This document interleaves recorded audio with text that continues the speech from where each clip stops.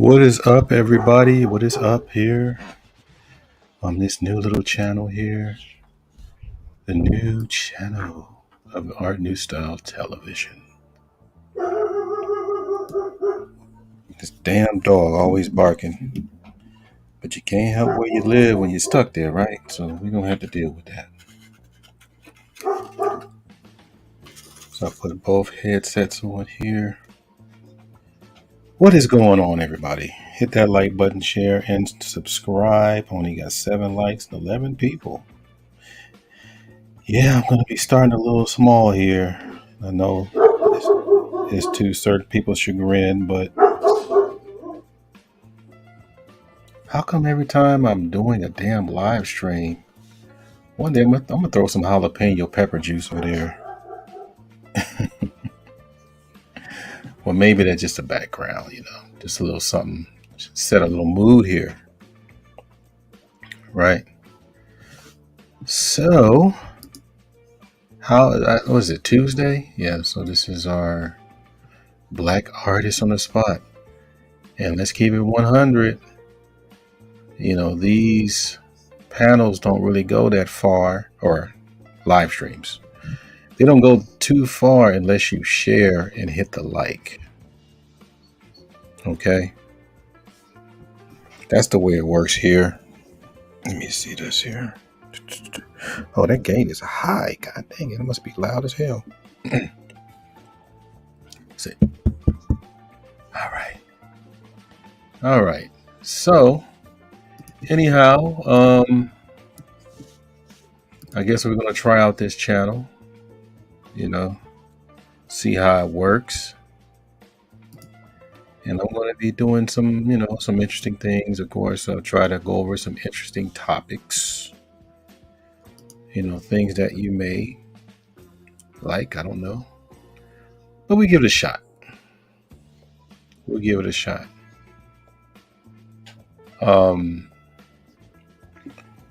So hopefully people enjoyed Sunday.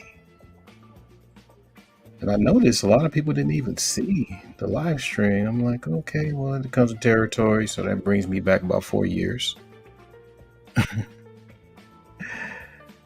Yep, about 4 years. It brings me back there. Right, so I think I have... Should I? Yeah. Let me put that in there. So I'm over here still because I had to come from the dentist today. And I got to do better with my damn teeth. It's healthy, but it's sensitive as hell. So I got to do better. Like, what's his name? Like Charles Barkley said, you got to do better on it. Oh, man. Yeah. Anyhow. So we're going to move right along with the programming, the schedule programming. Right? So let's see. I think I'm going to do this one here. Yeah. I'll put that in there. So let's go over the contents. But let me see. If I have enough BAMage people here. Yeah, my BAM list is a little bit kind of slow there, kind of empty there. But I'm just going to make it quick, I guess, huh? It's almost like moving out of a house and staying in a 1-bedroom apartment. That's what this whole thing feels like. It's like, damn, I gotta fit all my stuff in here, right? But it's all good. But it helps when you share. But I guess you gotta be worthy of sharing most of your stuff anyway. So you gotta put in the work. So I guess I'll put in the work and see how that do you. But I'm gonna do just a quick rundown here So of course the super chats ain't working because I only got about a few likes. I mean, not likes, but subscribers. But I'm gonna try to grow this one anyway. Grow this channel. So let's see how we do here. I'm gonna go over this here. So we got, and shout out to Bill Russell. He's probably one of the only. It's like maybe three Celtic players that I really admire. The rest they can go to hell. I'm a Laker fan for life. H2O. So I'm gonna wait till enough people come in so I can bam y'all up. But so on the menu, one is masculinity belongs to men. The other question is, if the sisters want to come up and talk about this part, why does strength in a woman refers to masculine traits or characteristics? And then again, we're going to address panel disruptors. Also, if you have to pay for peace, where do I sign? Meaning, if I got to purchase or whatever, I pay some money, whatever, for someone to do all the bells and whistles, then give me my safari hat and my catcher's net. Okay? Other one is young and old are not equals. Just because you have a mouth doesn't make you equal to someone that has experience. Doesn't work. You know, like people say, do you speak Chinese? Or do you speak Vietnamese? Do you speak Swahili? And I guess what goes along with that is, do you speak black? Do you speak black? Hey, I need somebody to translate. You speak black? We're going to go over that too. Other one is, should the stepdad have access in spanking the child? How about this one here? The Mexican black issues in Los Angeles with, it's not El Cholo, it's American Cholo, but this American Cholo dude. We have to talk about these things, right? So people that are coming in or just peeking in, please hit that like button, share, and subscribe. Y'all all I got. Right? So let me put this in here. Boom. All right. So we're going to have a little fun. And we're going to test to see how old you guys really are. Oh, just in the beginning here. I wish, you know what? Should I play that one instead? Let me see. I don't think I have that one. I think I do. Anyhow, I'm going to test to see how old we are here. I'm not sure if people are coming in here that knows how old they are. Or actually remember, I don't mean know how old they are, but just remember like how things were when they were younger. So what I'm going to do, I'm going to change the mood a little bit. All right, so what I'm going to do, I'm going to first, put this here. And then we want to find out whether or not, if this kind of strikes you a little bit as far as how things used to be back in your day. All right, so here we go. Do y'all remember this? Tell the truth. Do y'all remember Bisquick? Watch. I'm gonna hit some nerves here. See, the thing is, I think people don't understand, or probably, yeah, don't understand how far we've gone as far as the things that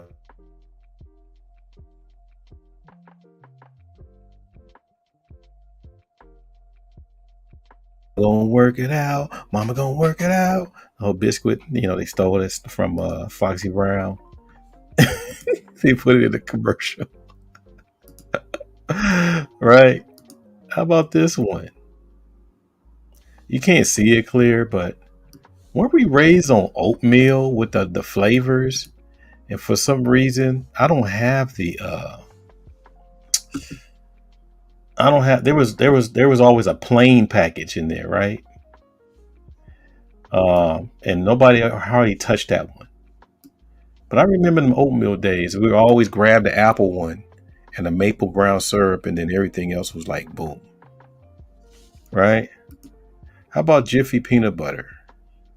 Later on, it was Peter Pan. You know.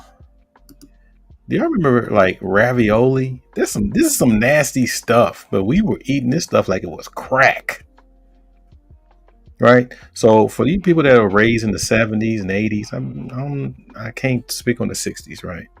But 70s and 80s. How about this one here? This was a delicacy. The whole biscuit coming out of the can, right? Now I'm gonna go further now. Do you remember potted meat? You spread that on a cracker. You remember that? Whew. It's this. We put this in our bodies, y'all, back in the day, and I'm quite sure it was affordable, cheap, and it fed the family. How about this one? Let me get this straight. Did it seem like only the parents eat this, but it was like always in the cabinet? I don't remember eating no damn mackerel, but it was always in the cabinet, new can. Tuna. Remember we used to do the tuna? Now, this is a thing. I don't know about y'all, but I don't remember seeing those slices of corned beef. It was always like with some grilled onions and mixed together or whatever. And we didn't even know what we were eating. We just said, oh, okay, this is meat. We had that with grits or something, right? How about this one? Spam. Spam. Woo! If you open that can right now with all that jelly and stuff, it look like an angry face gonna come out and go. Spam, y'all. Somebody mentioned Vienna sausages. I can't believe we're eating this stuff, man. I was thinking, I was like, damn, we were really, whoa, pork and beans, right? This was some serious stuff. Okay, how about this one? Now we're gonna lighten it up. Animal crackers, remember that? Now, usually, if you're siblings, right? If you're siblings, you usually have this kind of stuff because there's always something that's enough for all the kids. Right? How about this one? Cracker Jacks. You know what you're looking for. The prize in the middle. How about this one? Frozen orange juice. I mean, am I taking you guys back? Frozen orange juice. That's how the can looked back then. How about bologna sandwiches? Did you cook it or did you eat it cold? Right? I did both. Right? Now here's the fun part. We started off with white bread, like Wonder Bread, right? Oh damn, I'm getting boring. I'm sorry, y'all. Let me hurry up. I started with white bread, right? And all of a sudden, mom started getting all health conscious on us and start going into Roman meal bread with the wheat bread. Y'all remember that? How about this one? Kool-Aid. Now here's the thing right here. I don't know about you guys, but I cannot recall having strawberries on my cornflakes. Don't we slice bananas? Y'all tell me. Were y'all able to throw whole strawberries on your cornflakes? I know it's marketing, but damn, did we do that? I'm not sure. Now this for us was in the 80s, right? This whole beef steak thing, a cube steak, either we made something to put gravy on top of it or we made a sandwich out of this. I just wanted you guys to think back. Yeah, Joe's. Yeah, we put bananas in our cornflakes. I don't know about them strawberries, man. That was strawberries. I'm like, what? But yeah, this whole cube steak thing, that was a whole different thing too, man. I mean, I just did a handful of stuff. I know way more stuff, but I don't think we understood how far we become as a people. Oh, Karen. Yeah, one day we're gonna have to have like a Caribbean panel, Karen. You know, we're gonna have to have a Caribbean panel. Have that discussion. You said Popeye cereal. Damn, you going back way back, bro. Popeye cereal? Okay. Trying to say the strawberries are for people with money. You ain't never lie. Oh, really? Popeye cereal? And you 33? I don't recall that. Let me bam you guys up. I got enough bam stuff in here. Okay, so we got Lavars in here. What's going on? Bam. We got D Scott up in here. Bam. We got Heru Aten Pata. Bam. We got DC. Bam. We got Little Rock 2517. Bam. One of my partners in crime. Assalamu alaikum, Sister Asada. Bam. Fred Holiday. Bam. All right. We got Bruce Major. Bam. And we got Kareem Alston. Bam. And we got Kareen. Bam. You thought we forgot, huh? We ain't calling you no white lady. And we got my other partner in crime up in here, Sister Shonda H. Bam. We got Pragmatic Prime. Bam. Right? And we got Heru. Oh, we got you already, fam. We got you. I think that's all we got up in here. And we got Joe's. Bam. We got Jose Negron in the building. Bam. Right? I think that's it. And we got American Brazilian. Bam. Dead Set Anime. Bam. Right? Right. All right. See, that's LA, y'all. Ride. That's LA. Well, y'all hear that? That's my water. You can hear me drinking water. I can hear it in my headphones. Yeah, I'm still doing my little cleanse thing. All right, so let me go down the menu items here. All right, so let's see what we got here. So we got. Let me get my visuals, my little visuals together. Little visuals. Right, little visuals. So we get that popping right there, little visuals. Little visuals, young man. Just gotta watch that, man.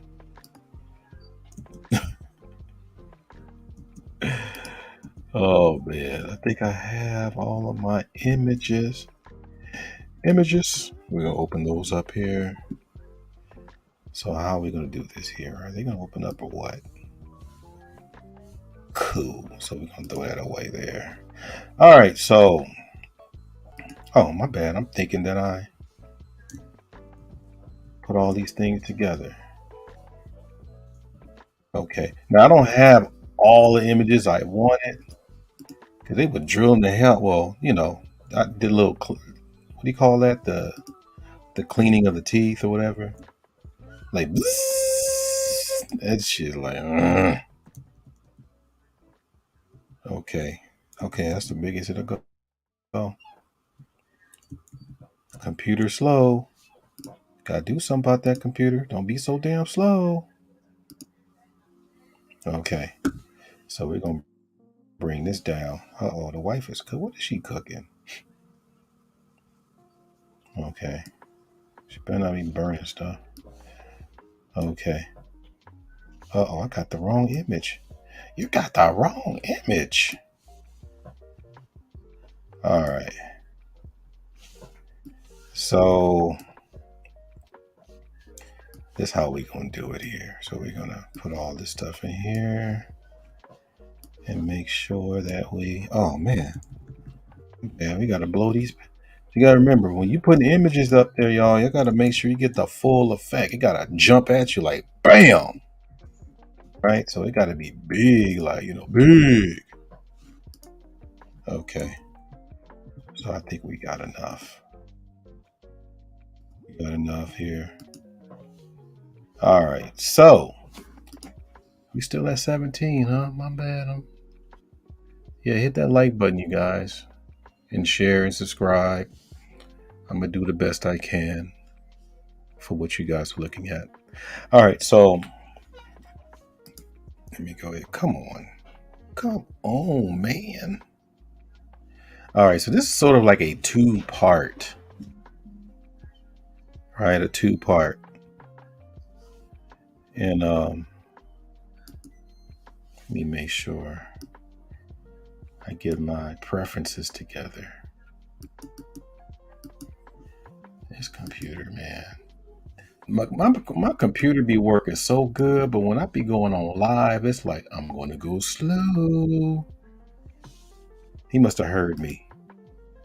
He said, "Go on with your funky show anyway. Go ahead with your funky show." Okay. All right. Let's see. So let me give a shout out. Let's see. All right. Let's see. Let me give a shout out. I feel like a damn preacher. I mean, I said God is good all the time. All the time. God is good. All right. So shout out to I think the name is Shadow Observer. Appreciate you, fam. Is it slow? Wow. I thought I cleaned this computer. I don't think it's working, y'all. It worked earlier. What's going on? I gotta do this again. Let me try it again. Uh-oh. So my sound effects ain't working. That means I gotta get my little plug in.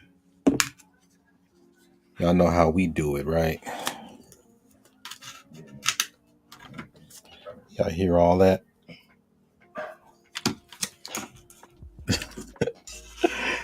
You can hear me jimmying up stuff here. So let me try this.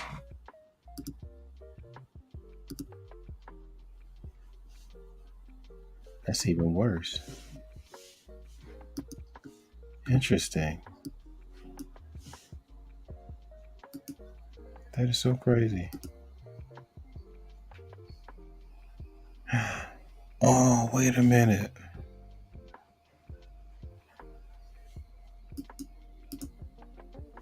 This is not cool. So right now, I'm assuming that you guys can hear me because it says my Blue Yeti is not on. This is the most weirdest thing ever, man. So what I'm gonna do, I'm gonna turn this off and restart it. That's what I'll do. Don't save. Okay, so we're at 19. So we're kind of moving up in the world a little bit, right? We're moving up a little bit. Okay. All right. So I'm going to give a shout out to Lais for showing up. I appreciate the sister showing up. Y'all might want to check out that live stream or that interview. It definitely gave you a lot of information, and you don't get too many pro-black. Well, you don't hear too much in these spaces as far as pro-black Brazilian women. So she was really in there. I think some people were taken aback a tad bit because of some of the. You know what? I think that's why. Oh, wait a minute. It showed up. Now it shows up. So let's see what you made of. Okay, let's try it out. Oh, wow. Okay. So we're still not really able to get this sound thing together, y'all. I don't know what to tell y'all.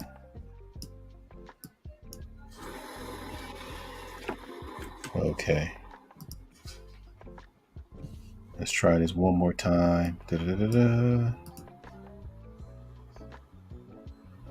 I can't even hear it. I think because of the USB. I think it's confusing. That's probably what it is. Okay, let's try it. Thank you, Jesus. It's just real low. I don't know why it does that. It's crazy. Anyhow, the show must go on. Let's get it. All right. Anyhow, so that sister was taking care of business, and it was quite interesting to hear about a Brazilian and an American power couple as far as black. And I believe both of them haven't had children yet. They're pretty young, and they're professionals. So regardless how people feel butthurt about men having choices, that's one of them. So yes, like I said in my other live stream, brothers, I gave y'all the keys to the kingdom. Okay. And again, we got sisters here that have been raised as housewives, what have you. But it's a lot over there that's raised too. The thing is that you got to be picky just like anywhere else. You can't just grab them just because they look good. You gotta vet them just like everybody else. Okay. All right. So we got mail up in here. Bam. Right. This is a shadow observer. Bam. Yeah, appreciate the cash up, fam. I just can't get that sound up. That's the highest it'll go. Interesting. Okay. What I should have did is put it in my other computer, but you always hear my other computer sound like a damn old Sanford and Son car. Dun, dun, dun, dun, dun. All right, so let me go through the other items here because I don't want to take too long on this here. All right, so what we're dealing with here with these images, I wanted to talk about masculinity, but yeah, it is what it is, but I'm still going to do it. Masculinity belongs to men. That's one of my topics there. And what I mean by that, and I think people that's probably my age or older, it's not negotiable. I hear every now and then men have to, paint their nails or something, or, be a little softer. No. No. No. Now, don't get me wrong. We can't be like Ivan the Terrible with every woman we see. But that whole thing about trying to be soft to fit in and trying to be soft to get the girls and try to be soft, that's some BS. You know, it's, and the thing is, for some reason, the black man, we're talking about imagery, right? Imagery. And I don't think we understand how important image, black man's image is, right? And everybody got their whole degree of what a man is, but for the most part, if he has to lower it, lower the testosterone, take the bass out the voice, um, wear a wig or something, it's non-negotiable, right? Now I get it. Some people are in the movies and doing different things and playing roles, but still, the black man's image is important. And the thing is that you're going to have to start making a stand because for some reason, you have a lot of females. I don't care if they black, white, Latina, Asian, whatever. It's something about maybe the American woman. I'm not sure, but they like to even play around with it. Like you should be this, you should be that, and it's like, no, I'm gonna be a man, right? I mean, we got Chadwick right here. I mean, for the most part, he played a lot of manly roles. I was looking at his pedigree. This dude played a lot of manly roles. You may want to argue about the James Brown wig, but he was still. I mean, James Brown was kind of masculine himself, muscular, athletic, that kind of thing. And it's like, you know, I know people want to talk about, well, how come we have these gender wars? Ain't no, my whole thing is, why does the gender war have to be? See, the thing is, it's not what they're talking about. But why does it have to be to the point to where you have to use some masculinity to try to be the winner over men? Over men. That's not cool, man. It's not cool. And I see some of you guys that be cupcaking and simping or whatever. It's like, lowering your masculinity just to get what? The girl? I think, that's a damage, not just in general, but within your soul. BGS talks about don't lead with your feelings. You think. Sometimes I say or you see also, but more like seeing, right? Knowing is between both sexes, right? According to the Bible. But I think there's a point that men have to really start making the stand without being like over the top with it, but just being who you are, a man. And powers that be, for some reason, they are kind of pushing that to where you have to lower that too. And we talking about job promotions, just being hired, um, being looked at a certain way when you cross the street, customer service. Sometimes in customer service, you got to lower your manliness in order for you to serve a damn pizza or bag some groceries. I mean, in politics also, that whole assertiveness. There's always someone that's trying to take you off your manhood. No, you hold on to that. You were born with that. I'm not going to say anything about anybody else, but I'm talking about men or men that consider themselves as men. Don't let that go, especially you young folks. I see some of the young folks, especially the real young folks, they're really finding their way. They're finding their voice a little bit faster. I think because they study all of the older generations, and I'm proud of them. I'm hearing a lot of stuff lately, right? And usually I'm hearing a lot of things that they're doing more than what they feeling. And I'm like, yes, go with it, go with it. Right. And it kind of segues into this whole thing about why, and there's just a muscle, gotta have the muscles in there, right? And it goes into this whole thing about why the strength in a woman refers to masculine traits or characteristics, right? Look at the tie and shit. It's like, don't you got your own lane? You know what I mean?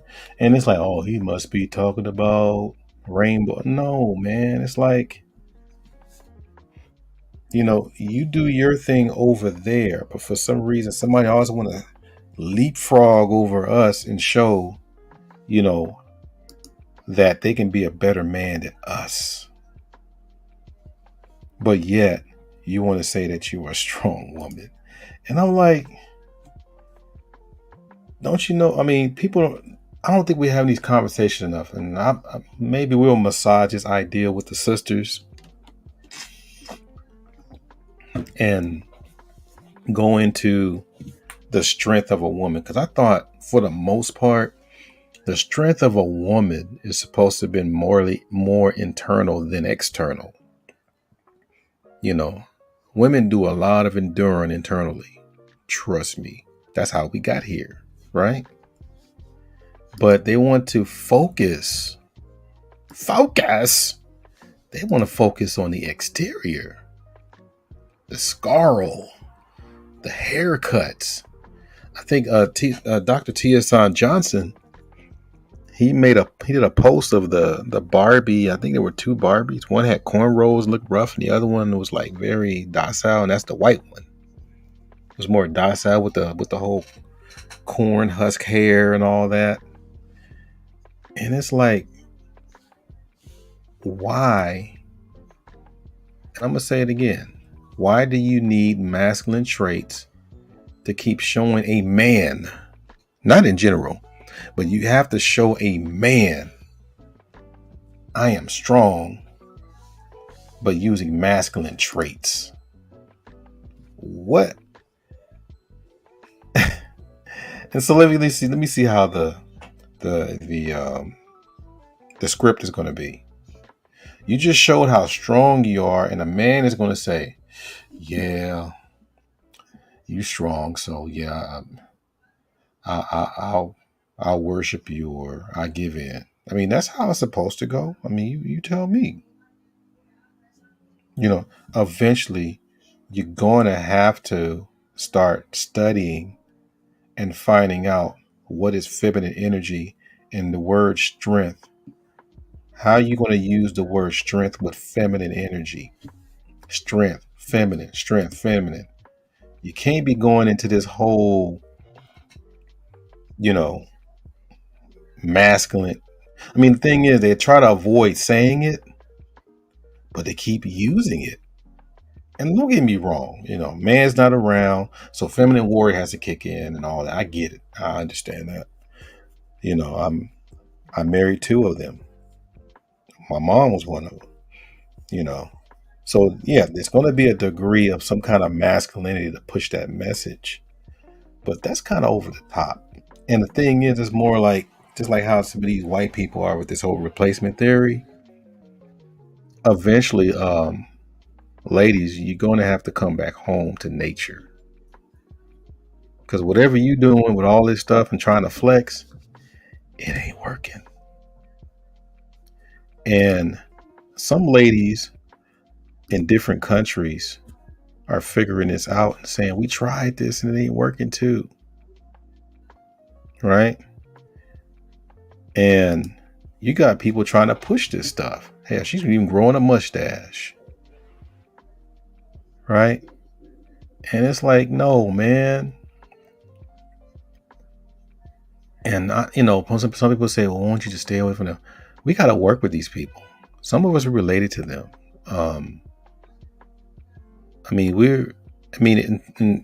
To all intents and purposes, Sometimes we just wind up in the same spaces just by default because we're quote unquote black, right? And it's like, damn, man, what's up here? So I tell you what, I'm gonna talk to the sisters if they want to go over that and try to get to the bottom of you know the bottom of this thing, because I know we've been talking about this ad nauseum. It just don't work. We get with some of these. What do you call it? We definitely get with some of the. I lost my thought.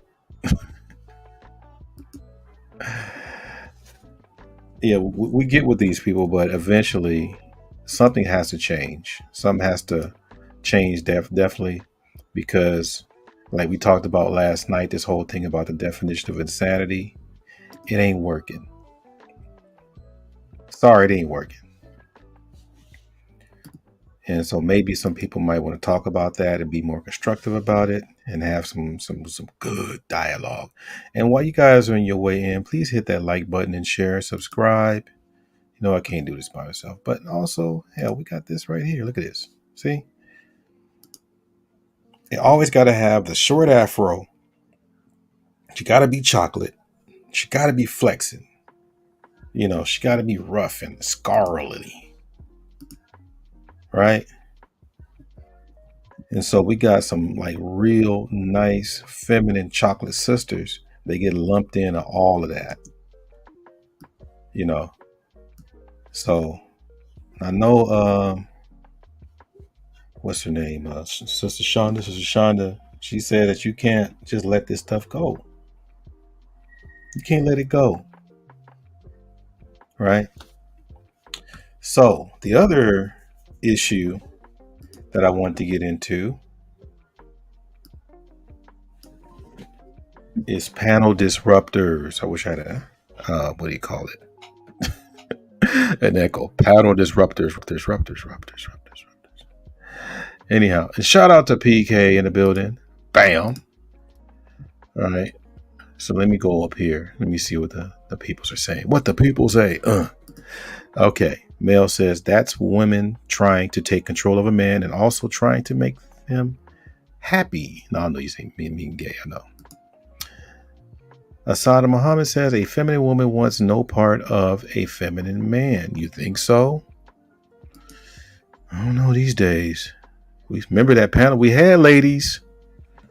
They couldn't even answer the question. And people were, I don't get it. On the side note, I'm putting this out here and people are acting like this is not a big deal. I'm like, people are questioning if your mom or what is a woman? They're questioning. I can't believe that people don't understand that that's growing.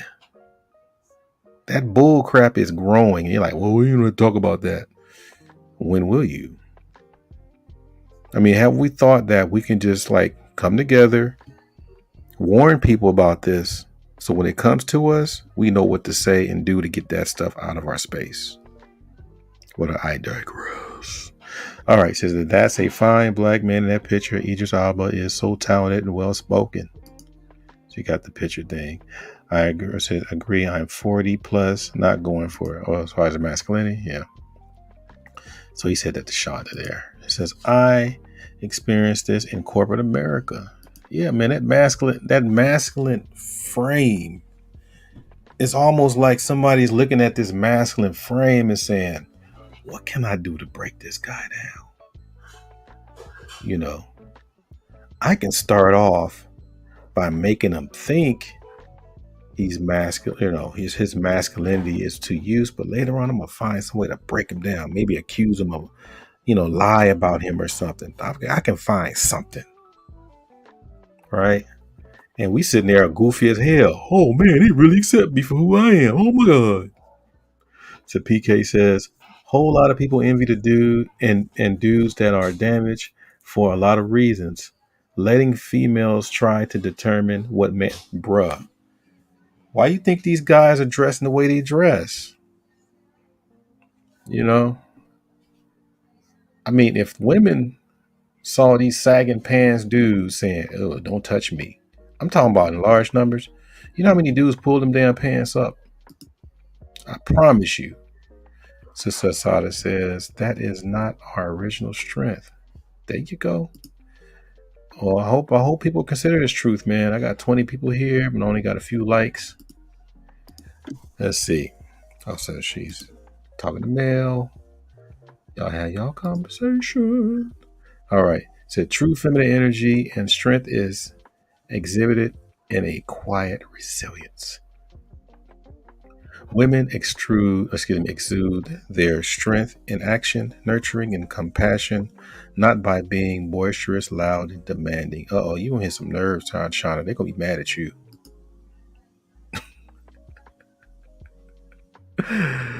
You got Ray there. Like, I don't know, bro. Bro, I don't know, bro. Bro. And Dead Set says, my mother used the often rant, I didn't raise weak sons. It's such an old school thing to say nowadays. And Hebrew Atan Patah says, Instagram art, yeah. I think the same. Oh, I think it's supposed to be Instagram. You see how old I am. I don't even know all these abbreviations and acronyms, right? But the thing is that the acronyms, I mean, excuse me, not acronyms, but the panel disruptors, y'all. Panel disruptors. And I'm talking about a lot of our, especially black spaces. You know, I'm like, wow, what the hell is going on here? Like, every time brothers get together, and not every time, but most of the time brothers that get together, we start, gelling. Some things are kind of like, you know, what's the word I'm looking for? Some things are just like, hey, everybody is gelling and coming together and getting along. Um, they're not like agreeing, but at the same time, they're respectful. You know what I mean? Very respectful. And then there's always somebody that's coming in, and and they get us thinking like, hey, hey man, it's they make it look like you're sitting there like they're going along with us, and we're about to really come up with some good answers and good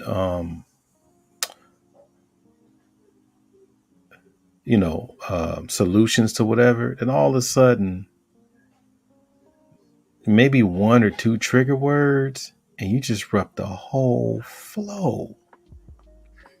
And then you got brothers that's being like, hey man, that ain't cool, man. That's not how we do it. Well, you didn't do that. I'm sitting there like, do you do that when you go to people's houses? You know what I mean? I'm like, damn, man, why? What's crystalline kerosene when all that spit was coming out of her mouth because this white dude dissed her? She's like, why?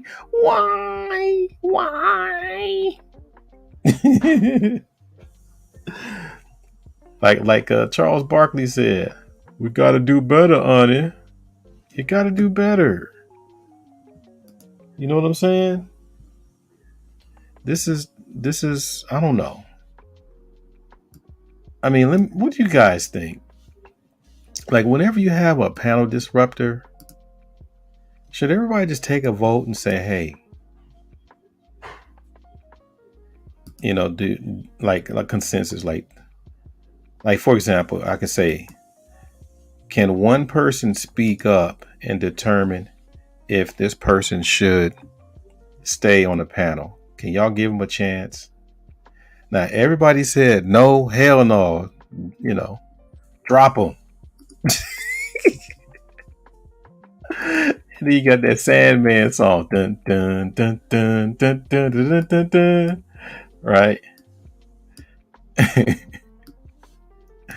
Man, I'm telling you, I think we need to start doing something about panel disruptors, man, because y'all already know it. Think about it. I'm gonna let you guys. Okay. Sometimes, like when my students are um, studying, right? And every now and then, I'm listening to certain things on YouTube, and it's like, okay, cool. I'm just chilling or whatever, or maybe driving. I don't even have time to jump on the panel, but I'm just listening. And a lot of panel hosts are generous and bring them up, and everything is cool, and all of a sudden, okay, you see the name already. I never saw this dude before. I mean, we already know a lot of ladies come up in these male spaces just disrupt too, right? Whew. Don't get me started on that. But the thing is, it's like, okay, why are you here? And I think that should be one of the first things. Welcome to the panel. I'm pretty kind about it. I'm like, okay, what do you got to share? I think we just should flat out just say, why are you here? What have you heard that you want to address? We need to really get into that because there's a lot of panels like Roger's panel, Game Changer, Bernard Riley, Edward when he has his panels, BGS. You know, when these panels occur, I want to hear Black, what's his name, Brother Kev, right? I want to hear.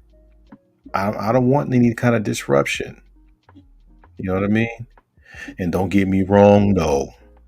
Sometimes, even when they're trying to disrupt and they get their ass handed to them, that's fun to watch. I'm just turning to my human side. I'm like, damn, they just put that dude in his place. God damn. But that's going back to that. That's a little bit different. That's definitely from that's different from um I lost my thought again.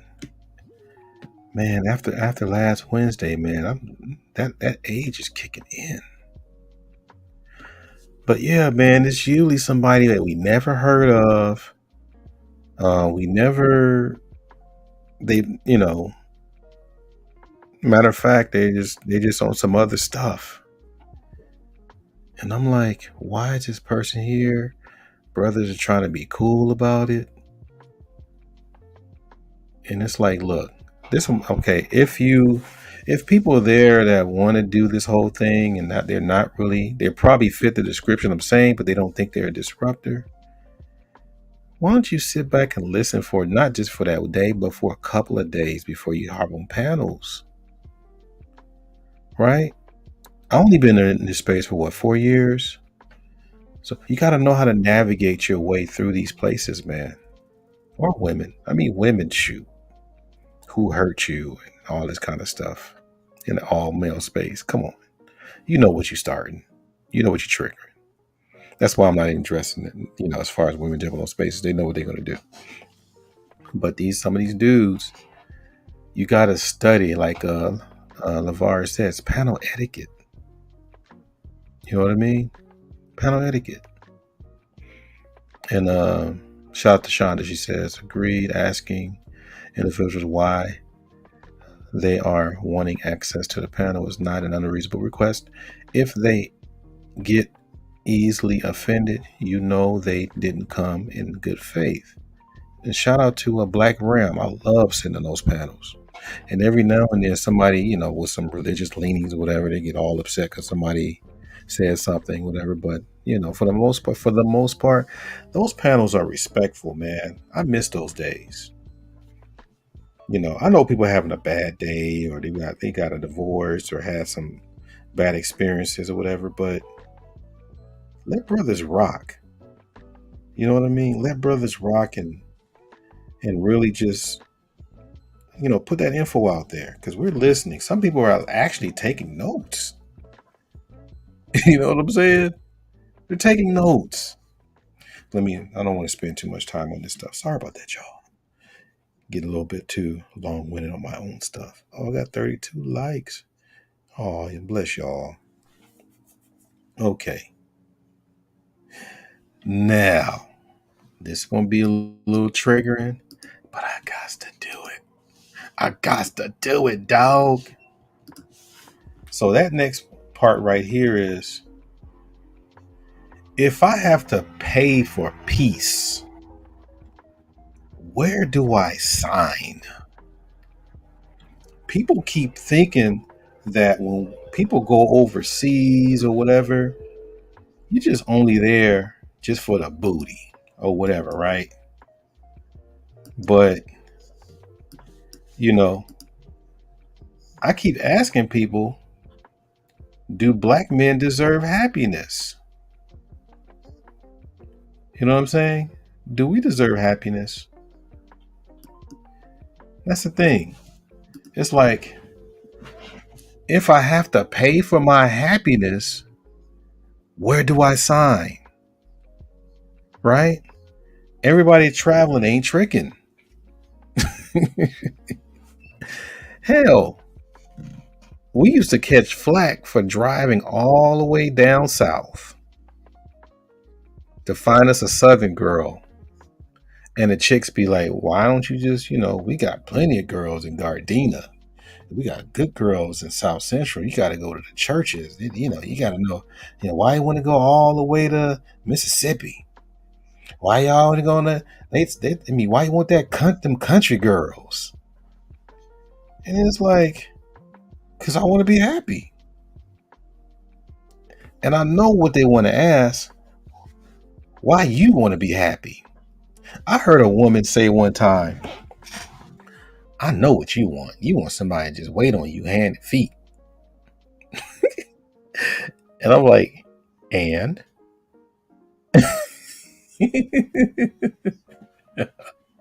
Shout out to Charles the building. Right there, let me read this stuff to you right there.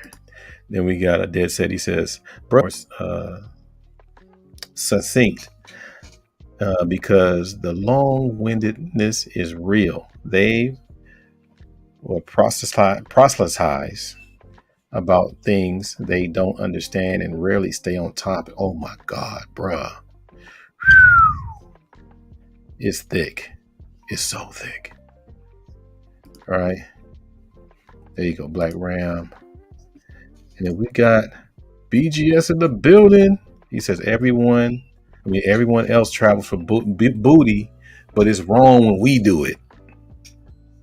Right? It's wrong when black people travel for booty. Right?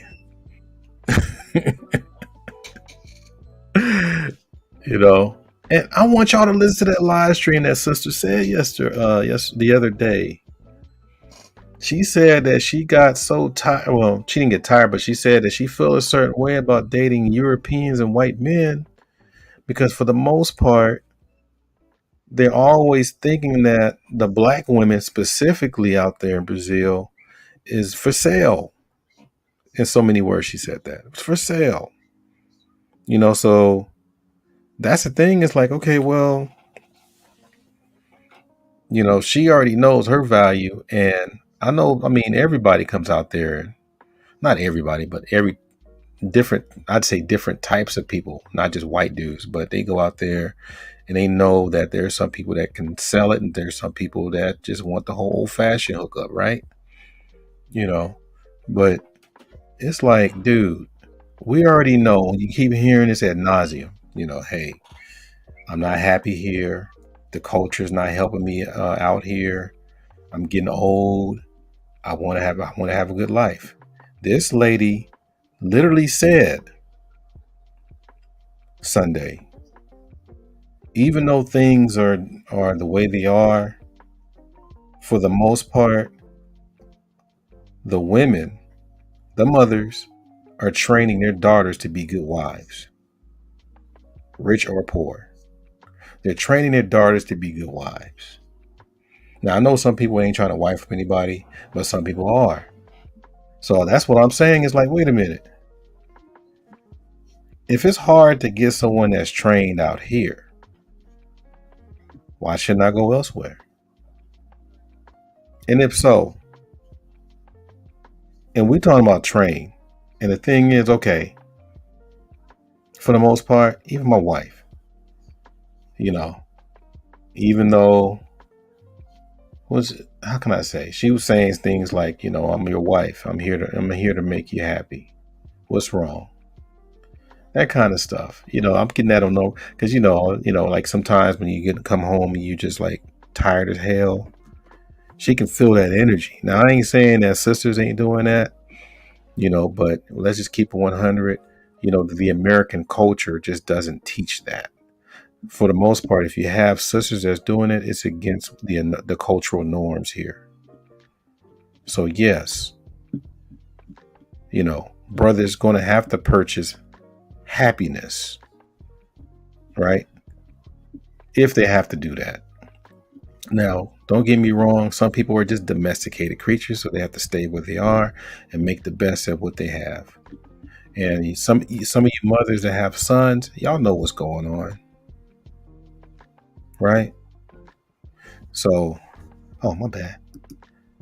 And he says, "What's wrong with me?"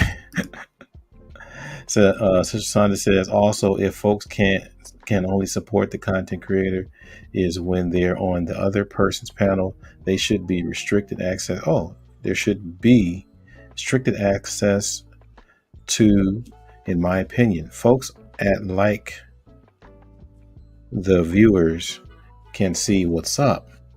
And Charles says that's what happens when you're too screwed up in the head, and to Oregon to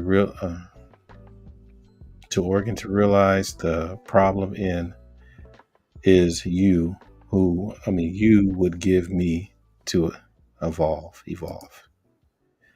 Said those who don't deserve happiness are the ones who are evil and deserve it upon their fellow man. And she said, okay, got you right there. Stavar says, can we create a law for your panel called PPE? If you don't have proper panel etiquette, we can vote you off the panel for the remainder of the stream. I think y'all used to do that, and I was trying to pretend like I didn't see that. Can we try to give some of these dudes a chance? Well, they be making it worse, right? But just to end off with this part, I don't think there's any shame of having to go anywhere. I don't care if it's down the street to find your happiness. You know what I'm saying? I mean, if you have to go somewhere for your happiness, then so be it. Where do I sign? You know what I'm saying? I mean, that's just point blank. You know what I mean?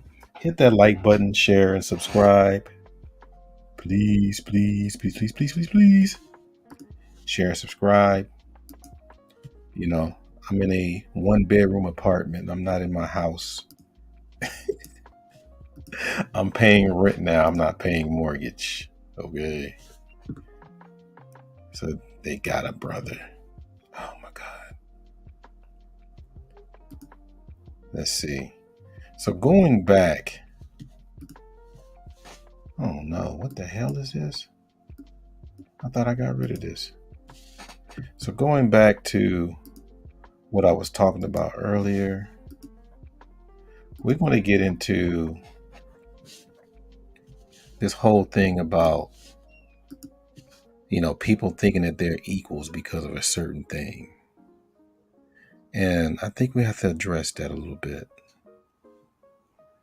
because I don't think this stuff is being addressed enough. Let me see. I got it right here. So, this is what I want to say. And this kind of reminder. The statement is young and old are not equals. You're not equals. I know you got some height. I know you got a voice, but you just don't have the experience. Okay. You can yell all day. You can Google things to death, but you're not equals. You might be stronger as far as physical strength, right? You probably know some of the latest things that's going on, but you're not equal to experience. It ain't happening. I've noticed that a lot. Now, I would give it like a 10, like if you're like at least 10 years, like 10 years, I would say, okay, then that's where you need to start yielding to, experience. Because I think that's the part where black men in general, for sure, we have lost our way with that. And every now and then I hear about, older black men uh, doing bad stuff to the young, but that's not all older black men. You're just making an excuse to not grow up. And just think about this for a minute. The older man's experience is your key out of being emasculated. I'm gonna say it again. The older black man's experience is your key out of being emasculated. A lot of these young dudes are growing up emasculated and throwing shit tantrums a lot. I'm hearing people in their 40s going, I'm like, nigga, you 41. Where's this shit coming from? But then you gonna let me talk? What? What? And I'm like, I wish I could just like go closer. Hey man, that's not a good look. You know, how about just wait, say, okay, you can have that. All right. That's my issue, man. It's like you already know deep down inside, you already know that's not manly. Right? But the thing is, it's almost like that immaturity and those outbursts are almost making a permanent wedge between you and the older dude. Because that older dude, it's not just the advice from the older dude, it's what he stands for and his experience.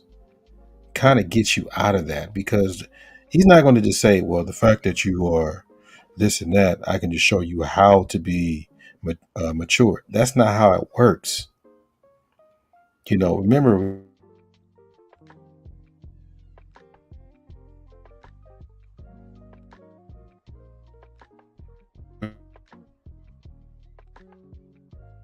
we got thoughts, actions, and deeds.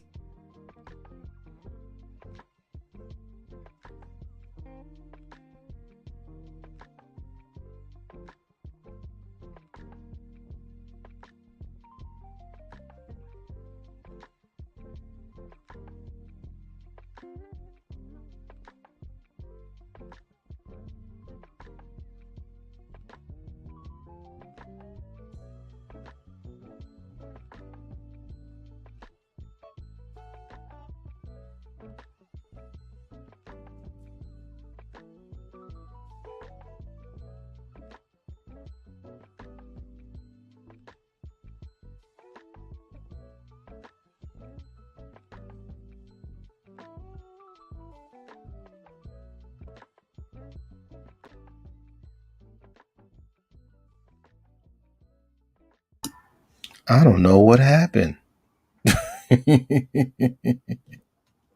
Had a little spiral thing, and I saw Bill Russell, and he's like, "See you later, Art."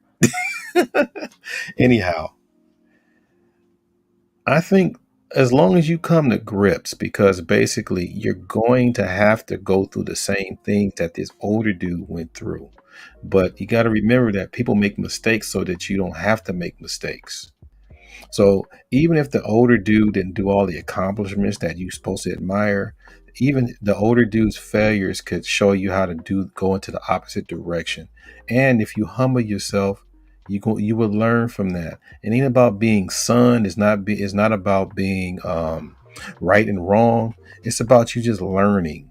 Okay, I was saying before I got cut off by the Wi-Fi god that there's a movie called Master Killer where this guy, not Master Killer, my bad. It was his movie. I forgot what it's called, but this guy married this Chinese dude married a Japanese chick, and she was an expert. So she was trying to show this guy how Japanese martial arts is better than Chinese. So everything she kept trying to do, he kept beating her. It's like not beat her like beat her up, but he kept defeating her. And so she finally got fed up and then just went over there and just told the guys how he insulted Japanese culture and blah blah blah and martial arts. So everybody came through, what have you. But there's a part in there that was like it was about the drunken god.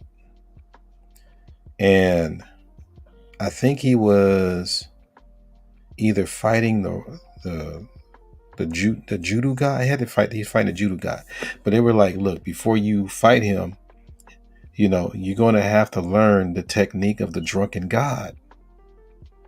Now, this guy had this big ass vase, and it was like it was wine in there. So he kept poking holes in there and drinking all the wine and sitting back holding the vase. But the thing is, you couldn't touch him. You try to hit him, he blocked.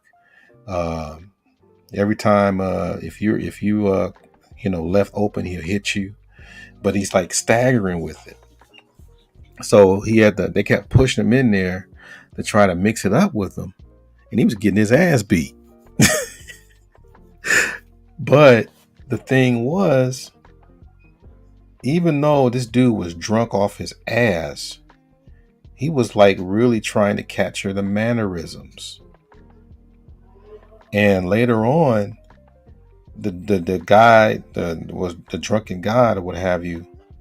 He was looking to the corner of his eye, so he just caught, he kept staggering and showing him the move and say, you got to flow and blah, blah, blah. And that's what I'm saying is that no matter how you don't admire, because I think what's going on is that the things that you don't admire are the things that you see in yourself in these older dudes. And like I said, the older dudes are the ones that hold the keys to your masculine freedom. And I think the problem is, and I see this as a teacher a lot, is that most of you guys want to say, this is how I want you to teach me. And in the lessons in life, you can't decide how you're being taught. You just got to show up to the class and keep your mouth shut. That's nature. When you start saying, well, I want you to teach me this way, I want to learn some game, you're going to get what you deserve. Be careful what you ask for. That is very important. You can't choose wisdom. Wisdom chooses you. Very important stuff. But let me go on and give another acknowledgement.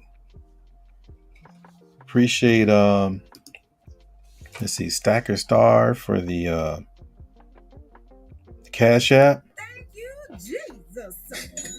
Appreciate you. And shout out to Kareem for the my bad. Kareem Austin for the Cash App. Thank you, Jesus. Appreciate you, fam. Okay. So I hope you guys really get that understanding, because I think we really We really miss out on that. And a lot of time go by, and later on you find out that hell, so many people are ahead of me. And the thing is, you got young people acting more mature than people that are older. And I'm like, what the hell? And Brother Nick Taylor, he says that's arrested development, because we had that conversation on our Ex's panel, right? So here's another one right here. And I want to know, because it's getting kind of worse and worse. My whole thing is this. I was at the store, right? And you know how I am with how we're being addressed. You know what I mean? And before I go into that, I want to thank all the people who shared my channel, my new channel here. I'm not going to go too far into the reason why it's been, this thing has been striked, but let's just say I'm not blind. So, some things I kind of see, but, I'm going to keep it going. But anyhow, my whole thing is I'm over here in the store. This is on my birthday too, about all days, right? And I'm sitting there like, and this guy had to be Filipino. And when I tell this story, I always got to bring up that there's other people in this line. I'm at the store, right? And this is the cashier. And so again, same old thing. People ahead of me. Thank you for shopping here, blah, blah, blah. Have a nice day. Next person before me, again. How are you doing? Blah, blah, blah. What is all we can do for you? I mean, this kind of the same old stuff. My turn. What's up, bruh? I'm like, excuse me? What's up, bruh? I said, sir, we don't talk like that. You're like, oh, my bad. And I'm like, okay, what if I was the cashier and him being Filipino, not even saying a word, and I kind of know, and he walks by and I say, "Cómo está ka na?" And I wait for him to say "Mabuti," and I go, "Oh." Even if he knows Tagalog, you think he would respond to me in a night like, "Oh, you know Tagalog"? You think he would respond to me? You like this Negro? How about Nigerians, right? Or I would just say the ones that speak Igbo, right? So he walk in, you can see like, a little Nigerian flag or whatever, and he walk by and they go, wanna walk que do? He like, what? She's going, can you like scan my bread? My point is this. Even if, now we're talking about languages here. These are like their languages. But what's up, bruh? That's not our language. That's an expression. And you know how it is when people that are not black try to out black us or try to overdo it and they still get it wrong. And it's like, dude, you need some new black friends, because this is a bad attempt. And I'm like, are you guys like checking these people? Like my sisters here, Sister Shonda and Sister Asada. Think about that, ladies. You got some white chick that's looking like what's that lady from Australia? I forgot her name. But she's like, hey, sister girl, what's up, girl? They know sister's gonna be like, And that goes back to the masculinity thing. Okay? When you let this stuff fly, then it goes from bruh to my nigga. Okay? So people like myself, oh, somebody go to the Philippines. Yeah, como está ka na, mabuti. Mabute, oh. Yeah. Then you get into Muganda. A lot of Mugandas. And then you start hitting like Maganda Ha is like you're beautiful. I knew some things, dating a Filipina back in the day, but that adobo is if you don't want to gain weight, stay away from the adobo chicken. But yeah, that's my thing. Is like, yeah, we can point at the younger generation for letting these guys get a pass. Cause some of us as black folks, like, oh, they trying to be cool. Oh man, bless your heart. It's like, no, man, you better dress me like the people before. Now, if it's on the street, I'm like, hey, peace. But if I'm paying money, you better greet me like the people before me. One thing I would say this: what if everybody was "What's up, bruh"?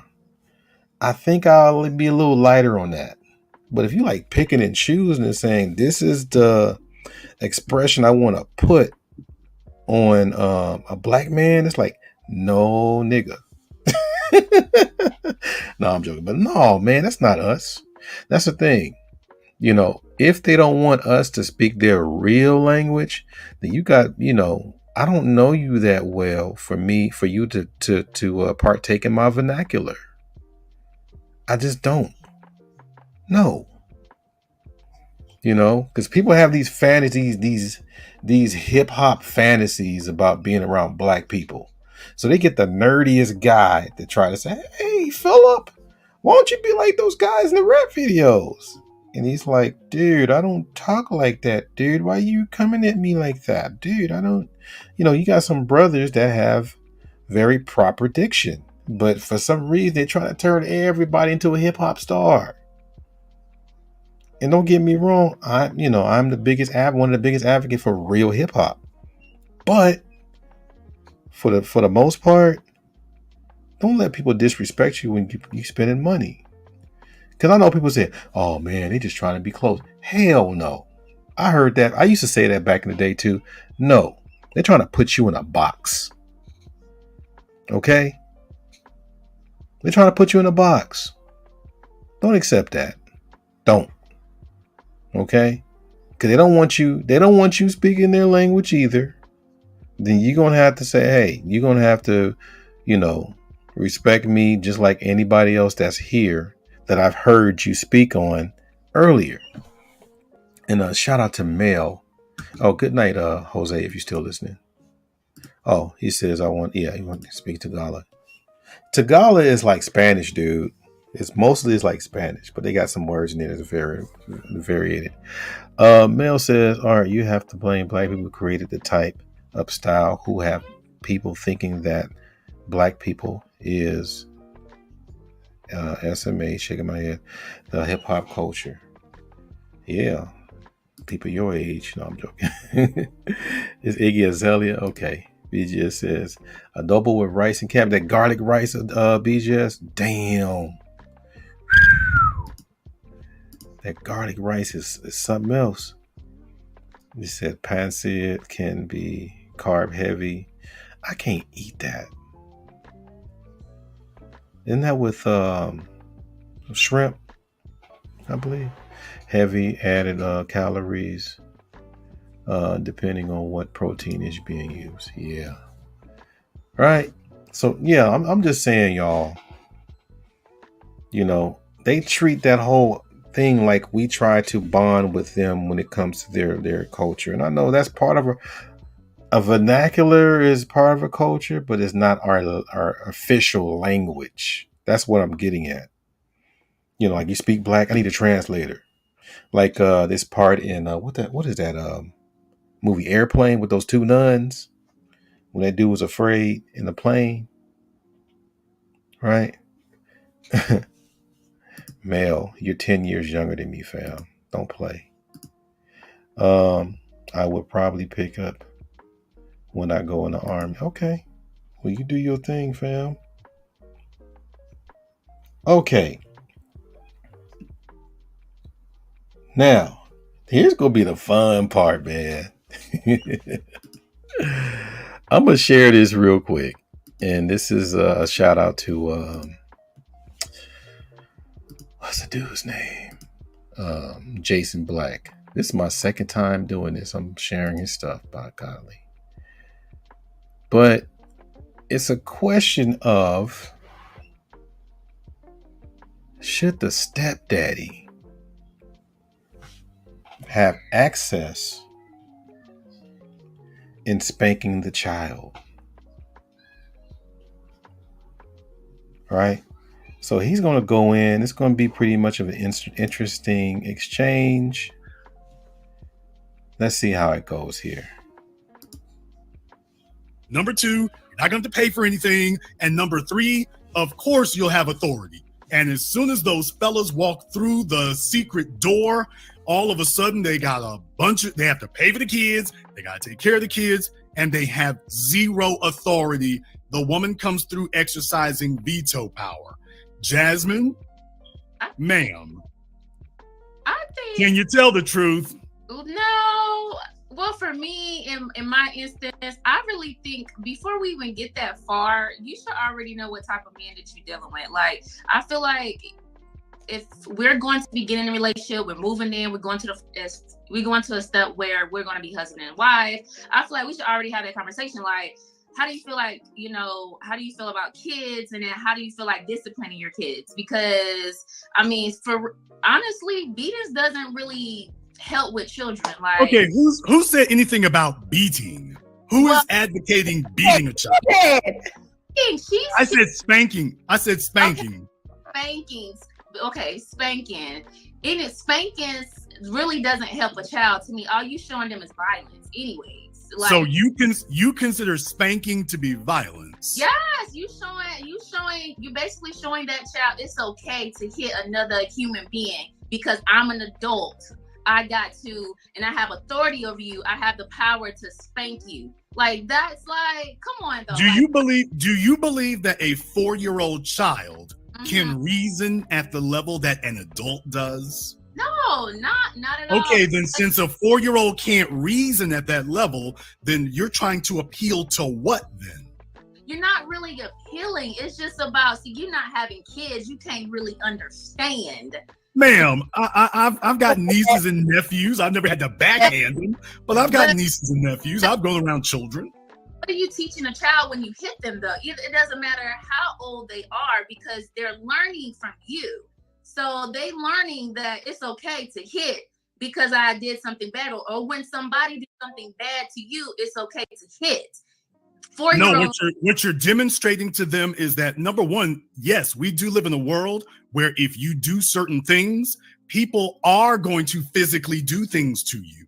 So it is what you're training them is to understand, hey, those pain receptors you have there, other folk are going to go way beyond this. So you're training them to not like that. You're training them to have a framework of understanding.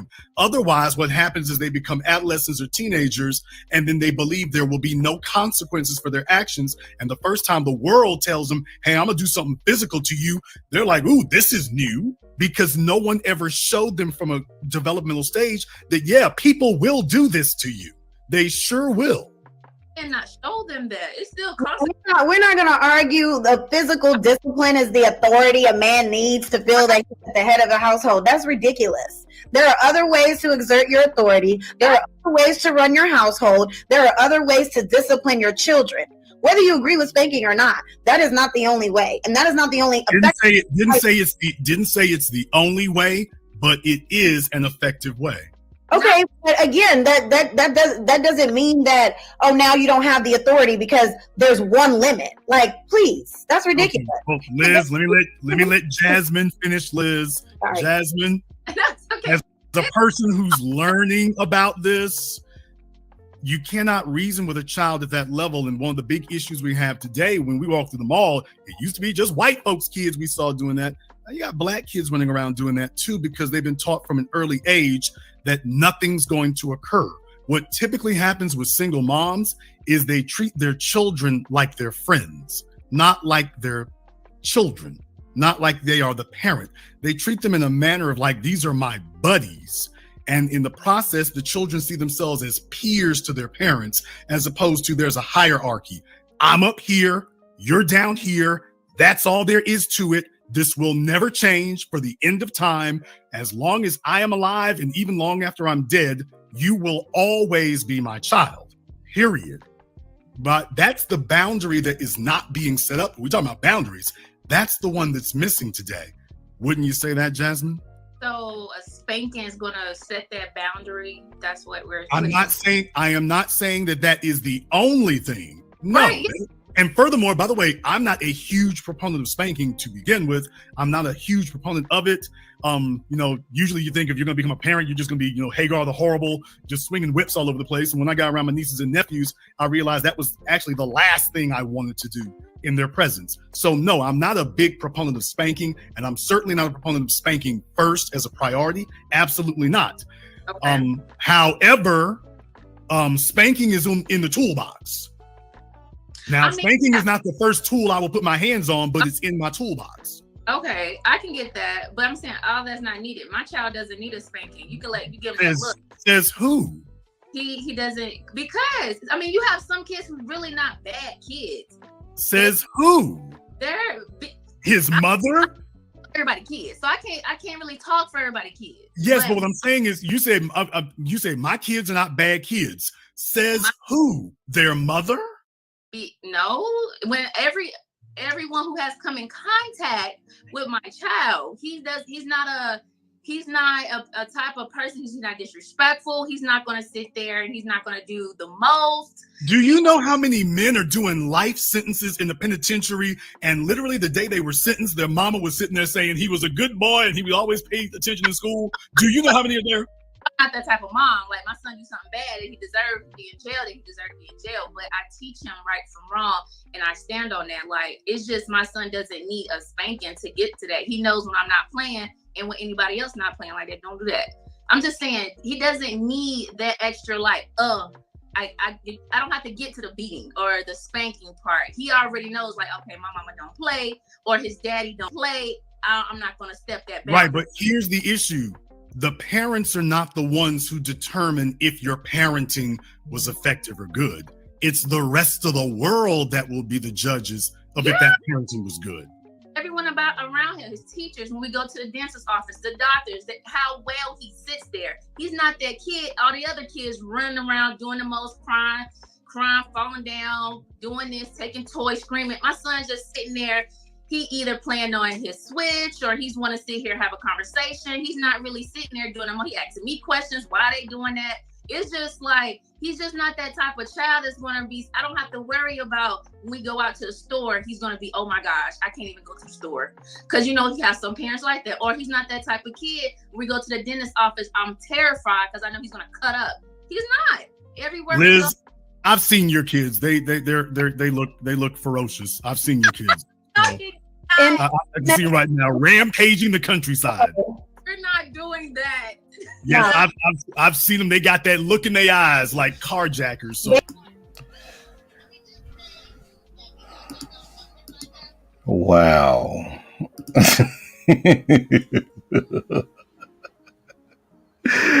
Just wow. Oh man. And this is one of the main reasons why a lot of dudes don't want to be stepdads. I'm just saying. Let me read some of the comments here. Let's see. Come on, your computer. Oh shit. Did it die on me? Uh-oh, connection lost. Everything going wrong today. Oh, jeez. Let me get this other mouse here. My backup mouse. I gotta use the dirty mouse. Dirty mouse. All right. Here we go. It says... Oh, please hit that like button, share, subscribe, people. I'm beyond Apollo night. What I'm going on.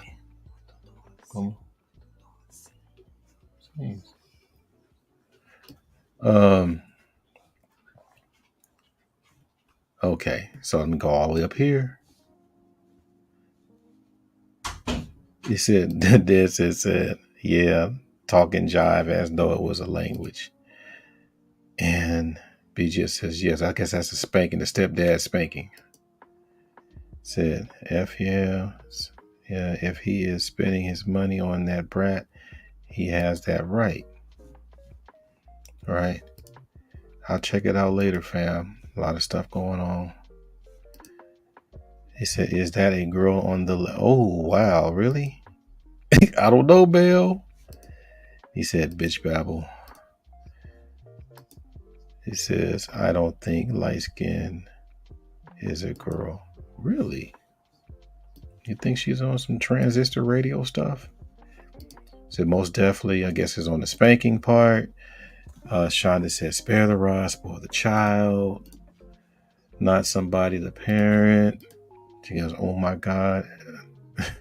You guys with y'all profanity typing. Good Lord. Let's see. Spanking or little pain application is basic association that don't require reasoning. Children understand association. Oops. Spanking prepares you for life. Knockdown. Somebody used to say, Martin Luther King got spankings. Look at, They said, well, then walk away, fellas.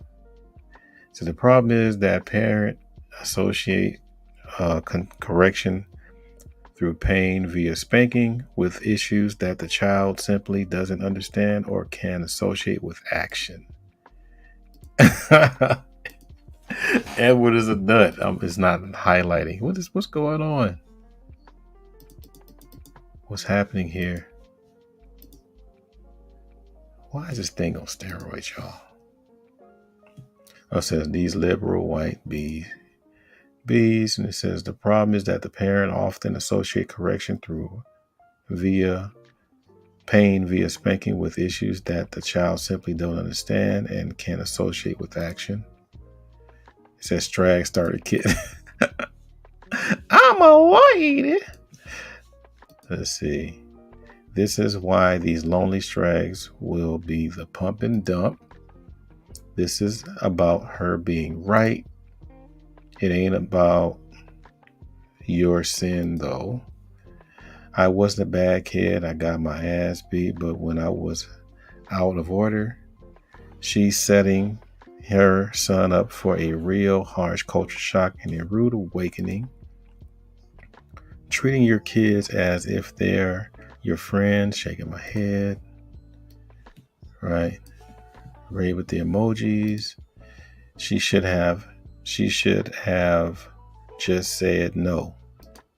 You think?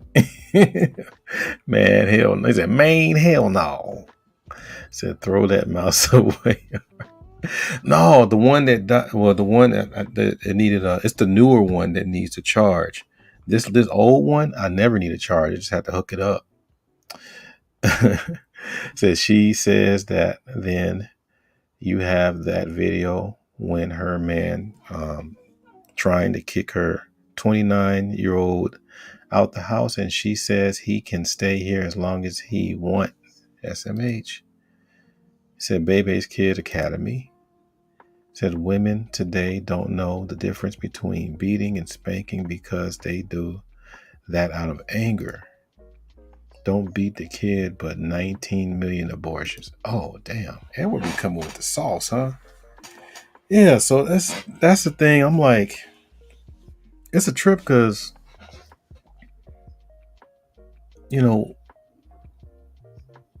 like a lot of these women, especially in church and a lot of these places where these women really think they're quality women, and they have that one or two children, what have you, from an ex that could be that baby daddy from hell that keeps showing up and causing havoc in your relationship. Child is attached to the father more than the stepdad.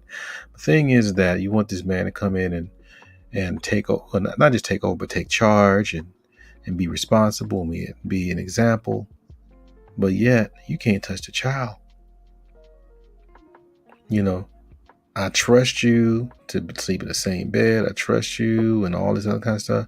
But I just don't trust your judgment in disciplining the child. But yet, look at the statistics of our child's education, incarceration rate, all kinds of different stuff. But you can't touch my child. Now, we're not trying, I'm quite sure a lot of us in the chat and there are people here, we ain't trying to sell ass whoopings to you. But don't you think that if you want the man to be in charge, then basically discipline, the ultimate discipline belongs to the man. Right? Why even be with this dude if he can't lay the law? Why? And the thing is, this ain't no, what do you call it? Unusual occurrence. A lot of these women feel this way. I mean, you heard what Jason said. Like, remember, I don't know if you guys are old. I know BGS old enough and Dead says old enough. But remember how it was like when these white parents, what is she doing? I thought she was working out. A lot of these parents that be in these stores with their kids be bad as hell. And the parents like, Billy, put that down. It's like, no. And he even opened the cereal box and throw it in the ground. No, come here, Billy. And we sitting back like us as black children, like, oh shit, if that was me, that would be my ass. Right? So now to the point to where these sisters are raising Billy. They're raising Billy. And to the point to where I'm going back to this whole thing about the masculinity again. So think about that image that I mentioned before. You, the man of the house, but you got to stand behind your woman while she's trying to be the man that he's not in the relationship. That's pretty interesting, right? And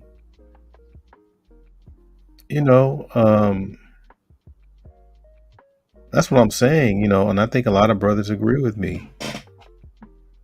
If I'm supposed to be in your life and you're the stepdad, I'm the stepfather, what have you, and you kind of know that your child is out of line, if I put that ring on your finger and I pretty much run things around the house, discipline is mine. I mean, yeah, but if something's going on, I'm not going to wait for you to come home. I'm taking care of it now or whatever's necessary. And if it comes to spanking, so be it. Now, as far as a teenager, it depends. But from a child that's supposed to learn all those things from a very young age, yeah, something has to be done. So like BGS says, fellas, walk away. If you can't pull out the belt or whatever it is, or some kind of discipline to whether it's taking something away or even physical discipline, you need to walk away because you're going to be living in hell in that relationship. And I know some people that's listening saying, well, we're doing just fine. Just us, us out of 1 million people, we're doing just fine. You know how that exception over the rule type thing. So let me read some of these things here. I'm missing my mouse already. God dang it. Let's see what Ed says. That means he ain't coming up. He give me a lot of messages. He says, matrimonial BS. Said those 8 matriarchy rules, and I don't play that. Could you imagine Edward giving the child a spanking? Damn. He probably put on his sunglasses before he gave him a spanking. This gonna hurt me more than it hurts you. He said, buy a dog and die alone. Charles says, yes, I'm old enough to remember the badass white kids who white parents were for. Yeah, man. I've seen it too. Edward says it's about subduing patriarchy, and they can have that shite and struggle. He's talking to Charles. Okay, it says my stepfather was able to discipline us outside my mom's purview. Right, yeah. And LeVar says I saw some white kids on a dog leash. Me too, man. I saw that. Matter of fact, they had it around the waist, right, and the shoulders. And I was like, damn, is that humane? This is in the mall, Dalama Mall out here. And Dad says that I had a first stepdad when I was 12, and I wasn't having it, and neither was my father. There was no physical discipline with those men. That was solely my father's role. Oh, okay. And Shauna says no. Let me see what BJ said. Said 12 is a little old for that. Yeah, that's why I said teenagers, that's something else there. All Spade says back in the day at Toys R Us, you would see Billy tearing down the place.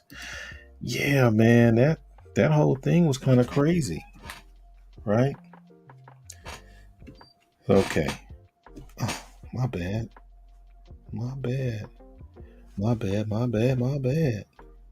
Forgot about this. Here you go. Now I'm out here in LA. Okay. And I deal with, where I'm at, the South Bay, we call that the UN. We got all kinds of different race and nationalities and things like that, right? But for some reason, I guess when numbers are getting a little high, people start feeling themselves, right? And Edward says, once you're 12, you can take Yeah, man. I think my son, I think he was like 7 or 8 when he didn't get his no more. He learned. Now let me share this real quick about this American cholo guy, because this is kind of important. Shout out to Red Supreme. I'm gonna put this. And look at the title here. Come on, computer. Go faster, computer. Now, please go. Man, my computer. Okay. So shout out to Red Supreme. He's a LA native just like I am. And let's see, let me get rid of this here. And he was going in on, the part that's so powerful about this brother, he talks about LA history. He's pretty young, so some things are a little missing because he's young. But he knows enough to get the, paint the picture of what's happening. And the thing that I admire from what he talks about is like how the politics are, the street politics between blacks and Mexicans. Now, I'm in the South Bay area, so it's a little bit of a variation, right? You got like your Filipinos, you got your Koreans, and you got your Mexicans and blacks and so on. But in LA and Compton, you got like your Mexicans for the most part in LA. Mexicans pretty much have the largest numbers here, of course. And, it's to the point to where, people are starting to call out some of the stuff that's happening. Now, I want you guys to hear the context, and then we're going to go in on this American Cholo dude. I want y'all to check this out for a second. Please hit that like button, share, and subscribe. Here we go. And why these things are, why this right here is such a big topic on YouTube. Why it's a major, why and why this is a major issue in Los Angeles, why this is a major issue in California. Okay? Hit the like button, man. Keep it coming. Hit that like button. Keep it coming. We keep it coming. We keep it coming. We keep it jamming. We keep it coming. Come on with it. Now check this out.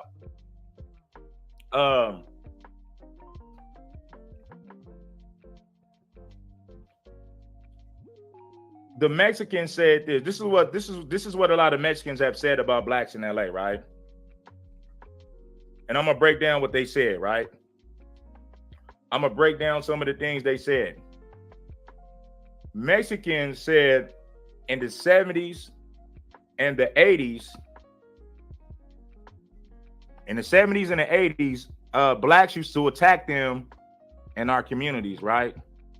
Like a lot of the construction workers, the paletero man, the cornmen, they claimed they were getting attacked in black communities. And I'm gonna be honest about that. I'm gonna be honest about that. Mexicans were getting robbed in black communities, right? In the 70s, the 80s, and I mean it still happens today. But they were getting robbed in our communities in the 70s and 80s. But see, that had nothing to do with race, right? Because blacks were robbing other blacks. I would say that blacks rob blacks more than Mexicans. So in a black person's mind, if you in my hood making money and I don't know you, hey, give it up. This is a robbery. That ain't got nothing to do with color. Like I said, black people was robbing other black people. So if you see a Mexican who's not from that community, hell yeah, you're gonna rob him. You already robbing your own people. So no, that had nothing to do with race. Blacks never, this is what I'm gonna tell you guys. In LA, blacks never told other blacks, hey man, we just gonna rob these people because they Mexicans. No, blacks are opportunists. If you look like an easy lick, they're gonna rob you. It don't matter if you're black, white, or Mexican. If you're in a black hood and you look like an easy lick, niggas gonna rob you. That's just the nature how brothers got down. But see, Mexicans took it as though, oh, that's racist. Had nothing to do with racist. But let me tell you what is racist. Now, that is fucked up. If my grandfather got beat up and robbed, I would feel a certain way as well. I would. Like if my grandfather got beat up and robbed, yes, I would feel a certain way. I'm not gonna deny that. But it's not racial, bro, because blacks will rob anybody in their hood if they have the opportunity to do so. So it had nothing to do with race. Black people never told other black people in other communities in LA, hey, we just gonna beat up and rob Mexicans just because they're Mexican. Nobody's ever said that. Nobody's ever sat down and said, we're gonna rob these people just because they're Mexican. I've never heard nobody black say that. I've never heard nobody black say that, and I'm from Los Angeles. I've never heard nobody. So blacks rob other blacks more than anybody. Blacks kill more blacks than anybody. So nah, my nigga, that wasn't racial. But I understand how you feel if your grandfather or father got beat up and robbed. I understand that, but it wasn't racist though. They didn't do it because he was Mexican. They did it because he was an easy lick. They did it because he was an easy target. Not because he was Mexican. Now, let me flip the script on you guys and tell you some shit that nobody wants to talk about. Shout out to Desmond Hill, man, for the 10 on the PayPal. Shout out to my brother Desmond for the 10. You dig? Now, let's get into what is racist, though. And nobody want to talk about that. Now, this is why I feel like the Mexican community ain't being 100. Well, I ain't gonna say feel. I know they're not being 100. You got black people who moved to East LA, where there's barely any blacks. Do you know that a black person's house got firebombed in East LA? Out there in East LA, a black lady's house got firebombed, not because she was in a gang, not because she was selling dope in a hood, not because she did anything. They burned that woman's house down because she was a black person living in a Mexican community. Now, let me say this to you guys. Support the channel and get the likes up. I've never heard of a Mexican house getting firebombed in a predominant black community. That's never happened. I never heard of a Mexican house getting firebombed in a black community just because they were Mexican. That never happened. When you go to the Hawaiian Gardens, when you go to Canoga Park, there's another spot in LA called the Avenues. This is Northeast LA. And look up, I want you guys to look this up. It's called the Avenues Gang. Racist, type in YouTube, Racist Avenue Gang. It's in the northeast side of LA. They were shooting black people over there just for living there. Not because they were banging, not because they were selling dope in their territory. There's a Mexican gang called the Avenues who were killing black people just for living in their community. And I've never seen none of these Mexicans address that. I've never seen none of these Mexicans on YouTube address that. But this Ay Caramba video is just such a big thing. And keep in mind, I got love for my Mexican people and my Latino people, the real ones, right? I got love for them, the real ones. But what I'm telling you right now,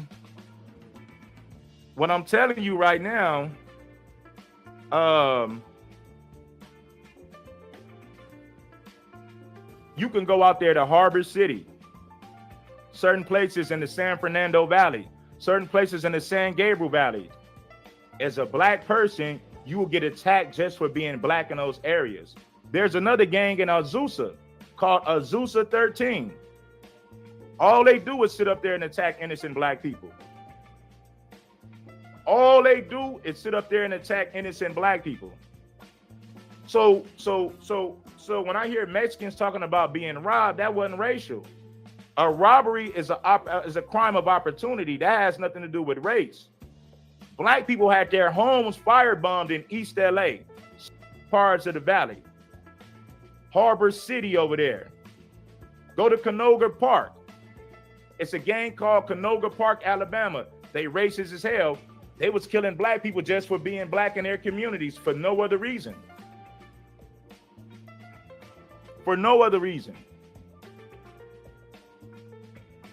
So until the Mexicans address what their people are doing, I don't think we should have took this Ay Caramba shit serious.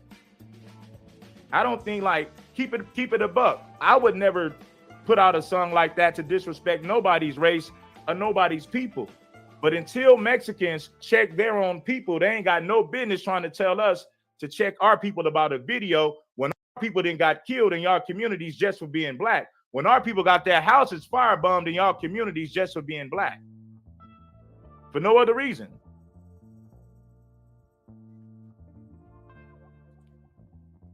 So until we get a grip on that, I really don't want to hear nothing, man.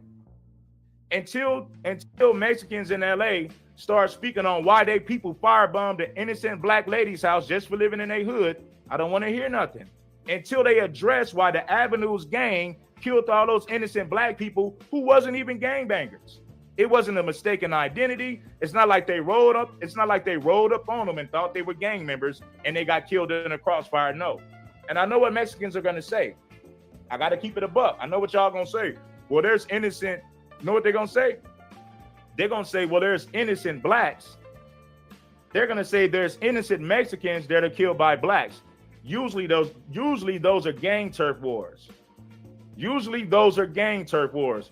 Blacks go through a Mexican hood, see somebody that looks like a cholo, they light them up and shoot them. They light them up and shoot them, right? So that happens. The same way when Mexicans beef with a black gang, they shoot somebody black because they thought he was a gangbanger. That happens. Blacks will go through a Mexican hood, shoot a Mexican because he looks like a gangbanger. It happens. But I can tell you like this, nobody black has ever firebombed a Mexican person's house in a black community just because they were Mexican. That never happened. That's never happened, bro. You can't listen, man. Let me tell you something. Look up Canoga Park, Alabama. It's a gang in the valley. I believe it's I don't know if it's the San Gabriel or the San Fernando, but Canoga Park, Alabama is a racist ass gang that killed innocent black people for just living in their community for no other reason.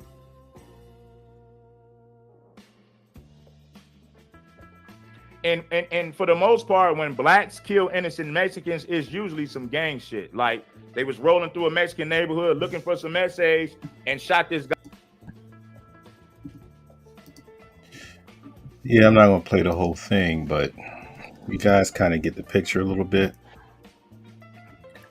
And I know because he does a lot of repeating things. So that's kind of good on his part, because some people are not really, that the whole attention span is like, "Rrr." So he repeats a lot, like Omar Johnson did back at, I don't know if he still does that too.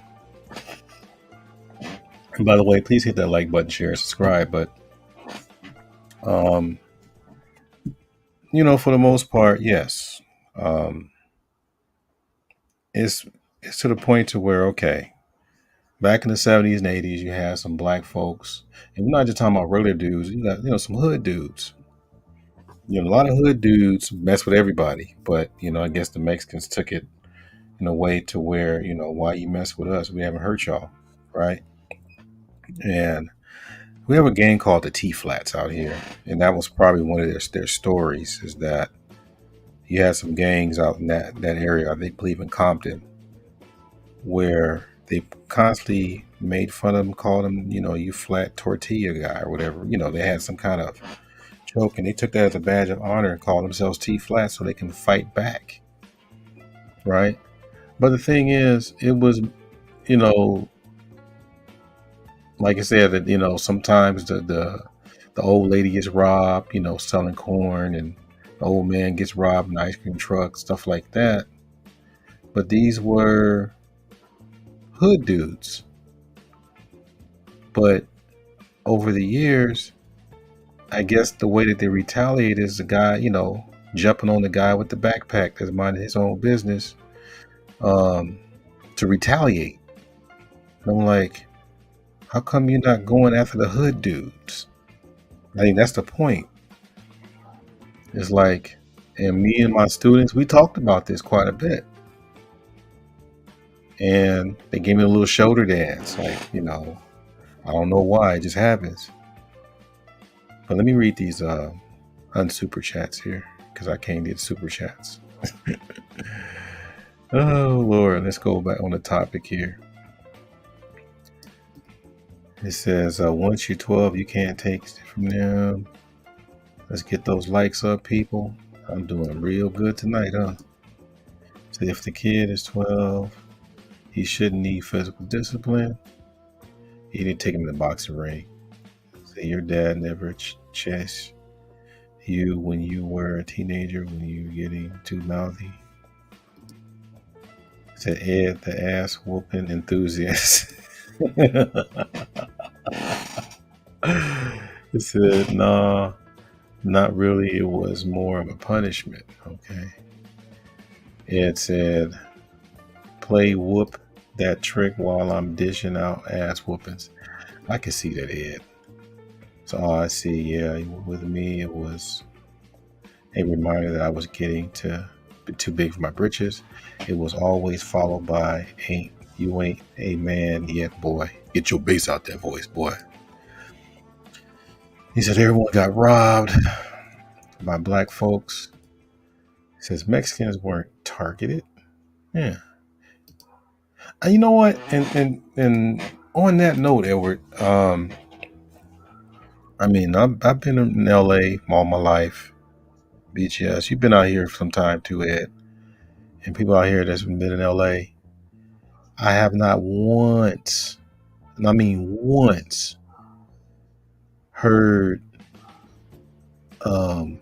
black people just go to a Latino person's house or a Mexican person's house and just burn and all that, trying to get them out the neighborhood. Never heard that. Just because they're Mexican. I never heard that. Usually it was some retaliation if they were able to do that. I never heard that. I mean, that has to be called out. People try to look the other way with it, but no. And just remind people, before I go further in this, I am real close with a lot of Mexicans. I say some of my best friends are Mexicans. That's true for me, as far as my job, friendships, and family. You know, that alone, I got plenty of Mexican ties. So don't get it twisted. But there are situations where, you know, we don't call things out enough as far as what's going on here. And I think since their numbers have increased, then they're doing some things. You know what I'm saying? And we talking about hiring practices, all kinds of stuff. And it's mainly towards black people. They don't have too much smoke for white people, except the ones in Arizona. But we're just going into California, right? But it's pretty interesting, man, how that stuff works. But let me go ahead and play this real quick for y'all. Ladies and introducing the master teacher,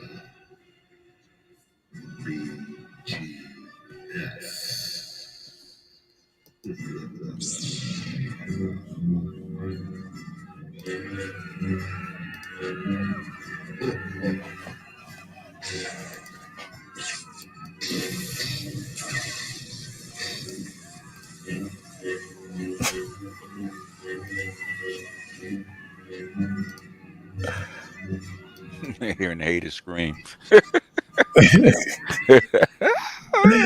I mean, we had to get them.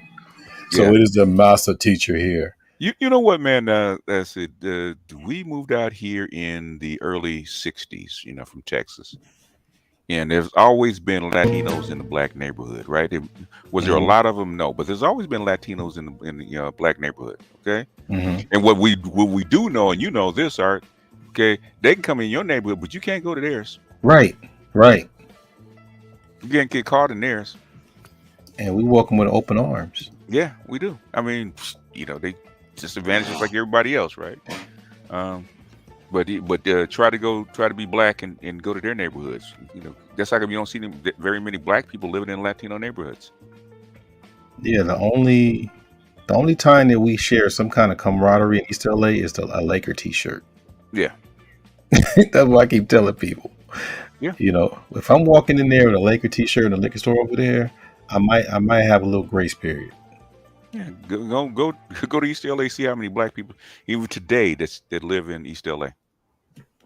Even today. Yeah, because remember the Venice V13. Now they got along fine with the white folks. Couldn't be black over in Venice. Yeah, like I said, they have all that smoke for us, but the white folks that are doing way more damage than them, they look another way. And I had to, sometimes I had to wonder, like, why some of these Mexican kids I have in my class are highly disrespectful. And I had to start thinking about a lot of these gang members have children. Yeah. Some of them are, I think the Sorvinos. Okay. Those are the ones that really hate black people. And they have and their children in our classrooms. Yeah. Yeah. And they're in our neighborhoods now. and I know that they're mad because they're women like black men. That's right. That's been the biggest thing, man. It ain't about that. They don't like black men in their neighborhood. The reason they don't like black women in their neighborhood is because they bring black men. They don't want black men messing with their women. And could you imagine when Kobe got with Vanessa? Ooh, well, they like Kobe, so they gave Kobe a break. And plus, he wasn't a Rudy Poot either. He took care of her. Yeah. Well, he's a Laker, so they gave him. Kobe got a pass. I believe I think on his tattoo, did he have like something about the Mexican mafia or something on his tattoos? I don't know. Well, I didn't hear about that one. I'll double check. But he's supposed to be off like that Nipsey Hussle thing. Yeah, he's supposed to be off limits. Any Lakers off limits in the neighborhood. So, and Chick Hearn could go through any place in LA and not be touched.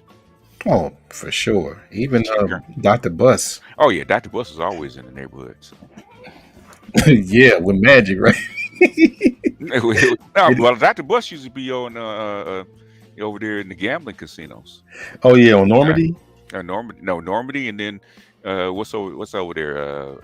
Compton, and, a few other places be all in the gambling casinos. Yeah, that's what I was leading to. They just didn't show it in the movie. No, But no, he was. Yeah, they always used to hear about Dr. Bus in the card shops, man. the Gambling. velvet couches. Yeah, yeah. But, He just be all. He's all over the city. He was never afraid. yeah, but that's the stuff that and I was chatting with Denise, the Puerto Rican girl that comes up here. Hmm. It's gonna come a time. Well, it has to come a time. If people want these relationships and these solidarities or whatever, this stuff here got to be called out instead of just focusing on a video.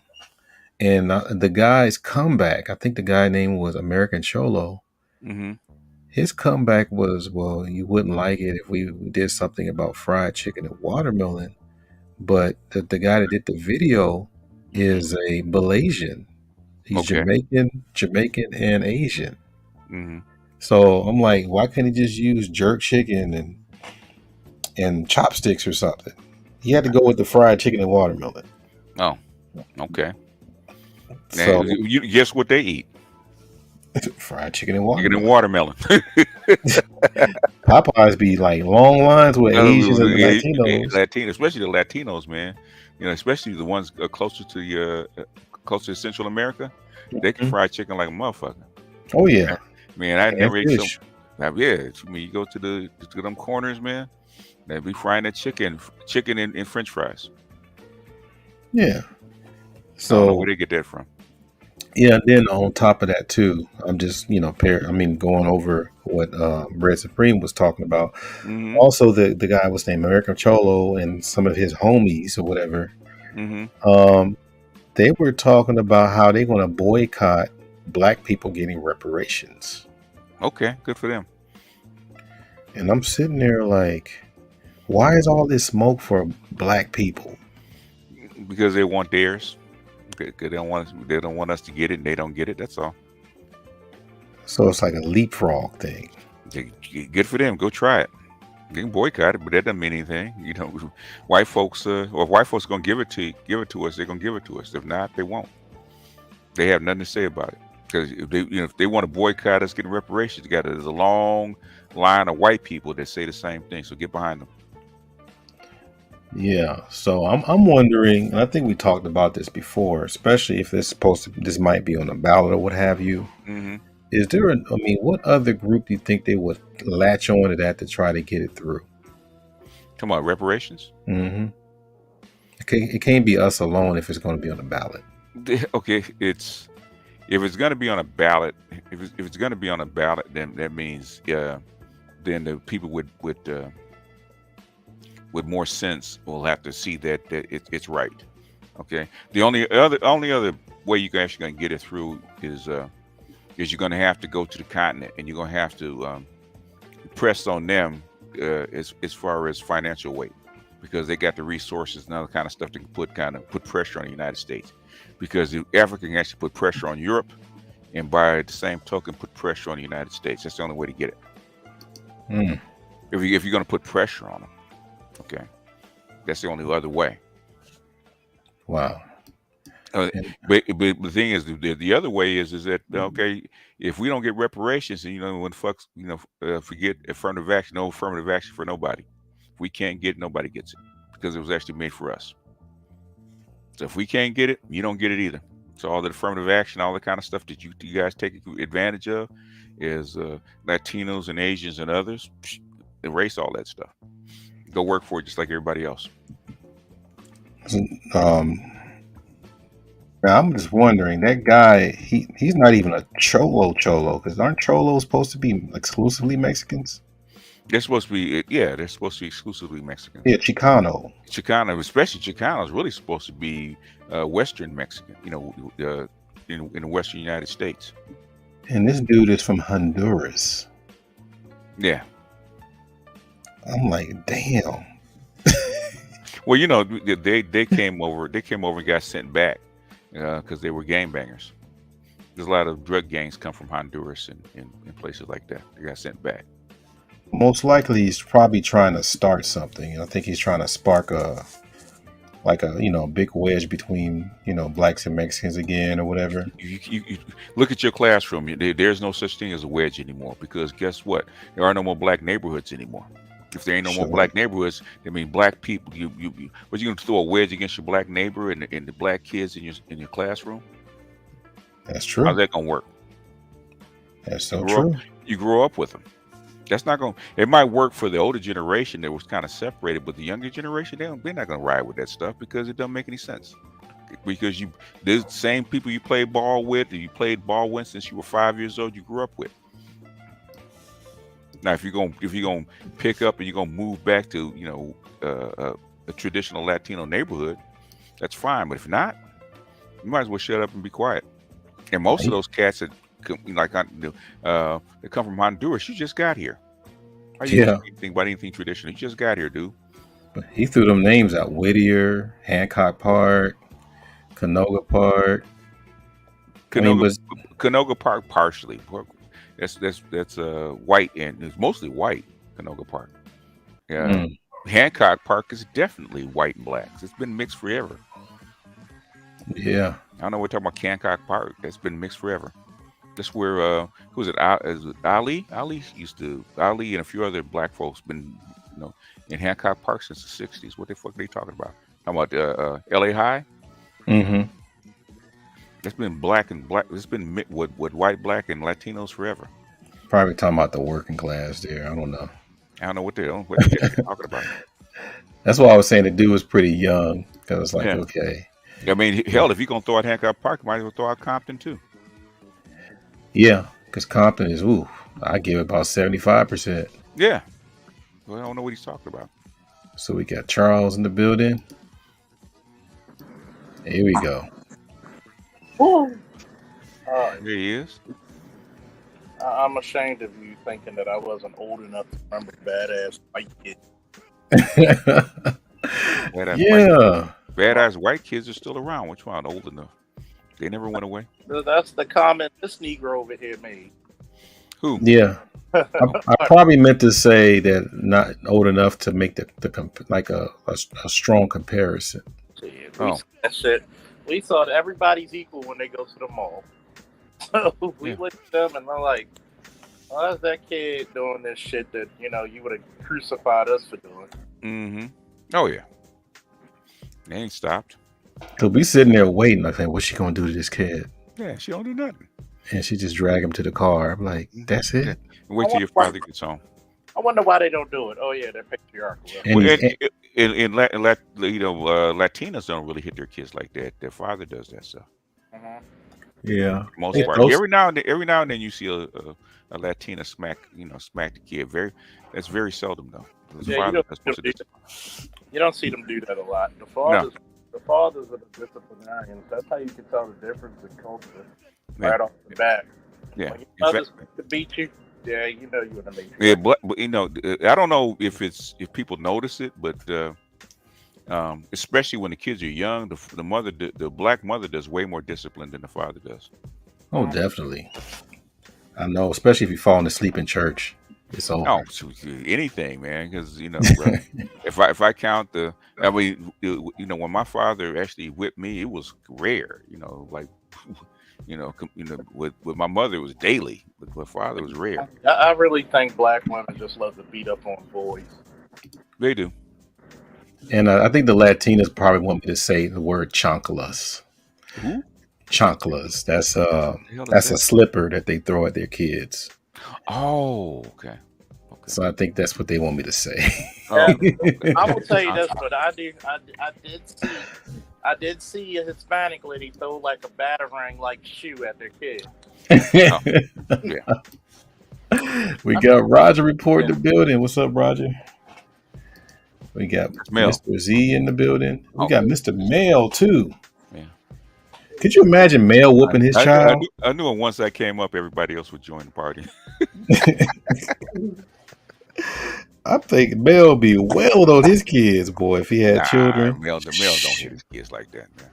Mel do a lot of talking. Mel don't hit his kids like He'll sound like Alan Roger Curry. They were that. probably. I bet Mel's one of those kind of fathers. They said, "Daddy, just go ahead and hit me. Get it over with. Get over with. You know I don't what, feel you like know the what, lecture. DJ, I don't feel like the I lecture. never punched that DJ. Just go ahead. Just go ahead and hit me. Just whip me and Yo, get it you know over with. DJ, you might be right on some that. I might find punishments that you know what the kids be like. You know what? I'd rather take a beating from you than punishment like this. Yeah. You take it like Glory and Denzel. Yeah. That one tier. Yeah. Worse than just And Glory, beating, man. That's amazing. Well, my kids used to tell me, "Dad, why don't you just go ahead and whip me and get it over with?" Exactly. That's I amazing. don't need a lecture. That's amazing because I could go to a classroom anywhere and I'd be like, "Hey, sit yourselves down like y'all got some damn sense." Oh yeah. It's funny because they can have the whole damn class. Like it wasn't just his class where my son was staying; it was a whole hallway full of students. Oh yeah, well, your big ass, man. Yeah. Just said we were doing a project where everybody was standing up and everybody just sat down. I said, who's there walking through the hallways? Is that the Black Captain America? Isaiah Bradley coming down. Isaiah Bradley coming through the hall. A lot of students in there. You can tell with that episode. I gotta watch it again. Where he's talking shit to the Winter Soldier. He was like, "Yeah, back in the 50s, I whipped your ass." And yeah, he's the one that took his arm. I think he said He took his first robotic arm. Yeah. God damn! Not only did he put a foot up your ass, he took y'all on for a trophy. That's funny. But I think the most funniest part also is when you got a bunch of kids in one room and they making all that noise, jumping on the bed, all kinds of stuff. But you can hear the either the dad or the father like, "Y'all stop making that, stop making that noise or whatever." And they keep going, whatever. And then later on, they say, "I'm gonna get my belt," and everybody get quiet. Yeah, you hear a pin drop. Yeah, usually it doesn't even get that far. You be like how black it's a skit where they had how black fathers watch the kids. And they be like, we watch the game, and they go out back and open the door. "Hey, stop making all that goddamn noise." And they quiet for another 2 hours and shit. I always wondered, like, mothers always had the hardest time raising their kids, and dads make it look easy. Because it's emotional. Mm-hmm. I'm funny how you said that. I was like, remind me of the show The Wayne Brothers, right? It was scared they popped at certain times. They popped and had to live with them for a while. They slept in the room. But thinking like dad comes out and they jump back, like two grown men still afraid they popped. Yeah, he's still running though, jumping over the couch. He's like, "Help me, please, help me."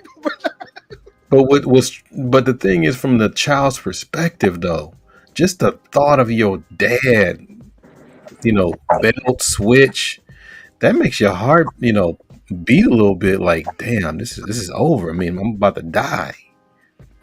Yeah. What did Richard Pryor say? He said, "My dad used to get so mad at me. He was like, 'Get your ass in the middle of the street while I start this car.'" Mm-hmm. You never count how many times dad would whoop you versus mom whoop you? Like when you get the whooping, that 1, 2, 3 lashes. Like how many lashes dad would give you versus how many times mom? Oh yeah, mom would whoop you till you get tired. Till she get tired. He lays them hard lashes like yeah, like 4 of them. That was it. Mom, you have to keep doing it till she gets tired. See, black mothers want to whoop you until they call somebody for and be like, "You tired? All right, I'm stop beating." Yeah, they take a right round over. Mm-hmm. I remember. Well, most black fathers, man, most of them, this is a small percentage, it maybe not, but most black fathers just want to get your attention. Exactly. Yeah, I explained to my son, I was like, because I said, since he's old enough, I was like, the first two, because I only gave him swats, I didn't do all that slave stuff, and so, first two, I make sure it's sting. Yeah. But the rest of them, I just barely tap it just to make a nice little sound. But you probably thought you were in pain. Mm-hmm. Because the whole thing was that it ain't about you about to die or whatever. It's about you getting the message that you have these consequences that would happen if you do A, B, and C. So I said you might want to think about that when you're raising your son. Yeah, man, hell, I did more with a switch than a belt. And no, the switch is not gonna do any damage. I think his mom put it on him more, but Yeah, they always do. They had to, black women have to make a point. Yeah. I remember one time my mother kept doing that shit when I was trying to do it when I was a teenager. I'm just looking at her funny, like, I remember when she tried to use the broom and I just grabbed it and broke it in half and walked in my room. Because after a while, that shit just becomes abuse. Like, you get mad and you can't. Like, I always thought it was weird. You can't talk to me like a human, but you can cuss like a motherfucker. That's probably why. That's probably why we barely get along now. Like whatever, man. And it's like there's a lot of times I look at my family members where they think beating the hell out of your kids makes you a good parent. No, a lot of black mothers never took the fucking time to explain, okay, what you're doing is right or wrong. And a lot of times you got to remember in school, parents are going to come and beat your ass, but they don't realize, guess what? Maybe that kid's dyslexic. Yeah. Maybe he has an issue reading. I'm glad maybe you said that. Maybe he's getting picked on horrendously in school. Yeah. They don't give a most fathers, unless it's something real egregious, will warn you at least once or twice before they even hit you. I see what you're doing. Don't do that shit again. My mom never did that. What I went through was actual abuse and stuff. And it's like I've never understood that. Like, you're proud of abuse. Like, I never, like, even with my son, it's rare that I ever had to hit him because the fear of God was put in him early. Like, look. Yeah. I had to tell my son one time in school. I said, "Who do you think is the toughest person in the school right now? You get 5 of them. You think they could keep me away from you?" I forgot. I'm supposed to be drawing. Who you drawing? You were drawing Bill Russell? I should. I mean, I did it before, but I can do it again. Okay. Oh, how about Uhura? Did you draw her? Yeah. I did her too. Damn. Black. Who's left? Passed too. From Star. Let's see. You had the dude. Was it Michael Henderson? He passed. Somebody else passed.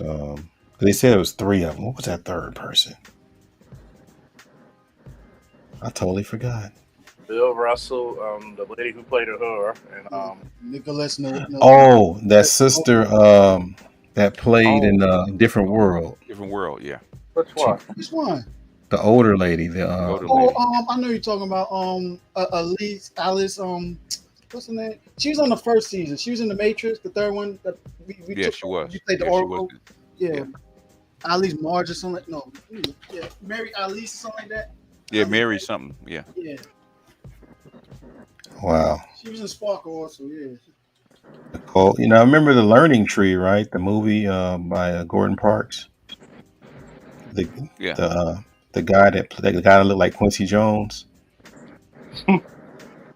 the main character in that movie. Yeah. That's Uhuru. That's her son. Oh, really? Okay. Yeah. Yeah. I forget how old she actually is.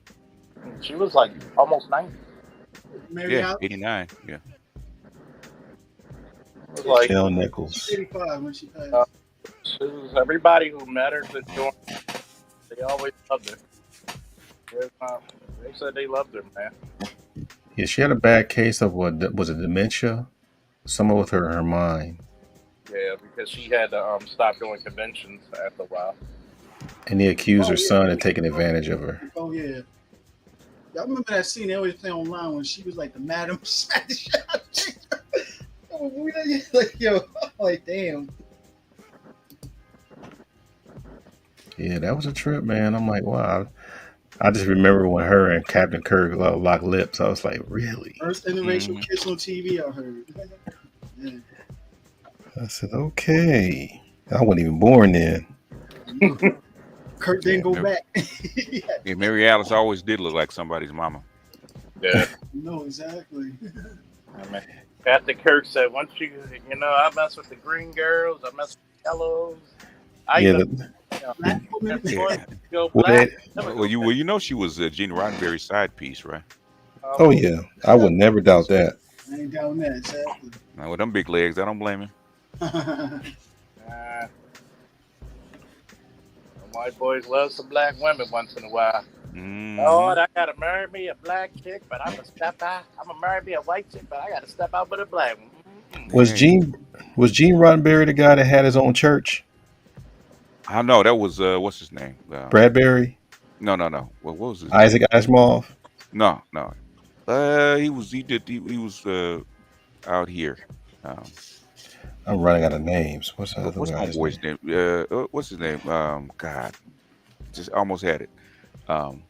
Hubbard. Oh, Lee Ron Hubbard. It L. wasn't Ron Hubbard. Yeah, L. Edgar Ron Rice Hubbard. Burroughs. Okay. No, it was L. Ron Hubbard. Because someone that was science that did science fiction. He was a science fiction writer. L. Oh, Ron Hubbard. really? God damn! How do we get the Gene Roddenberry out of that? I don't know. No, Wait. they're all clicked. They're clicked They're in. all clicked. Yeah, they're all clicked in. But yeah, it was L. Ron Hubbard with Scientology. Oh yeah. And then Jack Parsons. I think it wasn't he the one that took it. They took the Scientology course, or took the Took it away from L. Ron Hubbard. Not to my knowledge. Somebody took it. I don't know the name. I keep thinking it was Jack Parsons. No. Okay, could have be to after look he it died. After he died, maybe. No, they snatched it from him. Oh, really? Okay. Yeah, I had to get the story. But I'm like, how do you take somebody's religion away from them? They do it all the time. Look what white people did with Christianity and Judaism. But oh damn, They were white anyway. Christianity was never a black religion. God damn. I'm gonna get the gist of that whole story. Because he was part of the OTO and everything. They were linked in. Mm-hmm. But Jack Parsons died 52, so that wasn't him. He wasn't the one that took it. No. It was somebody else. Any Scientology people out there in the chat, some people won't even admit it. I don't know what you're talking about. But I like to introduce my religion. Yeah. The three people you didn't want to see coming, Roy, is Jehovah's Witness, Mormons, and Scientologists. Oh man! I always almost became a Mormon. I thought they were the toughest motherfuckers. Straight up corn-fed white boys with white shirts, black pants, walking through an all-black neighborhood. I thought they got and polite as hell. Don't forget the bicycle. And the bicycle. Sometimes, both for they majority beat their feet. That shit, I'm like, who are these motherfuckers come over here? Like, they got that shirt, that white shirt with the short sleeve, and nobody messed with them. That white shirt be crispy to the motherfucker, don't it? Yeah, you see them all over the world. Clip-on tie. Nobody messes with them. It's funny, like, you know what? Everybody got more respect for a goddamn Mormon because they were, you know what? This motherfucker must be tough as hell to run through this crime-ridden neighborhood. No, white people, black people are very religious. So if you are part of a religious order, they leave you alone. Nobody messes with Jehovah's Witness. They stand on the corner. They walk from house to house. Nobody ever bothers them. They just avoid them like the plague. Like they pay. Avoid them like the plague. Yeah, they do. I never heard of a Jehovah's Witness after getting beat up. But I heard about a preacher getting robbed mid-sermon. Well, yeah. Well, was it? How much did they take? $200,000? It was up. They gave a high number. I'm just thinking. Shit, hey, I'd rob them too. You know what? $20,000. Dude. It looked like one of the scene from Heat. Yeah. But somebody tell that preacher, black line security trying to get their license in New York. If they hear black line security guard, then they're gonna go the other way. I said no, them niggas carry Barretts and shit. They pick you off from the top of the church. I just like the dude sit in the corner chilling. That was the funniest shit ever. Why they were getting robbed? Yeah, he just sit there and just watch it. Well, they didn't go to they didn't go rob the parishioners, did they? Just went and got the I heard head. it. I heard they robbed them too. Oh, I okay. heard. Hey, that's what I would do. You know, it's a big church. You know, they got money. Give me the, give me the take the money out of the wallets. Give me the watches and stuff like that. They And said, can the choir please play during this robbery? Give me the loot. Give me the loot. I'm a bad man. the Lord stole my heart. Uh huh. Lord, he robbed me white as The devil made me do it. Start playing Two Wings. it's sad when you be like looking for your guardian angel. And the guardian angel reply to you like, "Nigga, I was robbed too." And then on the way out, how I got over. Yeah. Look down. We're not gonna call this a robbery. We're gonna call this a blessing. Mhm. God dang. Like everybody freeze for Jesus. But yeah, that was kind of interesting though. I'm still buzzing from that, but I mean, people were. I mean, I'm quite sure for him to be known as a High roller. what do you call him? I called him a high roller. Yeah. Well, he rolled something all right, but It's a robbery now. Get on the ground. Give me your money and shut your mouth. Anyway, what y'all was talking about again? We're talking about, I'm a thief. I'm a thief for the Lord. they said the enemy like, got to come like a thief in the night. He came in with the whip. We called them you vipers. It's Crook Franklin and the family. I called the preacher. Did you dinner thieves? Oh man! You goddamn Pharisee. I hope this is the end of the era of the bling bling pastors. Not, I'd be looking at him like, you bunch of goddamn Pharisee. bro. What? How the hell you pulling up to the church in a goddamn Bentley, sir? Yeah, the same way as what's that dude's name? Don the Magic One, and You see what I'm saying? all them guys. And Both of y'all nobody- ain't saving these hoes. Oops. was it Reverend Ike? You see what I'm saying? But Reverend Ike be having some good sermons. I'm like, man, I'm not even in a church. I'm like, dude, that's no wonder why his church got big. I'm like, this. If you actually listen to that stuff, it'll get you. Just look. I challenge anybody to just look up any of Reverend Ike's old sermons. We had that rooster haircut with those. What was his wardrobe from? Is it from Midwest?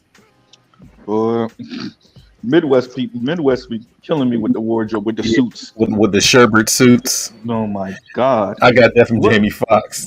What type of Skittles pack of suit colors?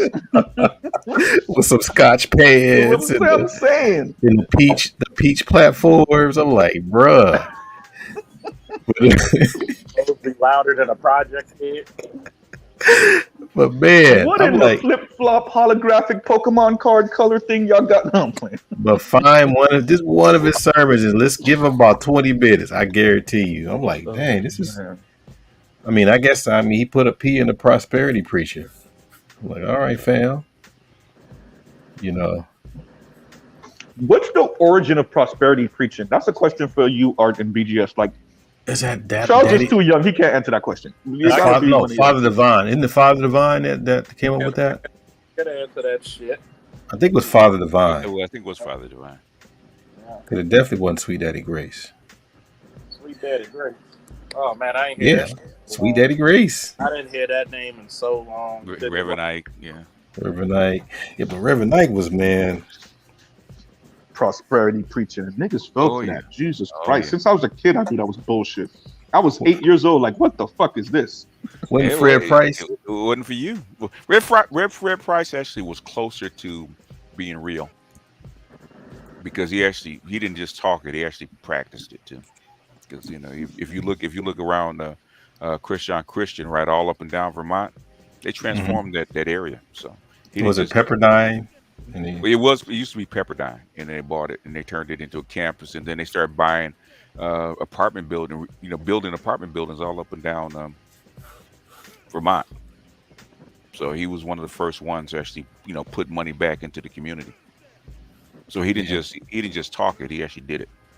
And then I think West Angeles started following suit, doing the same thing. Yeah, we used to go there. I didn't wear a suit, so I wasn't on TV. We had to sit. Yeah, would it be loud? Yeah. So he was he's the one that started running the church more like a corporation. Wow. And what's so funny? I forgot my thought again. Oh yeah.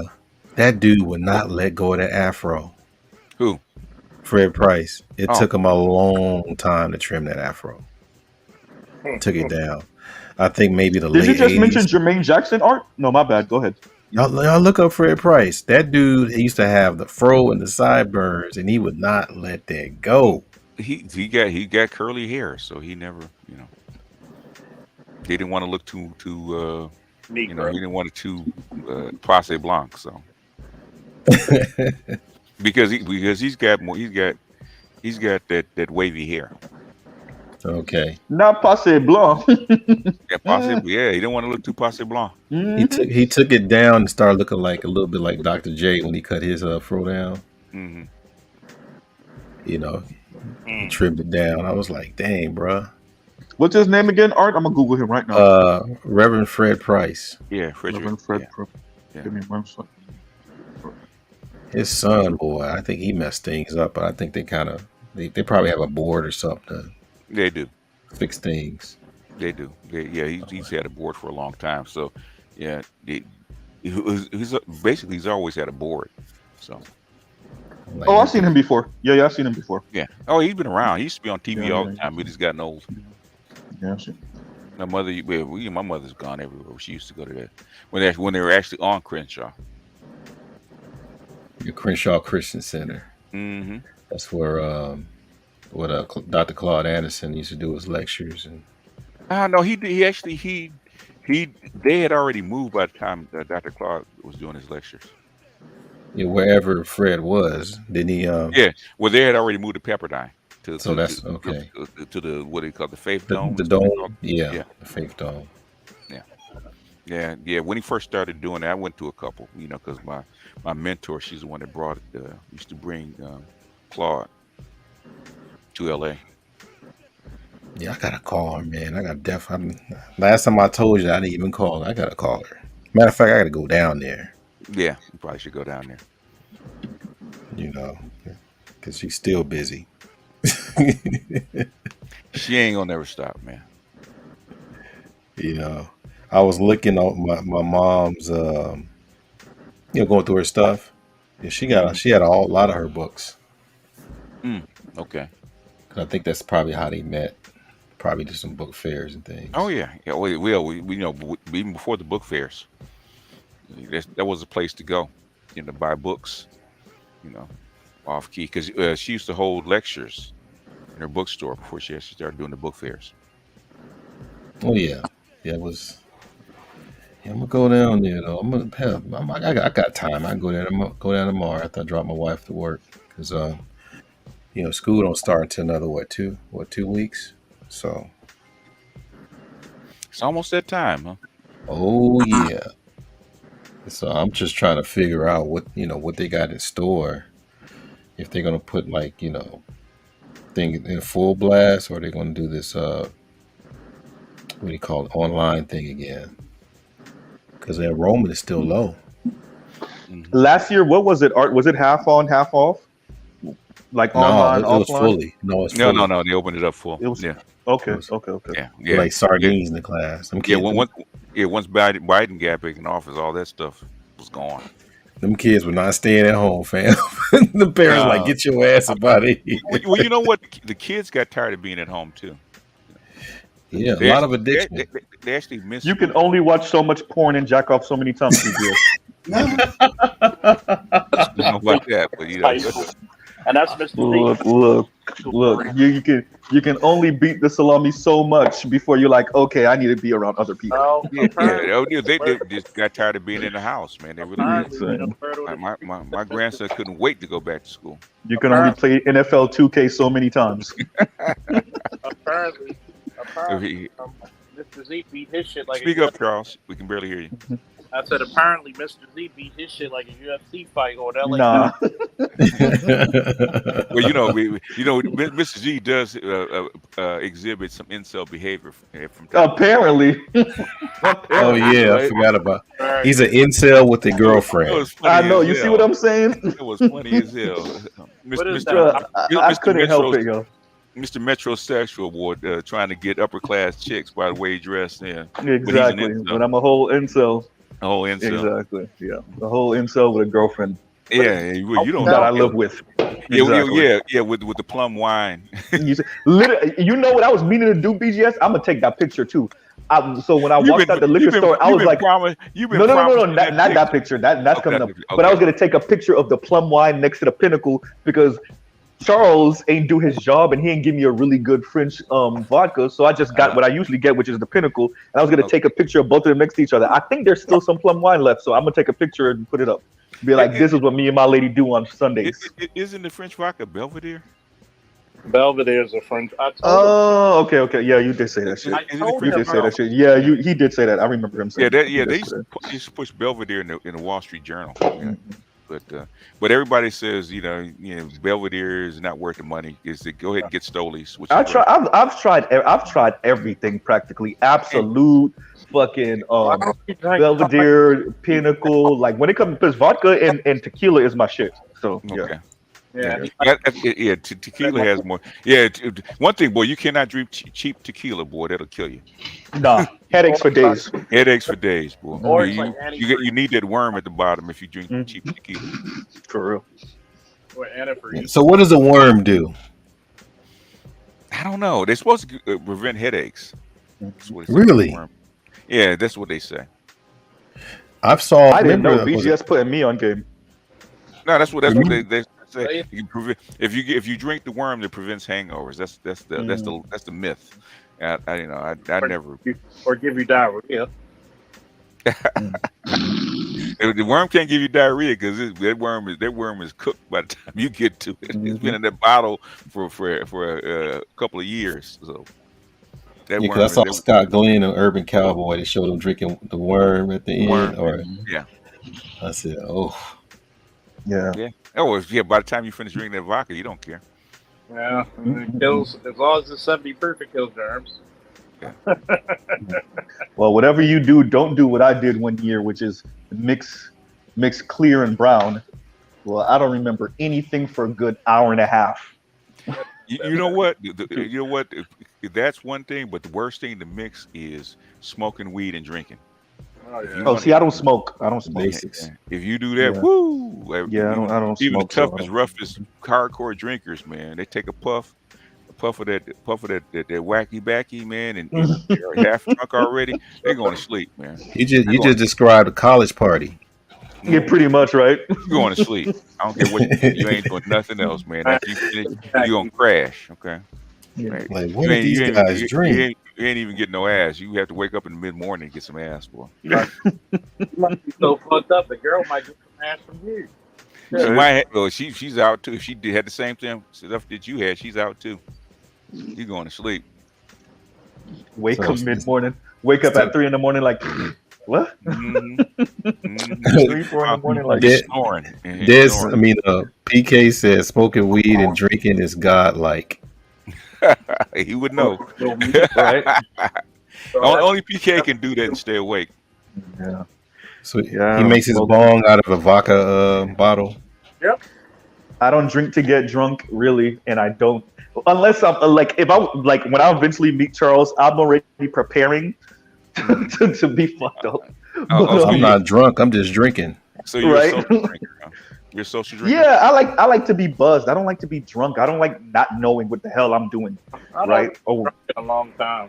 Because I've been certifiably drunk maybe 3 times, and I'm gonna be 36 in a couple months. So in my adulthood. So it's just I don't like the feeling. I don't like the feeling of being like I said what? Yeah, you know. You don't like being out of control. Yeah, exactly. So you fight the high. Yeah, and I don't smoke, so I don't smoke anything. I've never smoked anything. So Yeah, smoke. Oh, you smoking? I tell you, if you get enough of it, you have a spiritual experience. That's for sure. Like Lilo and Stitch. Yeah, you will. You have a spiritual experience. Yeah. Smoke a cigar. Dare messed me up, so I don't smoke anything. You remember Dare, Charles? The whole Dare campaign? Yeah, that really messed me up as a kid. So I'm like, yeah, I'm good. This is your brain on drugs. This is your brain on drugs. Like, damn you, Nancy Reagan, with your drug dealing ass husband. Go ahead. My whole generation let that nigga down. God damn. The little lion that was the mascot, everybody let him down. This is your brain on drugs. This is your brain on drugs. And then they show the egg getting dropped in the frying pan. What? What does that even have to do with anything? My favorite one was that little short man and his son when he found some weed in his drawer. He said, "How did you get this? Who taught you this?" He said, "I learned this from watching you." That was so funny. Man, I said that was so funny. They had some PSAs on this drug stuff, man. I think the funniest one. Remember that '70s show with Leo? Was it a Chunk? The high dude? Chung? Yeah. Remember when they found some weed and they were all smoking and all? They were laughing and giggling. And Pops caught them, and they had them all lined up, and he was lecturing them. And he was like, "Don't you know this stuff is bad for you?" And then the camera just went right to Leo. He said, "Yeah, man, drugs are bad." That shit was so funny. Shout out to Shaggy from Scooby Doo. I mean, man. I don't know who was higher, Shaggy, because he made sure that dog could talk. Hysterical. I don't think people understood the concept between Shaggy and Scooby. They always had the munchies. Exactly. People knew they didn't speak. And they drove around in the most freaking perverted smash wagon ever. That's a kidnap mobile if I ever seen one in my life. Patty Hearst. Right, see what I'm saying?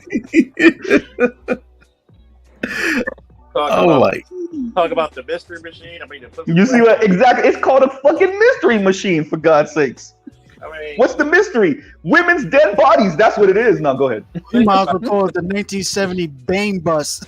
Well, that too. But what happened after they banged that chick? She got banged inside of the ditch. You see what I'm saying? It was the boom boom room on wheels.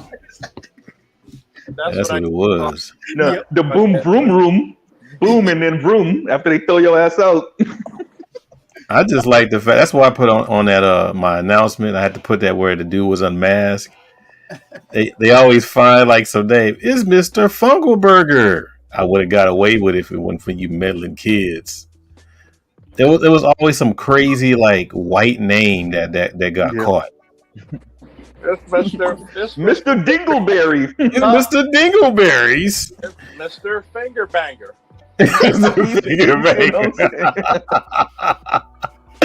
Yeah, when I got away with it. Yeah, I used to die, man. That's yeah. If you ever, I think that's something as adults we could catch now. I remember I was watching something last week, and the girl was saying how like all the songs that she used to listen to with her mom, and she realized as an adult how overtly sexual the shit she used to sing when she was 7 and 8 years old is. And that's how I feel about cartoons. Cartoons be slipping in a whole lot of sexual innuendo. You probably don't remember the 80s cartoons like that. No, not really. Not like that. It was The Secret of the Sword, you know, when they introduced She-Ra. And it was the scene where Prince Adam was talking to Bo. And even back then, a guy named Bo, and if you don't have Jackson behind your name, and the way they try to make his mannerisms like he was kind of for the other team or the other side of the plate. Look at his costume, Charles. There was a heart in the middle. So it was like Chippendales dance. There was like a scene in there where Adam was like, "You need food? Do you need a place to stay?" And the look that Adam gives him is like, "No, thanks." With some good 20s and say travels, young stranger. You'd be like, yeah, okay. Okay, no thanks. Exactly. Like, I was dying laughing, like, my God, they allowed this shit to go on a kid's cartoon. And I don't get it, because I was a kid who got that shit very quickly. Maybe my mind was perverted. I don't know. They had a lot of shit on these kid cartoons back in the 80s that let slide. Now I mean, what do you think the song "Puff the Magic Dragon" was about? Jeez. You see what I'm saying? Jeez. I mean, hey, the Smurfs were basically the Nazis. Oh, I thought the Smurfs was more like sexless incel until Smurfette was created. And wasn't she like the only female for a while? Yeah, she was created by Gargamel. Did anybody say choo choo? Choo choo. Go ahead. Exactly, created by Gargamel. Then Papa Smurf fully turned out the actual Smurf. I guess you could say she was filled out like an application as well. So. Remember that little girl Smurf, you know, she was really a grown Smurf and got turned into a kid. So I'm like, there's only 2 female Smurfs, but the other one too young. I guess consent isn't a Smurf word. Shit. Damn. You know, they PV and what's the other Yawn has some shit. Wow. Then you had the gay Smurf, like come on. Yeah, that was Singer, what was the one that does the clothing. Yeah. I forgot his name, but that was like the gay type one. Not Vanity. Was it Vanity? I think it was Vanity Smurf. Yeah.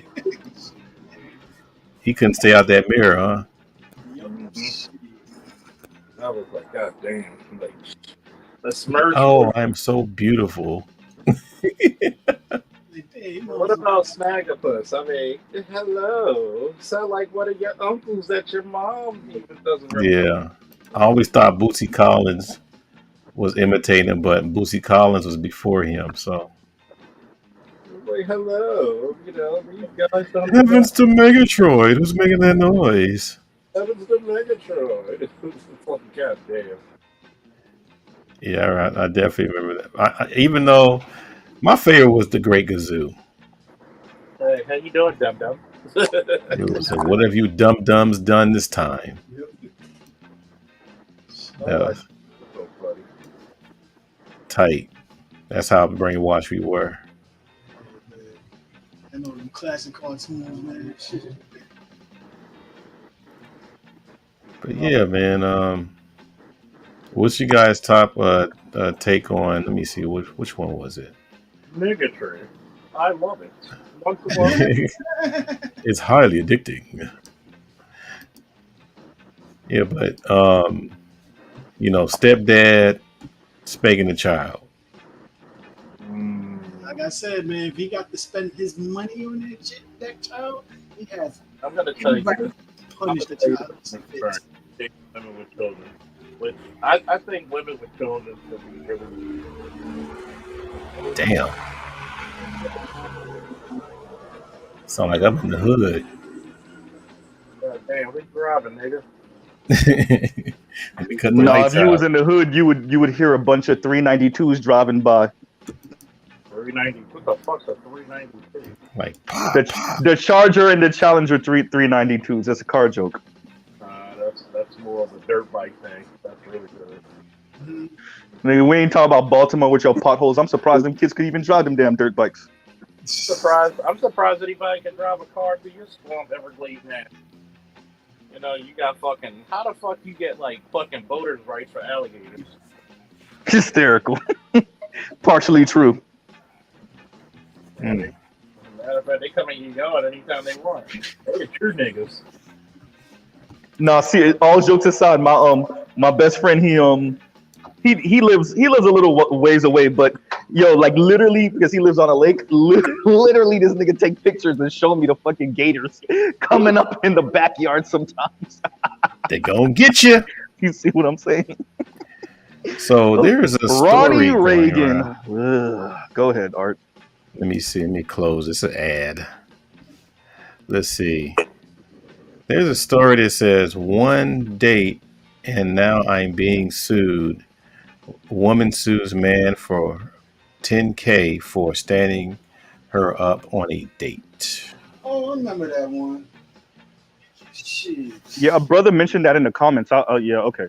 So do we know the backstory or? Yeah, it was a bad day. She tried to sue him for 10K or something like that. Yeah. We can read it. Let me see. She has a history of doing that too, and the judge tried to explain the proper way to do this, and she tried to tell the judge how to do his job. Oh, was that the one where his sister was fussing out the judge? Yep. Okay, yeah, I know which one that is. Yep. The judge took it like that also too. I know that case got dismissed and shit. Like, oh Lord, here it is. A Michigan woman who sued a man for $10,000 for standing her up on a date got into a heated argument with a judge in a scene captured on video. Cause Shantae H. Short filed a lawsuit September 10th, 2020 against her date who didn't show. According to the claim filed in Michigan's 67th District Court of Genesee County, the experience caused her emotional distress because the date fell on her late mother's birthday. During a just over 9-minute virtual court hearing via Zoom, Judge Herman Marable Jr. informed Short she filed the lawsuit in the wrong court. The case, he told her, should have been filed in a circuit court. After that, the judge asked the defendant if he would be representing himself in the case. To be honest with you, sir, I thought this was just going to be thrown out, he told the judge. We had a date, one date, and nothing else after that, and now I'm being sued for $10,000. I don't think this is going to go any further, and I think it's a waste of your time. In the video, the judge said that if the man thought the case should be tossed, he needed to file a motion to dismiss it. If he responds and his response is a lie, then it is perjury, and my documents would prove it's a lie. Short then yelled. That's what the chick said. No. You don't understand what perjury is. The judge responded, raising his voice. Please do not insult my intelligence. Do not do that. Short replied loudly, as if I don't understand what perjury means. Woo! At one point, the judge ripped his face shield off as the woman continued to shout. Be quiet while I'm talking, the judge said, at least twice. Okay. I mean, we can go on. Here you go. That's Quan Shantae. Lord have mercy. You agreed to date this? I'm gonna tell you what. Black men need to stop being fucking desperate. Because I swear to God, you giving us a bad name.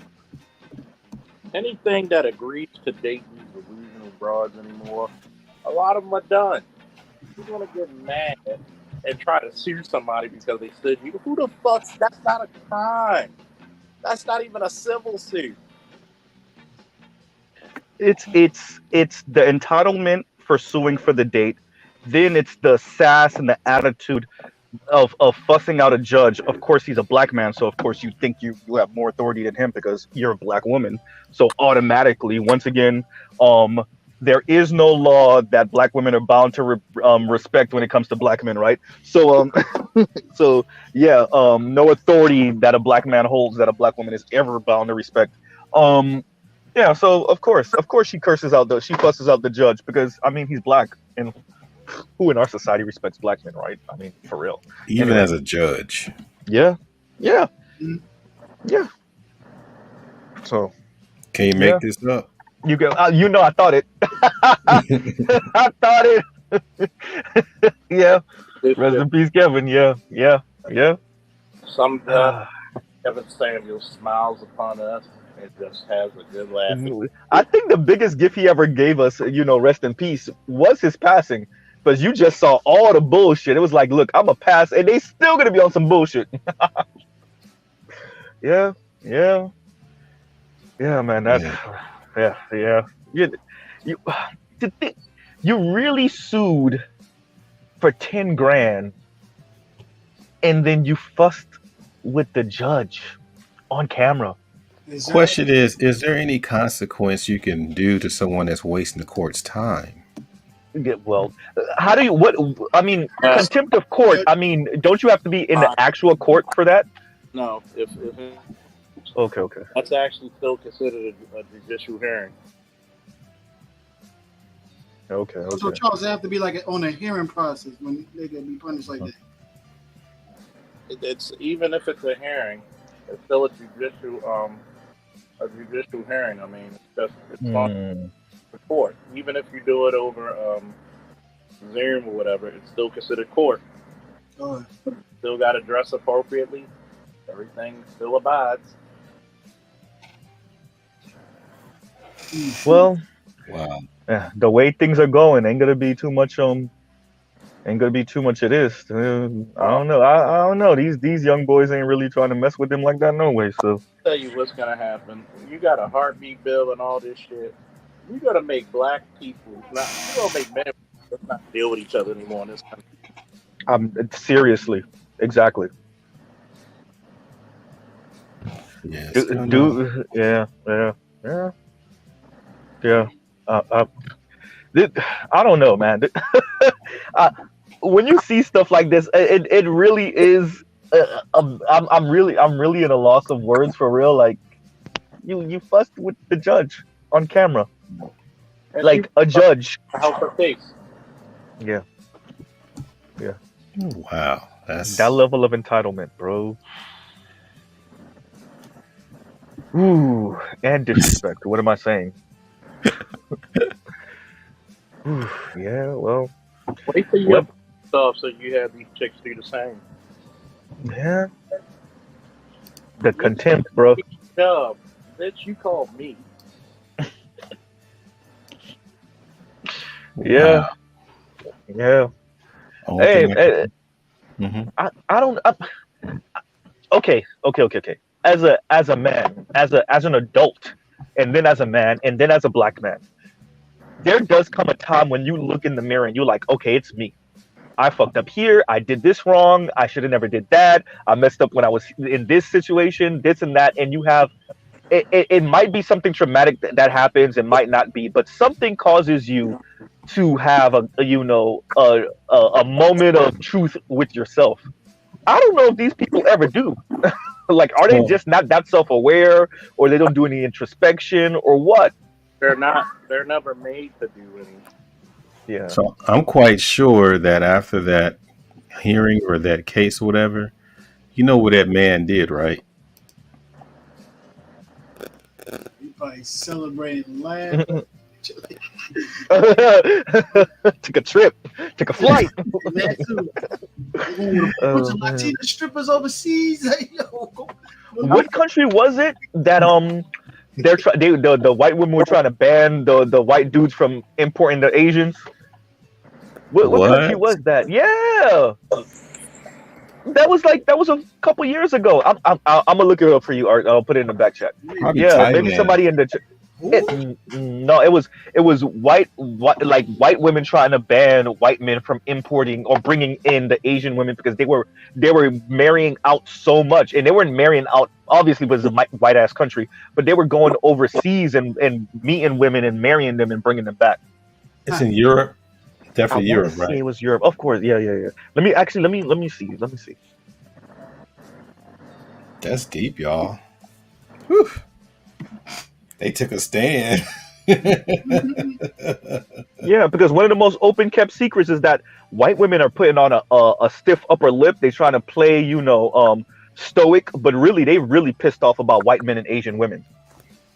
That's one of the most open kept secrets in the white community. They laugh at black women being mad at black men, but low key, more high key, white women are livid about pretty much Asian girls running the numbers on their ass. Duh, they're the top most feminine woman in the world. They are not wifing up these white women for sure. They protect them. I give them that. They protect them, but they ain't wifing them up. So. All that protection they doing for nothing though. They still be treated by shit by their own. So yeah, like, I get it, because they gotta keep some of them around, for that the generational wealth. Exactly. Well, not just the wealth, but they want to. They gotta have that bloodline. That Yeah, that's what I'm saying. That's telling you their own version of their generational wealth. Yeah, they ain't playing on that part. They just not gonna wipe them up. I mean, it's like ancient Rome. The island of Lesbos. Mm-hmm. They just went over there just to procreate. Yeah, kill the dudes after they get their seeds. That's it. Get the deed by force and throw them over. Wonder what they did to the boys. They found out they were pregnant with boys. Hey, you saw 300 when that man had his hand on that boy's shoulder. Ooh. They weren't playing. I gotta see that movie. I'm late. They were not playing. I'm like, oh hell no. And they scrub that stuff too on the internet. They don't want you reading. There's some stuff, with that whole Spartan and Trojan thing. They ain't gonna show the actual truth on the film. A bunch of boy lovers. They sure were. You might find on Wikipedia, tell the actual truth. No, Wikipedia, they scrubbed a lot of that stuff. Watch, look for it. Because there was some stuff I read, and I was like, damn. It was definitely describing, what made a good Trojan and a Spartan, a good Spartan, was how much he could take, if you know what I mean. Whoa. Someone online is actually still posting that. Yeah, it's got to do a deep dive. Research of it. And the ones that couldn't take it, they were either part of royalty or the Senate or something like that. They found a place for these guys. It's kind of weird. So wait a minute. If you can take it, yeah, you're a soldier. Mm-hmm. Trojan man. No. There was stories about Hercules. He got into it with some boys. Yeah, what was his nephew name? Herky Jerky? No, it was like Eolus. Eolus, yeah. In the series, I remember the Kevin Sorbo. They well, like good friends. And Greek mythology, that wasn't his best friend. That was his nephew. That was his nephew and lover. Yeah. I mean, Greek mythology, they don't have any boundaries. They fucking everybody. And even the Greek gods, man. I mean, Zeus and Hera was brother and sister. Yeah. He was like, "Hey, sis, I like the way that dress looks. You look marvelous. Want to get married?" Shoot. The adopted one was Aphrodite, and she was smashing her adopted brother. Yeah. That's the jump. So smashed a couple of brothers, and I ain't talking about niggas. Yep. Did y'all just describe Hollywood? I'm just saying. Pretty much. That's what it is. High royalty and shit. Wait a minute. Do anybody know? I'm looking. Zeus did they delete Sandman's channel? I don't even know who that is. Oh no, it's one of the dudes in the kind of white manosphere. But yeah, no, because he covered that story a couple of years ago. The story I just told y'all, and I was looking it up so I could give y'all the details, and I don't see the thumbnail. He was kind of big in the white manosphere. Oh no, it's right here. It's right here. Okay, give me a second. Oh no. You might say Zeus was closest to Harvey Weinstein in a way, man. It was like having all those multiple baby mamas the way he did. Shit. Imagine Zeus. My name's Zeus, and I want to talk to you about the ills of illegitimate children. Mm-hmm. Oh, yeah. This way. He didn't even show himself as Zeus. He disguised himself as different people. He actually seduced somebody being a fucking bird. Yeah, ego. Yep. Shit. I'm like, this dude. I'm like, we freaking him or Caligula, man. Like, now, you ever thought about, as sick as these dudes were, how in the hell did they rise to power? Well, they rose in somebody else. Money. You didn't I get mean, it, Can carry a what whole what lot of Art just said, I think about all the time. I remember really what it really hit me is one time I was sitting in the mall and lunch break, and I just when you start people watching, and I'm just watching white people pass me by, and I'm like, how the fuck did we all let these fuckers run the planet? And I just remember thinking that to myself, like, how the fuck, like, what black people, Asians, indigenous folks, we all let these fuckers run the planet. They have no common sense whatsoever. They build their money in communities and had a lot of influence. Well, they built their monies in communities and didn't allow you to build yours. Yeah, that part too. They made a lot of broken promises, but only like succeeded in. Wait a minute. 2% of the broken promises. That's all it matters. What do you mean help black people? Mm-hmm. Don't forget you had to drop your guards. They found ways. I mean, that was ingenious. You would go in a area or whatever, and then convince them to drop their guard, and then you take out a few of them, and then whoever's left, your numbers are strong enough to take out the rest. Then, you just describe gentrification in the neighborhoods. Yeah, standard operation procedure. Exactly. And we still we still scratching our heads. They did that to Harlem. Build all these shops from non-black people. They did it with religion. You take religion, Ooh, yep. and you take people, and you kind of make them docile. Matter of fact, you can even lie about one tribe to another. So they get. Matter of fact, you take a side even, and then after one side is taken out, you take out the side that you with, i.e., Planet of the Apes. It's almost like sex cults too, man. She's how they got all these women to procreate with from one house roof. Well, shit. Like Myron Manson did some shit like that. That's why he got all them chicks the way he had. This dude played. He wrote music for the Beach Boys. People don't know that. Charles Manson. Yeah, Charles Manson. Yeah, well, I said Marilyn Manson. Charles Manson. This dude wrote music for the Beach Boys. He had that power of a woman and shit. Sick though, but like, yo, you know what? Shit, I ain't gonna have you on lockdown. You still wanna come back to me? It's up to your free will. Shit. That's how he got them chicks. It was unfortunate. And he was, he wanted to start a race war. Yep. And I'm like, man. Yo, y'all remember the TV show Smallville, right? I tried to get into it, but go ahead and enlighten me. You know the chick that played Chloe on that show? She was in a sex cult. Yeah, she was sex trafficking. Yep. It was funny because I love that show. That show was like crack in Iraq. She almost got two of the cast members to join that show. Join that club. They changed their minds. Now, question is, okay, when you're in a show like this, you're pretty much on your way to some kind of stardom, depending on who's going to, take you in and recognize you. Mm-hmm. What makes these people even close to even joining? What do you think would be the incentive? What is her selling point? To join the cult? Yeah, for her, what would be her selling point? Oh, through all the underage kids. The man himself. Smooth talking is with the girl. My thing is like, if you know how to trigger her a certain way, like use a certain, she might have used certain like her tragedy. If she went through some tragedy, that he could exploit it and make her feel good in a certain way, like make it seem like it's norm.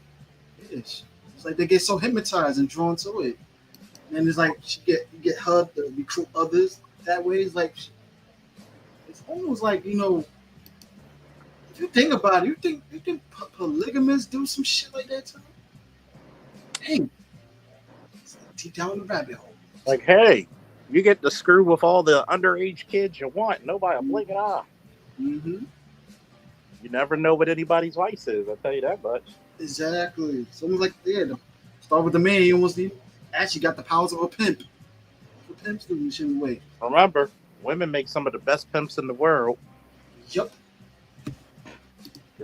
That's technically in the way. Would you think about the homie had the same shit?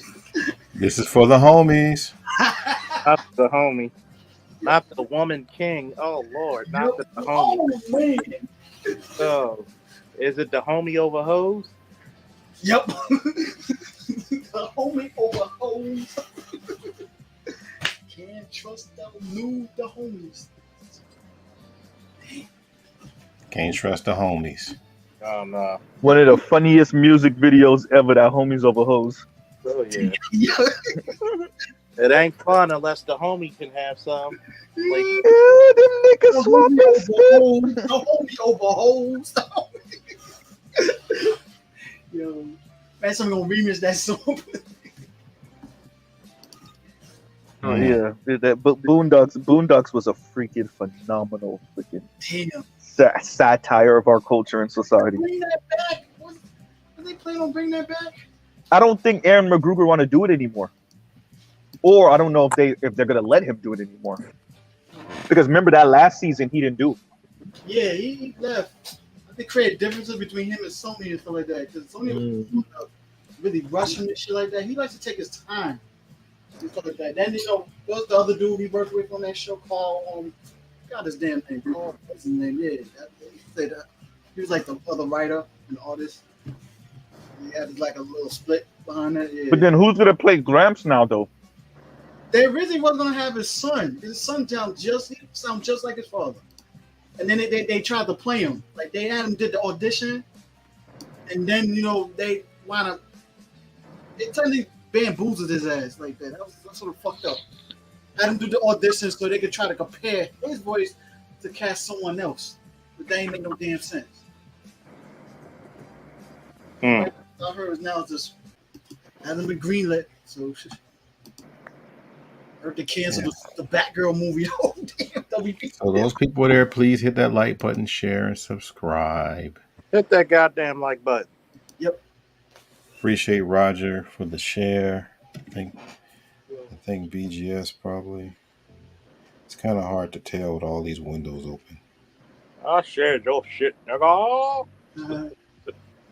But nah, I'm gonna answer your question about the stepdaddy since we veered totally off that shit. Yeah, I was just talking about it on Nate's show earlier. I think the stepdaddy and the actual father, if the actual father is worth a damn, they should have a conversation without the woman. But at the same time, I'm not going to be raising no kids I have no authority over. Sorry. Not. That's why, what is the advantage of playing stepdaddy? There are none. And to think, like, chicks will always make it seem, you don't have to take care of my kids, they good. Well, crap. That don't even make any sense to me. How am I living in the house with your kids and I'm not going to be contributing anything to your kids? That's like the dumbest statement ever. It's even dumber, kids. Or especially when, they are not doing what they're supposed to do and mom is at work or somewhere and and they're like, I can do anything I want. You see what I'm saying? I've been through situations like that. Exactly. I told them, I said, look, I'm going to tell you one thing about your kid. Either come get your kid or I'm going to slap fucking holy fire out of their ass. Because I'm not going to take disrespect from a fucking kid. Yeah, these are things that, I don't know. And these are, we're kind of used to these stories, but shoot, I mean, the definition of insanity is what? The same Doing thing. the same exact thing twice, more than once, and expecting different results. And there you go. How come we're not getting the message? Mm-hmm. Because black men are simps. Yeah, that's true. You don't see the simp gene is strong in us. You don't see too many other races of men. You don't see too many stepfathers. Either you stay with that nigga, or you're gonna have to roll through the phone. We always ourselves stupendously. Oh, I'm a good man because I'm gonna do this and I'm gonna do that. We try to compete with the other Whatever nigga. that That's the story.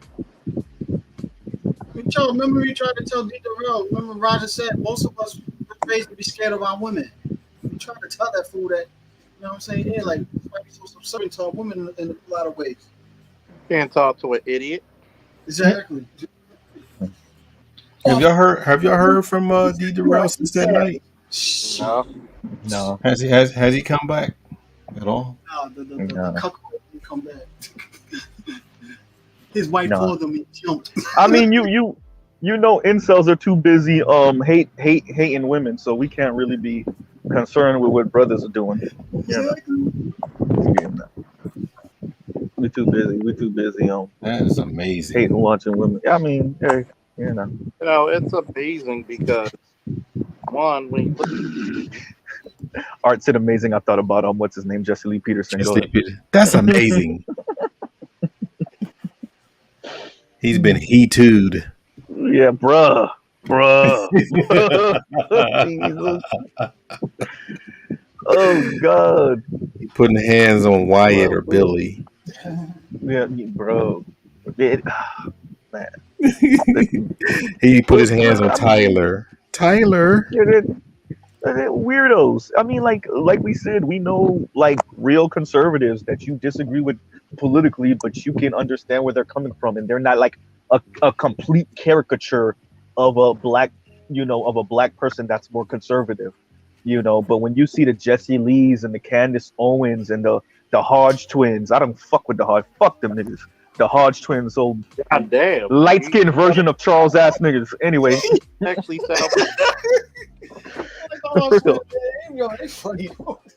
Bro, all them niggas, like they're it's a joke. It's like, bro, like if this is what's supposed to pull black people to the conservative side, this is horrible PR.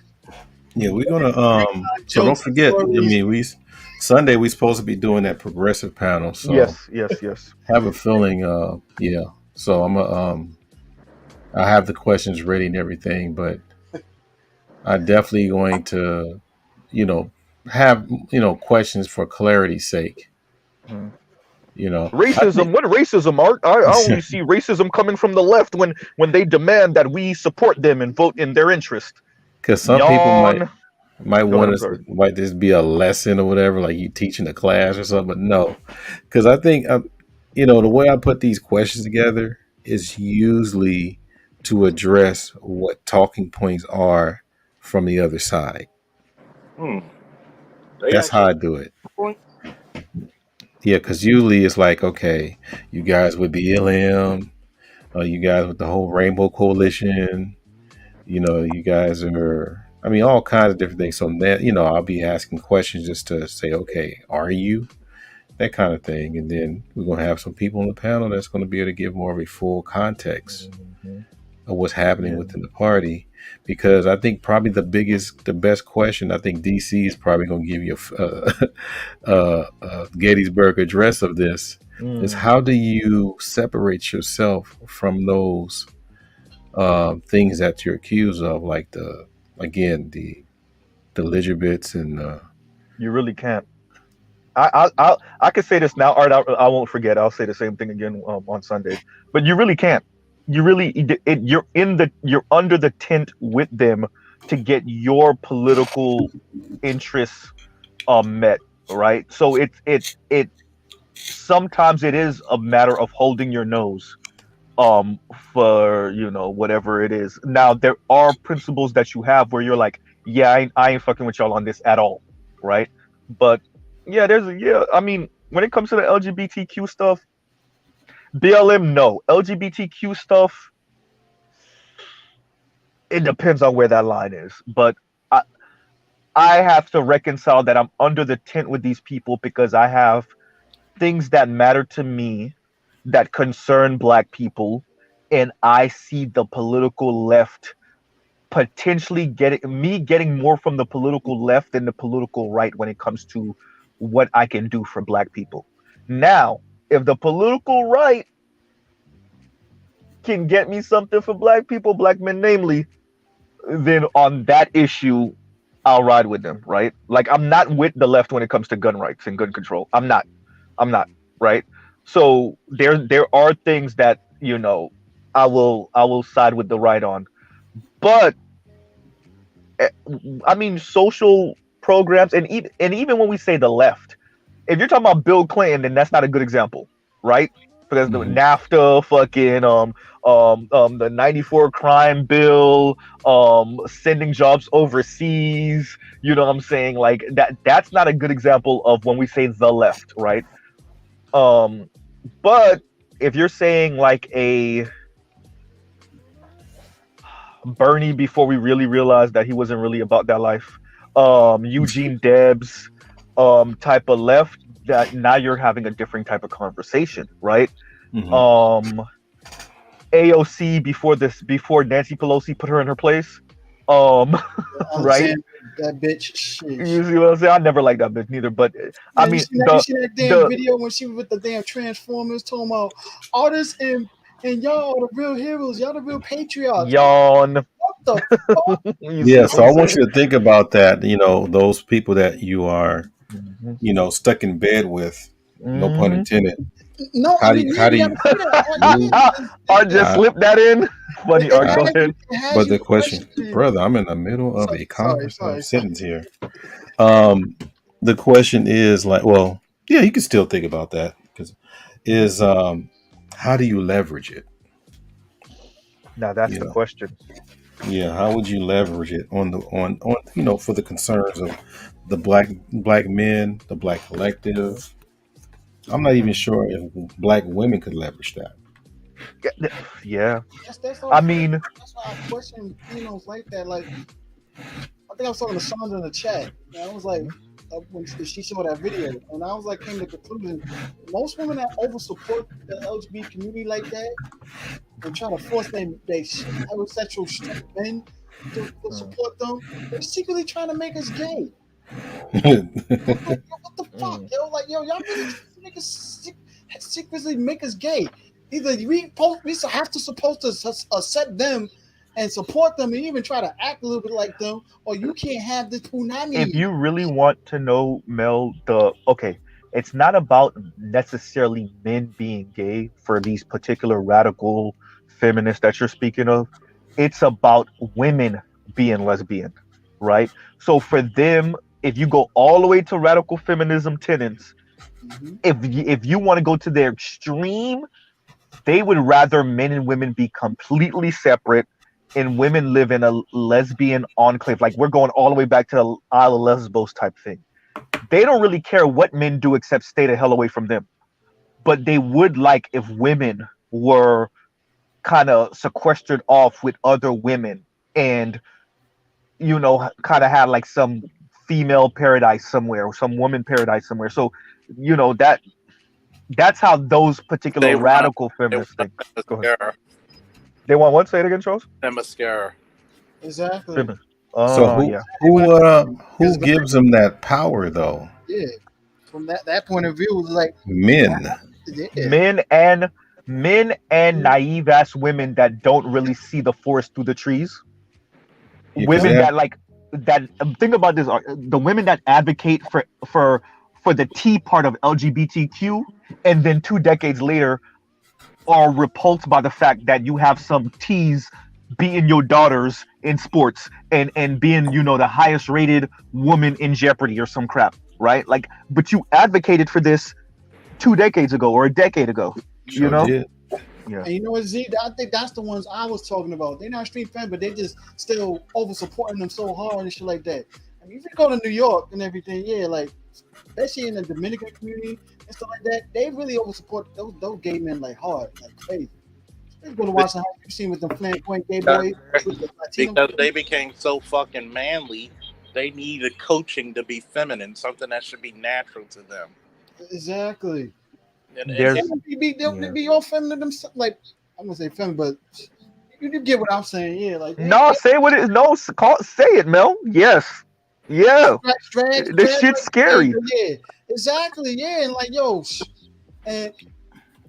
Yo, okay, so like this all the time, like I'm gonna give an example of a celebrity. That chick Sin Santana, you know, Joe Budden's baby mom, that was on Love and Hip Hop, the Dominican chick that used to date Erica Mendo. She got this best friend, this male best friend that is gay like crazy. The flamboyant pretty boy gay dude and shit like that, for real. And I have not heard her date any other man like crazy. Like, if you go on her Instagram page, the only man she's around with so much is that gay dude so much.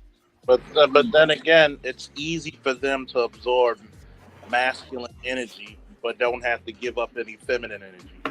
So here's the thing on the political part, because like usually they have these questions like, okay, if you don't think that this whole legibit thing should be some part of black man's agenda, then what are the legibits doing to hold the black men back in the political party?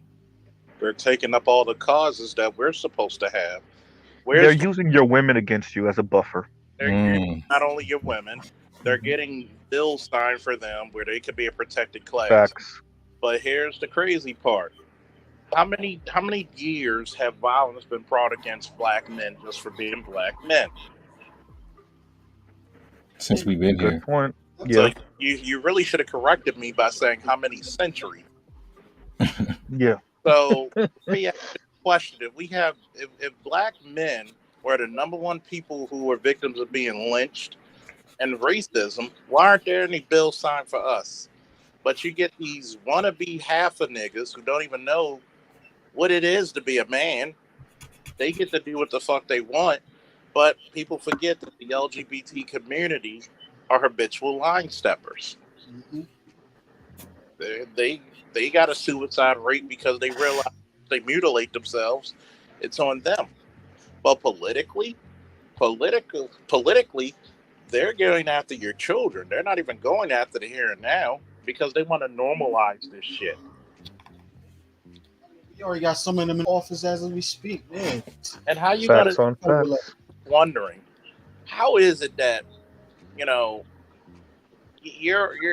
a so-called transgender woman, and I'm really starting to pick up the pieces where a lot of these guys are becoming gay because they see all the power and the privilege and all the protection women get.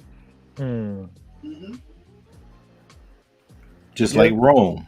Look at the sculptures. Remember the sculptures in Rome? Like, if you look at the anatomy in those female sculptures, they look like teenage boys. Yeah. Yeah. Yeah. Well, we know what the Romans used to be about and the Greeks used to be about. The painting. I mean, you see how the average bodies was? Even on the male anatomy, you see how before they made their penis almost look like wasn't a goddamn almost look like a vagina or something like that. And yeah, to the point, reason why I brought up the sculptures is because, like Charles was saying, that there's I would say back then they were all the stuff that women were supposed to get, they were giving them to teenage boys. So now we fast forward, people of power. I mean, is that the direction that they're trying to move people in, or what? Yeah, they're trying to make them eunuchs. If you think about it, look what they're doing now. They're giving kids so much rights now. So now, like the kid says, a boy says, "I'm a girl." You can't tell them, "No, you're not." They tell their teachers that they start calling ACS on us and like, "Yo, try to take that child away," because we told like kids. I tell my son that it's okay for him to be a girl. You can't even say that shit with him. They get more rights now with us. There's actually lawyers that's fighting for kids' rights now. Yeah, I think I'm gonna make up a new term called heterophobia. As a trademark it.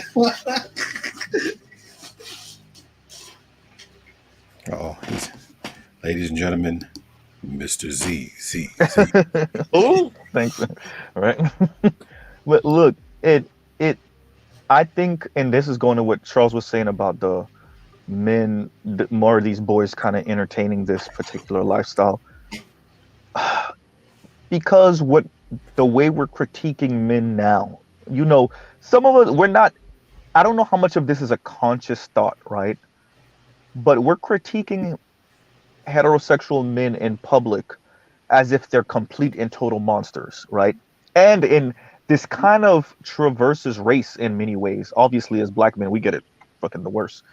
But if you're a young man and you're seeing this and you're not really in tune with your manhood, maybe your father wasn't part of your life, maybe your mom always had something slick to say about men.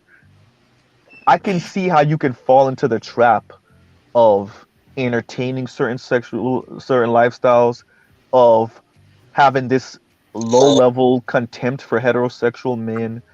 And then on top of that, we're in the world now where contempt for heterosexual men is how you show that you're just a modern person. Like you're an aware, you're up with the times, you're in the know, right? And so like a bunch of people are doing that, including other heterosexual black men, right? You critique black men in a way that is heavy-handed on purpose, because that's how you show your bona fides, and that's how you virtue signal to white feminists and to black feminists and lesbians that you are one of the good ones. You're an ally, right? So yeah, I think between LGBTQ brothers and then the placaters and simps, how you show that you're a what's the word I'm looking for?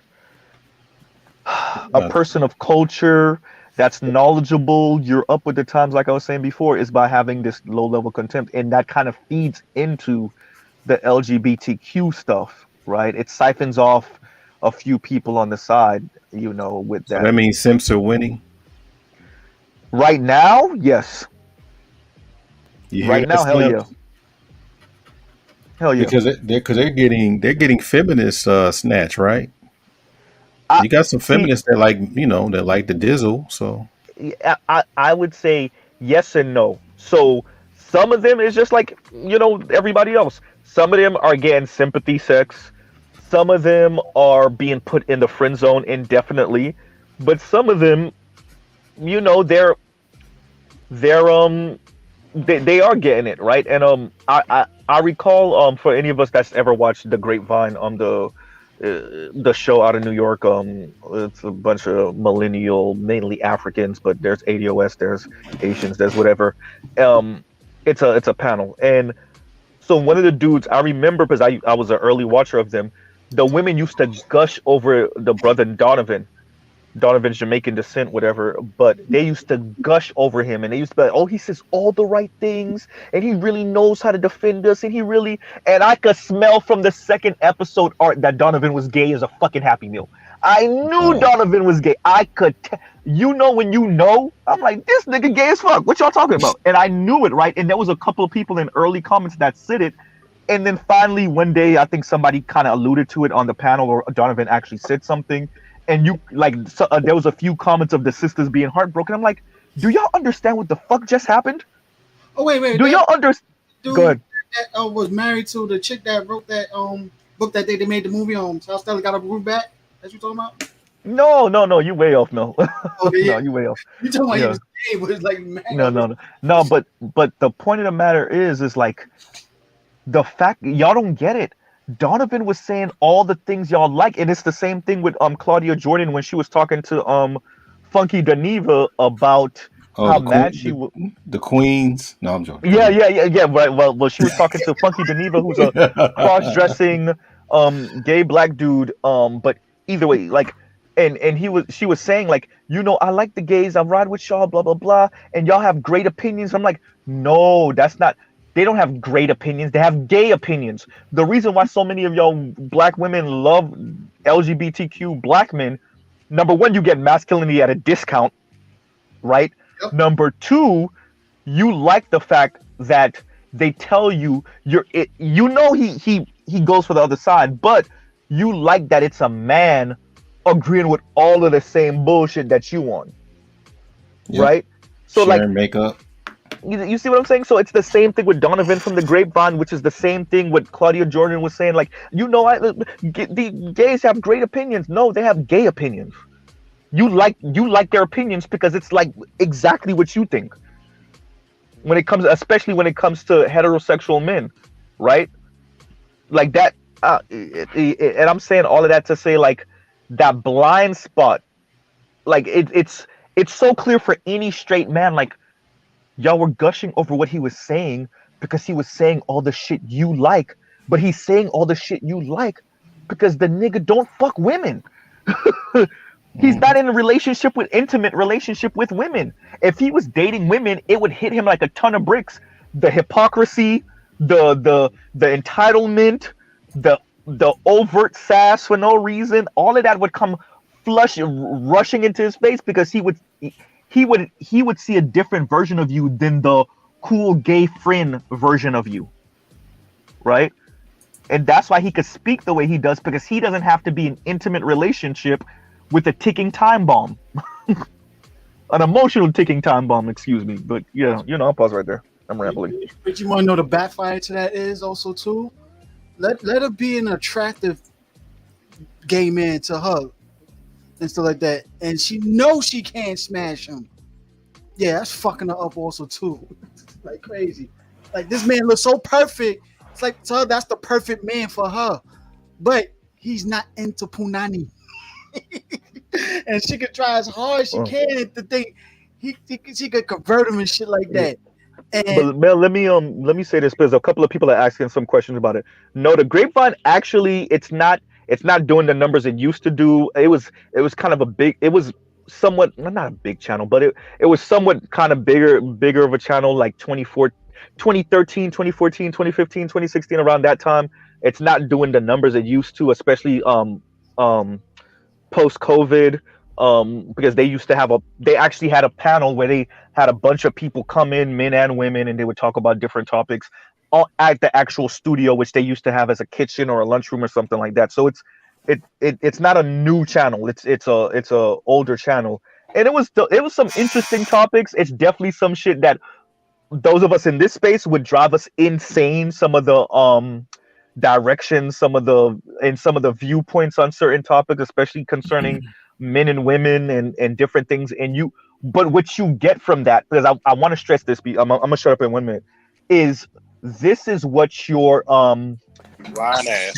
people in the know, shut up, your people all right, but your people in the know, the movers and shakers in the background, this is what they think, because all of these people have like ties to like BET or like editor of this or whatever. They're the semi-important people that you don't get to see, but some of them were on the Grapevine, and that now you get to see what those people think. So now when you see certain movies out, it explains it. When you see certain songs written by and certain artists performing songs, it explains it. When you see certain things being said in public by important Black people, it explains it. So yeah, but I'll pause right there.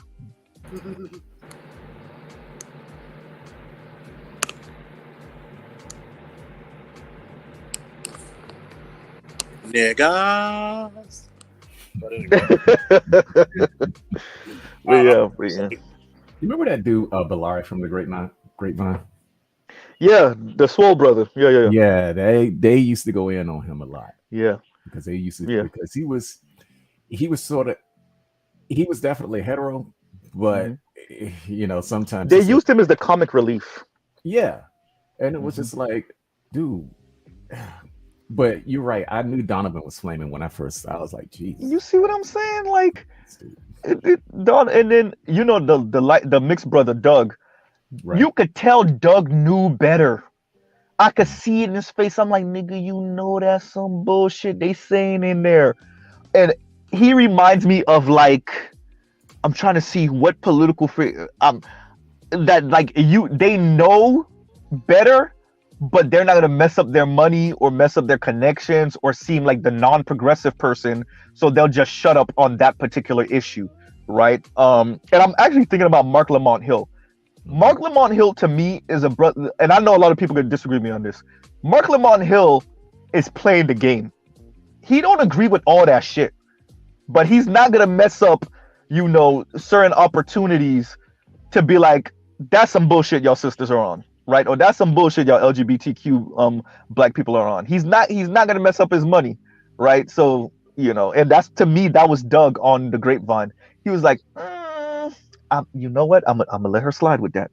I'm gonna let Ashley say that. I'm gonna let what's her name, Uchechi, say that. I'm not even gonna challenge that. And Uchechi to me was just angry, heavy-set sister, and you could tell her major issue is that the nigga she wanted in high school didn't want her. You could tell that was her major issue, and that she is a smart sister, but she has an issue with maybe not being seen the way she wanted to be seen by the opposite sex. She was a sister that had reconciled that she could have been alone for the rest of her life. I think she ended up getting engaged and married, if I'm not mistaken. But she said it on the show one time. She had reconciled, like, I my personality and what I'm on, there's very likely that I could be single, and she had come to terms with that. And to me, that let me know that you think you're a miserable person and you just ain't gonna change. I'm gonna just say this: Mark Lamont Hill is so deep in the closet that he's finding Christmas gifts. Oh yeah. I don't know if Mark Lamont Hill is really LGBT. You think so? I wouldn't be surprised, but I don't know. I don't think so. Maybe. Put it to you this way: I ain't gonna challenge you on that one. Every time I look at that guy, the gaydar goes off like a fucking fire drill.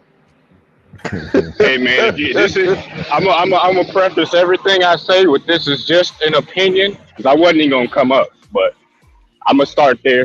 Hey, if anybody's gonna know who is gay and who ain't, it would be Charles, man. I mean, he was walking around with a black baton beating up on these. With a black stick. Well, this is coming from somebody with an alligator purse and some slippers and some wine. Okay, let's not start. I'm not from the Midwest. Why would I have some alligator shoes? I'm just playing. And speaking about gay, our resident LGBT expert, PK. Go ahead, PK. And back to from a word from our sponsors. Go ahead, PK. Well, hey man, you know what they say. We keep it all in the army, ain't that right, Charles? I don't know about that. That's by the way, that's the Navy, and we know that, like the Marines, you're looking for a few good men. But anyway, yeah, the Navy. We all know that the Navy is filled with seamen. Well, yeah, right. So is PK's cheeks. Oh man. Both sides. Hold on, I'll be right back. I'll talk to friends. Hold on. All right, what you got to go fart? Yeah, man. No, Dead said. I'm happy you said that. I thought it was because we both saw like what the, bro, but that let me know, and I think you saw the same. Like, I don't know if you ever read those comments when it finally came out, you know, about Donovan, but it's bigger than pause. It's bigger than him, right? It's the fact that y'all gushed over him and he was clearly gay to every straight man. We could like, this nigga's gay as fuck, and that is okay. Like, I don't have a problem with that. What I'm saying is the fact that y'all were gushing over him because y'all loved his opinions. And you don't see that the reason why he had the same opinions as you is because he does the same thing as you.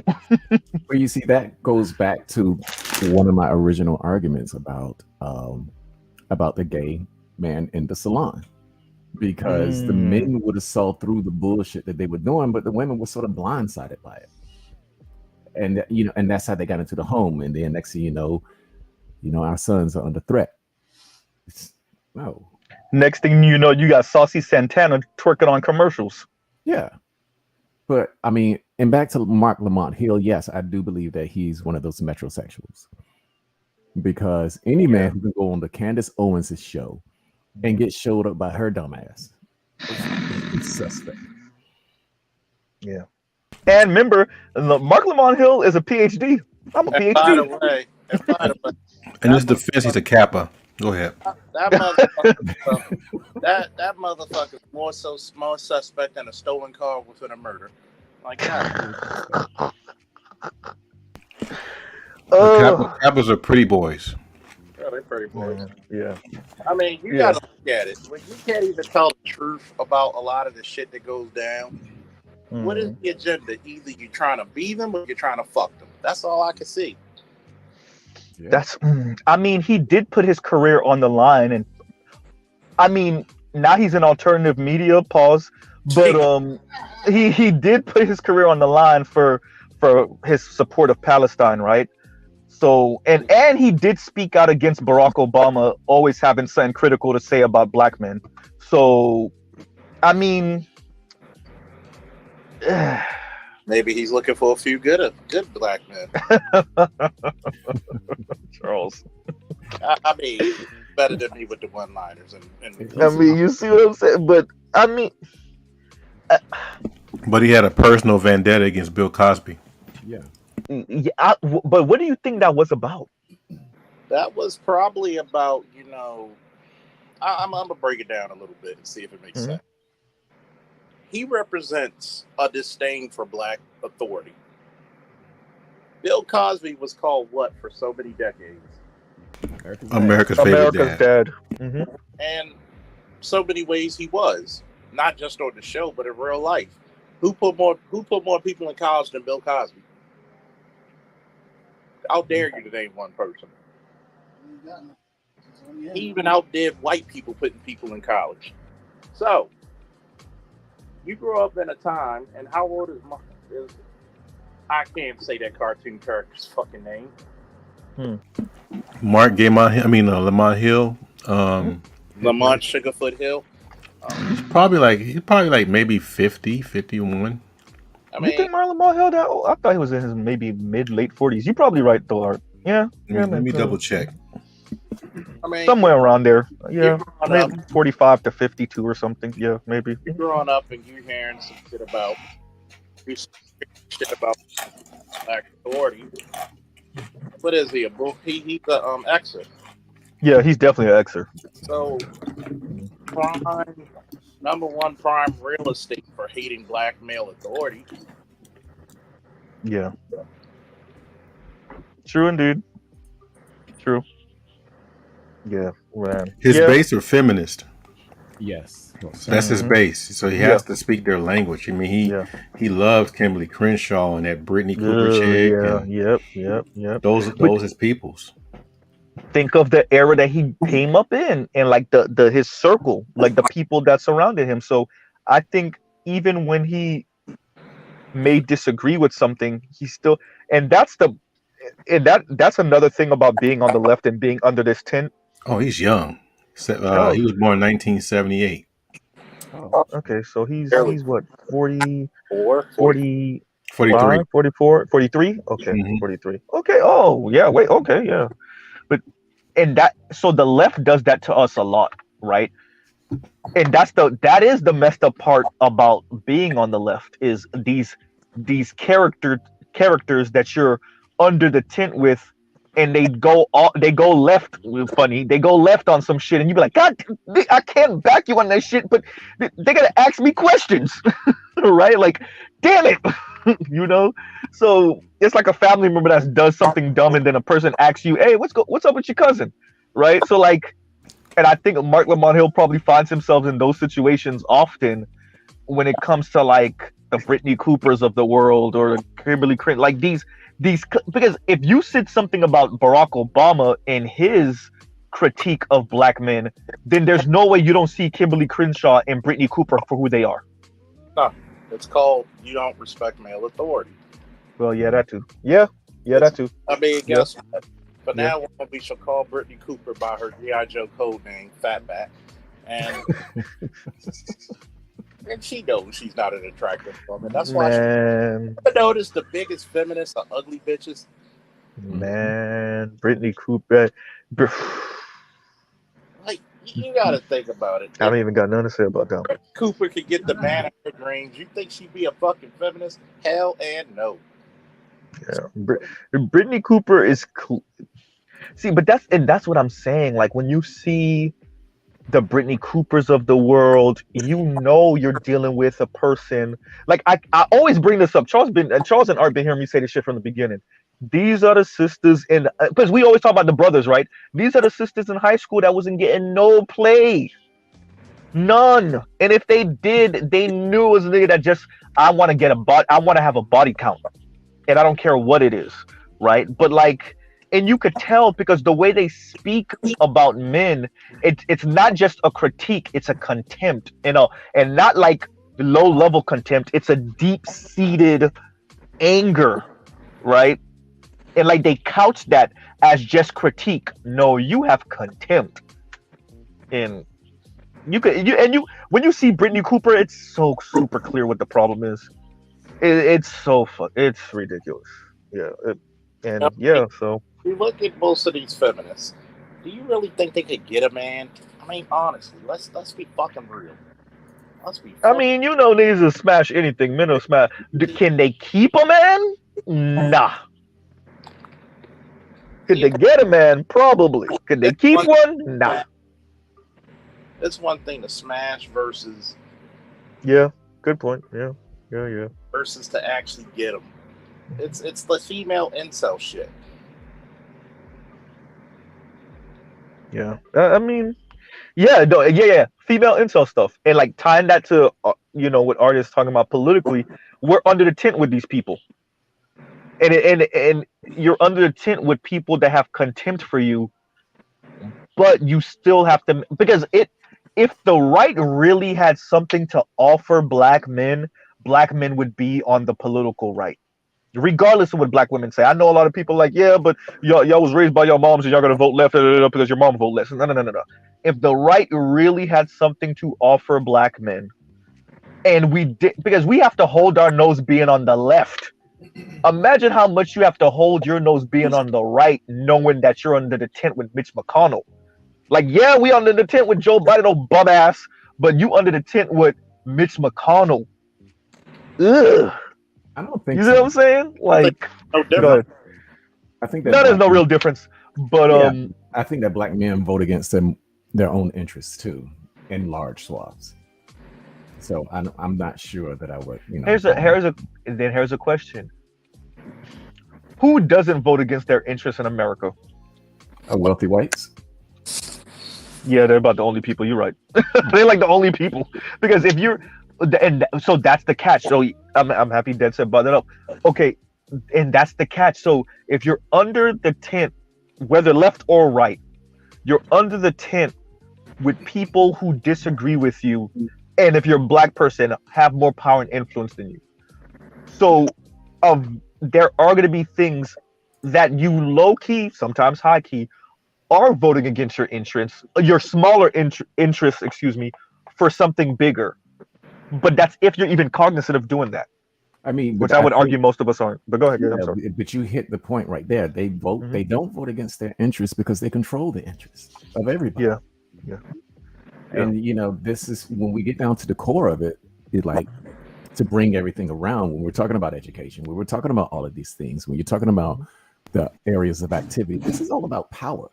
And controlling interests, our own interests, because we don't even have control of that. And the women think that they have control of it, but they're being controlled by LGBT and whites also.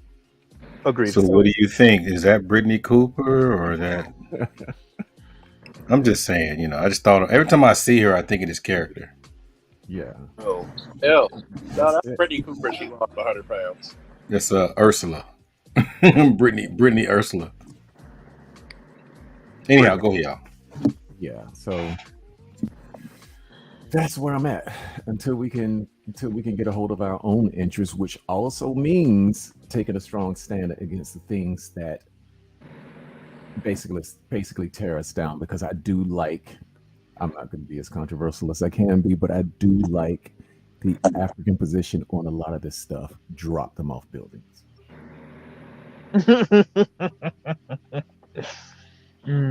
Yeah. See anymore. I mean, yeah. Now we're getting into the conversation of whether this country is a plutocracy or not. And what Dead said Sid is true. There was a was that in 2010 maybe? 2010 I want to say, where they did the study and they looked at not voting patterns, but essentially pretty much voting patterns, but what was that? Penn State or Harvard? I remember that study. That one. That's the one. Yeah. That one. PK, you might actually know a little bit better than I do with this. But yeah, they did the study and it pretty much showed that what Dead Set said, what wealthy people get, what wealthy people want, they get. The only time people further down the pike get something good is only when wealthy people agree with us. Exactly. Those are the incidentals that I'm talking about. Yeah. It's incidental. Yeah. So what Dead said is true, and so I don't, and that's left and right? So like, what do you even do against that? Well, I mean, we're stuck in a. I was. Go ahead. I'm sorry. I mean, cut you off. No, go ahead, PK. No. That was it for me. Go ahead. I was just gonna say, in my opinion, man, like, unfortunately, like we're stuck. I said this before. It ain't just black people, but did the music just get louder? No. That must be on my side. So in a lot of these cases, man, you got almost like a Chinese finger trap, because unfortunately, what's in our best interest isn't necessarily in the best interest of the entire nation. You know, I mean, hell, when you start to talk about reparations, you know, white people will have to pay that shit too, right? So I would argue, PK, because of the racial pyramid scheme of America, what's in black people's interest is against everybody else's interest. Keeping the racial pyramid scheme up is in everybody's short-term interest. Now, if you did right by black people, you automatically pretty much do right by everybody in America. But because of the psychological wage of whiteness, and I will add on the psychological, the need to feel better than someone, and in a group dynamic, it would be the need for your group to feel better than someone in America, which the someones are black people. It's against people's interests to have to really compete against this group of people that America has almost promised you don't have to worry about. We got our foot on their neck. Right. Well, that's kind of the failure of the, and this is a bit of the failure of the left and the issue that they were supposed to be one of the major issues that the left is supposed to address in these sorts of situations. And they have failed to do so in many respects. They haven't offered an alternative in terms of, how do I put this? I'm not even sure how to phrase this properly. Like my thought. I don't even know how to phrase it. But it's essentially speaking to the issue that you just addressed a moment ago of, you know, we got a problem where American society needs to address our issues to progress in any sort of long-term fashion, but they don't want to because it's against the short-term gains. And I mean, this country operates much in favor of a business, and like you mentioned earlier, to a large extent, a plutocracy. So unfortunately, this isn't something. This is a long-standing issue, and it ain't gonna change. Well, in my opinion, it's not gonna change without any sort of radical shift in the American ethos. Almost a fundamental one. I think the point too, just to piggyback on, dang, when I say piggyback, that sounds old as hell. No, but, go ahead, Art. Yeah, just a piggyback. The fat back. It's, you know, see, back then, you know, white folks felt threatened when black folks were getting some kind of opportunities and getting a leg up. Now it's, you know, other nationalities too. So there's a threat that, okay, and it's weird, man. We're like everybody's competition. Yeah. And it's like, and I don't think black folks realize that, especially here. We're thinking that we still got young folks thinking that this is a post-racial society. You know, everything's equal across the board. And I'm like, dude, don't you understand? You're the only only black friend that your white friend has. I think that's a charitable description to say that we're anybody's competition in this country. Oh, it's weird. It's a psychological, like we're talking about the psychological part. The threat and the point to where somebody has to be on the bottom. Yeah. Okay. Yeah. That's why I mentioned that, because it's like the scripture itself. You know, you can only be competition if you're actually running in the race. And I mean, shit, when we look at black people collectively, like, how many of us are actually, you know, the heads of industry in any sort of, you know, significant way, especially on the world stage? Let's be honest here. It's their best interest not for us not to be the head of anything. Right. I mean, because it's a benefit to every other group. And like I said, it's a fundamental building block of not just this nation, but ultimately when we start to look across the pond, the world at this point, how you change that. How do you change that? Without completely toppling the system, and the way that you do that, would require a radical shift. Like I said, in either the ethos of Black people collectively across the scope of the world, or within America itself. And American Black people are so fucked in the head. I doubt that they'll ever get this shit figured out. Because I can't, I don't know nothing. I can't explain shit to nobody. I don't really care at this point. My cards are off the table. I ain't got no chips in the game, but it's kind of sad. That's where we're at. We're assuming, because, and this is something I've been struggling with for a little bit. Are Black people immune to the environment when it comes Hell to? Yeah. I can say yes before you even ask the question. But I didn't even get to the period, the question mark yet. But like, when it comes to the white, neoliberal, hyper-consumerist, hyper-materialistic paradigm that we're in right now, right? Yes to all of it. Okay. Okay. So, and the reason why I asked that question is because I think there's an assumption that Black people in power will not move like the white, Asian, Latino, and who else ever in power. I do think because of Black people in America, specifically ADOS's history, they tend to be the ones to challenge and to question the injustice in the system more than anybody else. But I think we had a change over the past 40 years, definitely over the past 30 years. When it comes to that I don't think we take account of. I think the neoliberal project has worked wonders on Black people in a way that we don't fully appreciate, right? And so I second that opinion.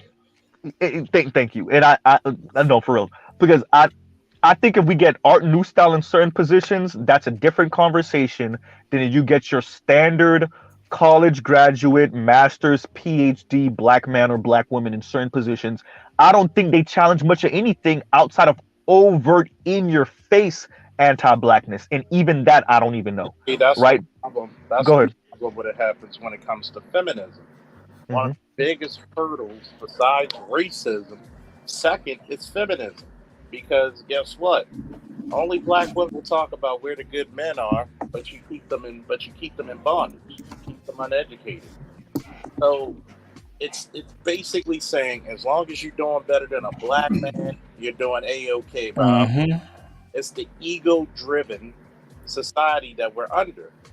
And until we actually address that shit, and think about it, this country will lose $50 billion, I don't know, what is it, a month or a year, not hiring Black men? It's 50 a year, I think. I think it's 50 bill a year. But once again, the psychological wage of whiteness dictates that you cut your nose to spite your face, right? So you can spare that 50 billion, especially when you're a country with a 22 trillion dollar GDP, right? So like when you have 23 trillion dollars, 50 billion ain't shit to keep your foot on Black men's neck. That's a drop in the bucket. You spend how many times more than that on the military, right? So that's nothing, just to make sure you have this. And this is when we start getting into like the class and the economics of it all. So you can have this reserve labor pool. Also, go ahead. 1,000 times that on your military. Yeah, well, more than 10,000, because that would be 500 billion. And we both know that there's the 700 and some odd billion that they claim, and then there's the dark money that probably bring that shit up to probably 1.5 or $2 trillion. For real. So when you ask, go ahead. So when you ask, at least insofar as the left is concerned, how are you going to address these issues? A lot of times the solution to the problem in their mind comes back to intersectionality. Like, wait, no, exactly. No, hold on a minute. And that's not the linchpin to the issues that tie and bind Black people, Black men specifically. So how you address that issue without any sort of radical shakeup, in either of the parties or in the foundations of this nation? You can't. Fundamentally, you can't. A lot of people think you can. I don't. I'm not one of those. I don't share in that belief. And think about how intersectionality functions in the Black community, right? What it allows white society to do, mainly on the left, but increasingly more on the right too, is use these marginalized subgroups within the black community as a buffer class against the rest of black people, or specifically black men, right? Black straight men. So you mainly rhetorically empower these people. A handful of them you give positions to, but you use LGBTQ black people and black women to we're gonna direct all of our energy to having conversations about you and your hurt feelings, instead of addressing your actual material needs. We're gonna give you a shit ton of representation in movies and TV, maybe one or two political offices, but we're gonna, like Kamala Harris. Yeah, you're VP, but like low key, we kind of joke about you, right? So like, but you have this position so that we can show American empire now incorporates people of color, and because intersectionality has informed us that black women are the most put upon, American empire now incorporates black women. And we're so good at it, these black women are married to white men, which shows that we're a free and open society, unlike what we were in the 1950s and 60s, which is a bunch of bullshit, but you know, that's the representation.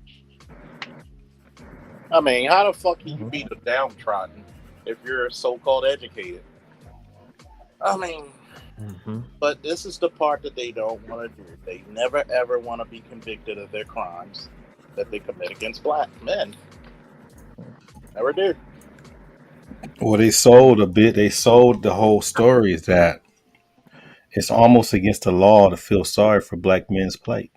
Exactly.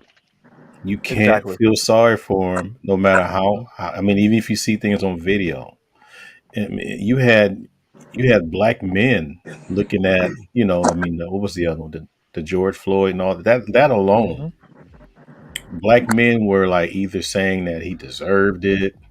He was on drugs. Talking about the conservative line of people. No, it wasn't just him. It was a lot, man. It was a big group. Well, this is the problem with respectability to me, Art. I understand that outside of the top 20% of black people that are in specific, nicer, whiter environments that are really nice, all the rest of us can get it. You all out here, it don't matter, you're black and you can get it. They don't care about your credentials or that car you drive in or that white girl in the passenger seat or any of that, right? And so because George Floyd had this sketchy past, all people saw was sketchy black man, sketchy, including black people, and he deserved it, and this is karma, or this is whatever, right? They don't see like this could happen to any black man, period, right? That's my problem with when we think about these things on some, well, what was he doing? And what was he wearing? And how was he dressed? And why is he so tatted? You missed he was a black man, and that's the issue. When you add all these requirements, that's the problem. Go ahead. Have you, Mr. Z, or have you guys ever tried to reason why? Hold on a sec. Somebody asked me. Oh, what's up, man? Have you ever tried to reason? From the 70s. Go ahead. What's happening, brother? Solid. But have you ever tried to reason why is it that you think that black men specifically generally take on the reasoning? They usually shift I would say their political framework or their viewing when they reach a certain socioeconomic status in this country. Fantasy. Have you ever considered it? I think it's fantasy. And then you got and also it's a lens. I mean, it's damn near like Stockholm syndrome, man. You see enough to where you just identify with someone that has nothing to do with you, but you convince yourself that you have the same issues as people that got nothing to do with you, like the Malcolm X speech with the field Negro and house Negro. Mm-hmm. Care about the master sauce more than the master do. Yeah, you fight your own people. I mean, you got people out there who, number one, will fuck their own interests up. Think about it. How literally have black people who say we don't need reparations. How does that sound to another group of people? Didn't Clyburn say that? Yes. Yeah. Yes. It's no form of accident that black men specifically, and I'm speaking to black men when I say this. Now it's just an opinion, so don't take it as anything else, right? I don't know. Like Nelly Fuller now. But it's just an opinion. It's I don't think it's any accident that black men specifically generally switch their ideological view, insofar as that political bent when they reach a certain socioeconomic status. It's not by accident. Nah. So you leveled out of your blackness, right? That's So what they think. You think it's mainly the class and that's where I was making going. money. Yep. Your blackness. It's called buying your way into whiteness. But isn't that what happens oftentimes in Latin America? I mean, like, this is a global black thing. This is not just exclusive to ADO. There's a lot of black people, and I've used Latin America for a reason. Now you got money. Now you're not one of those Negroes, right? You black, but everybody know you got money. If you're already married to a black person, your children definitely gonna be married to a white person. They're gonna skip right over mestizo because mestizo ain't white enough, and they're going straight to a white Latino. And in 3 generations, your kid's gonna look like the Jackson family. So you pretty much they don't look like me, goddamn. You've been welcome to the Club Whitey, okay? Yeah. And you finally got that membership. The question to the brothers is, what comes with that membership? And you're not even white, but what comes with that membership, even though you're in the club? I'll answer that first by saying, what comes with that, the cost of that is either defecating on your people. This is where respectability comes. What are your benefits, right? Though? Not what you do what's to get the in. plus or what's the negative? Yeah, what's the benefits? The benefits. What are the things? Just like Costco, right? You get discount on your gas and all that stuff. So Club Whitey, what are the things that you get after putting all that work in with doing stuff against your people and all that? So what do you get for that? You get to move into a nice white neighborhood. You get to send your kids to the private school with white people. You get to be around manicured and pedicured lawns. You get to potentially go to the lounge with them and the golf club and rub elbows and be the cool ass white friend. And your daughters and your sons get to date their daughters and their sons and maybe even marry their daughters and their sons. So the pluses, we can't discount what the pluses are, right? You might get connections financially. Your wife might be invited to one of the whatever girl version of the club, right? So there are some perks.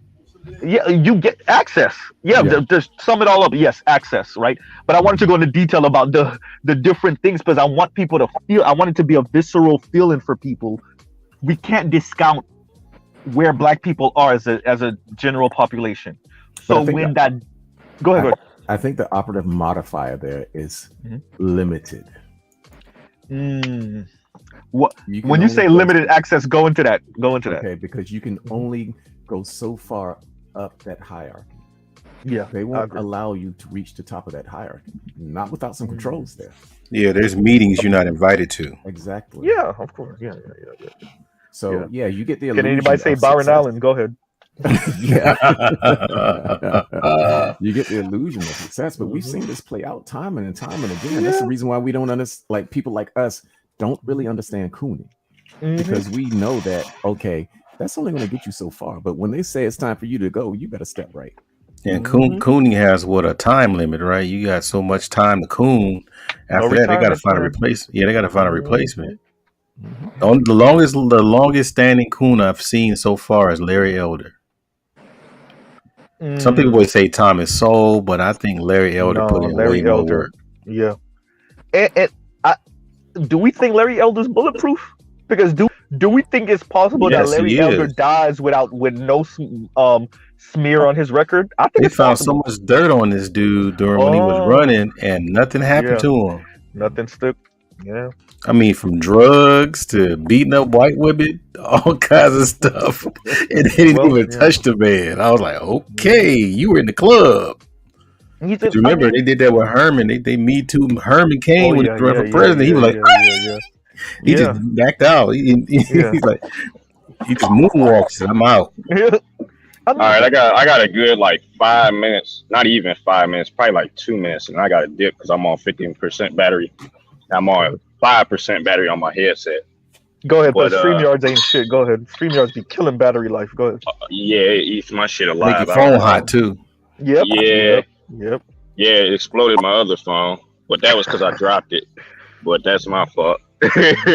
But yeah, man, like if this is something that people truly care about, you know, you're pro black people and whatnot, like you're gonna have to seriously shift and maybe even retreat to the past ideologies of some of the prior pro blacks of the 80s. You know, your fuck what, you're not your Black Panthers, yeah, it was your Black Panthers when I think about it. Yeah. You know what I'm saying? Where you get your nation building, where your nation building guys coming from. And I mean, like, you're going to have to really try to bind people together. Probably talking about Pan-Africanists.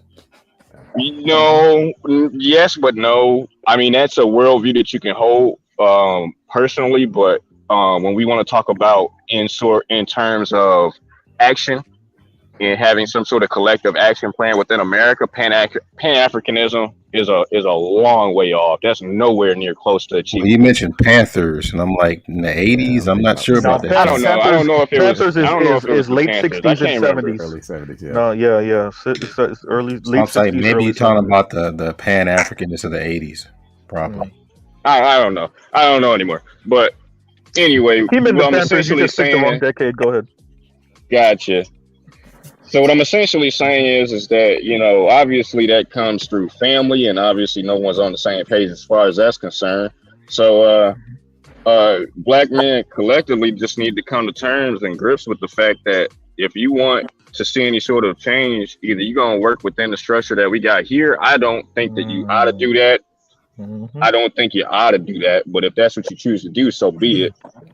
Now, the alternative to that is that you're gonna have to take the reins of whatever your new community is going to look like and try to proceed with that. And you're gonna have to be comfortable in that fact, you know, because unfortunately, you know, this country is not gonna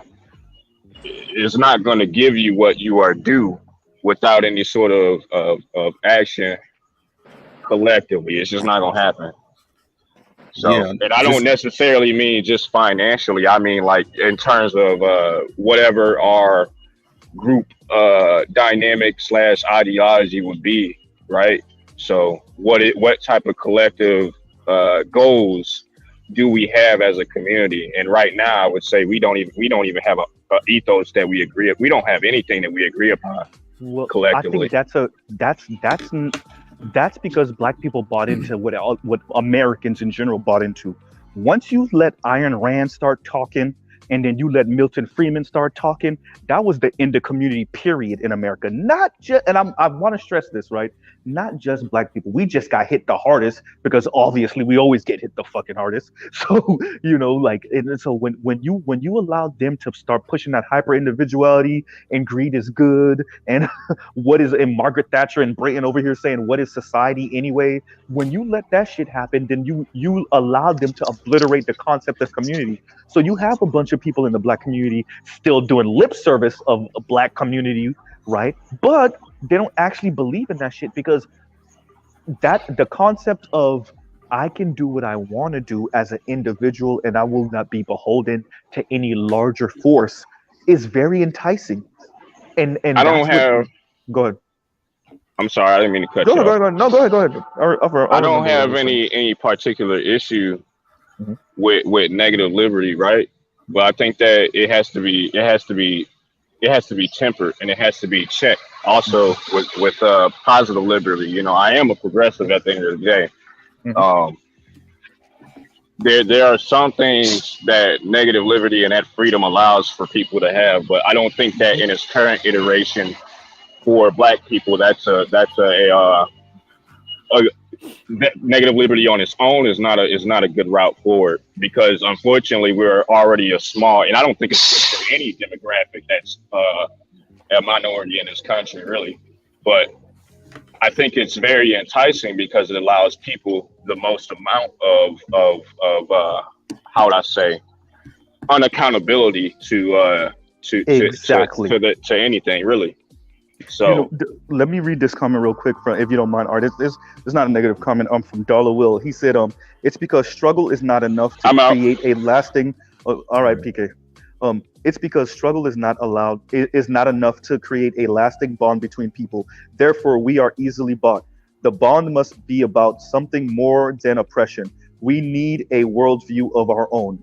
Exactly. So there's that, and then there's you know, like I was saying, and like PK was saying, negative liberty. It's enticing, right? It's enticing, but you can't build nothing with that. Nothing. Well, Which you go ahead.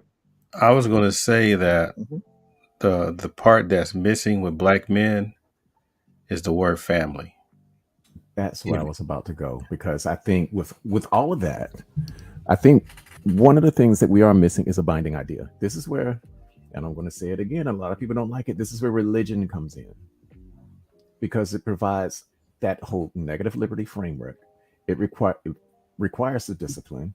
It requires family, and it requires for you to basically cast aside all of these destructive ideas. The reason why I brought it. Go ahead.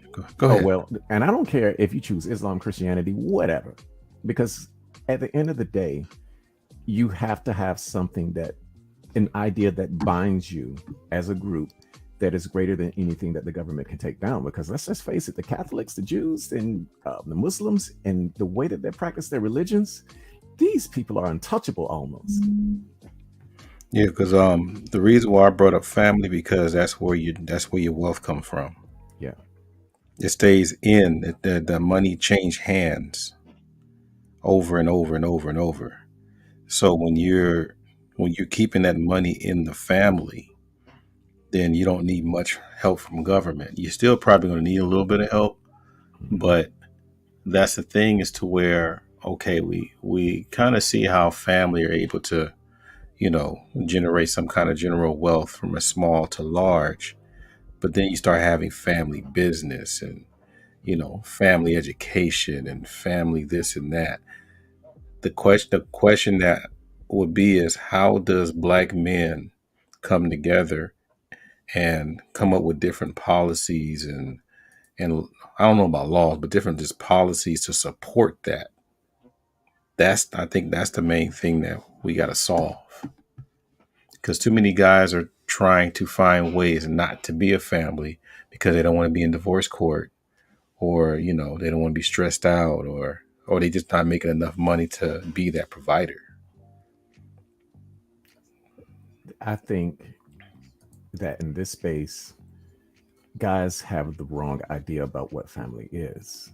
Because if you haven't been married and been with the woman who was into you and had those children and known some of the bliss that comes along with it, and the only thing you're looking at are the failure rates, you're sort of missing the point. Yeah.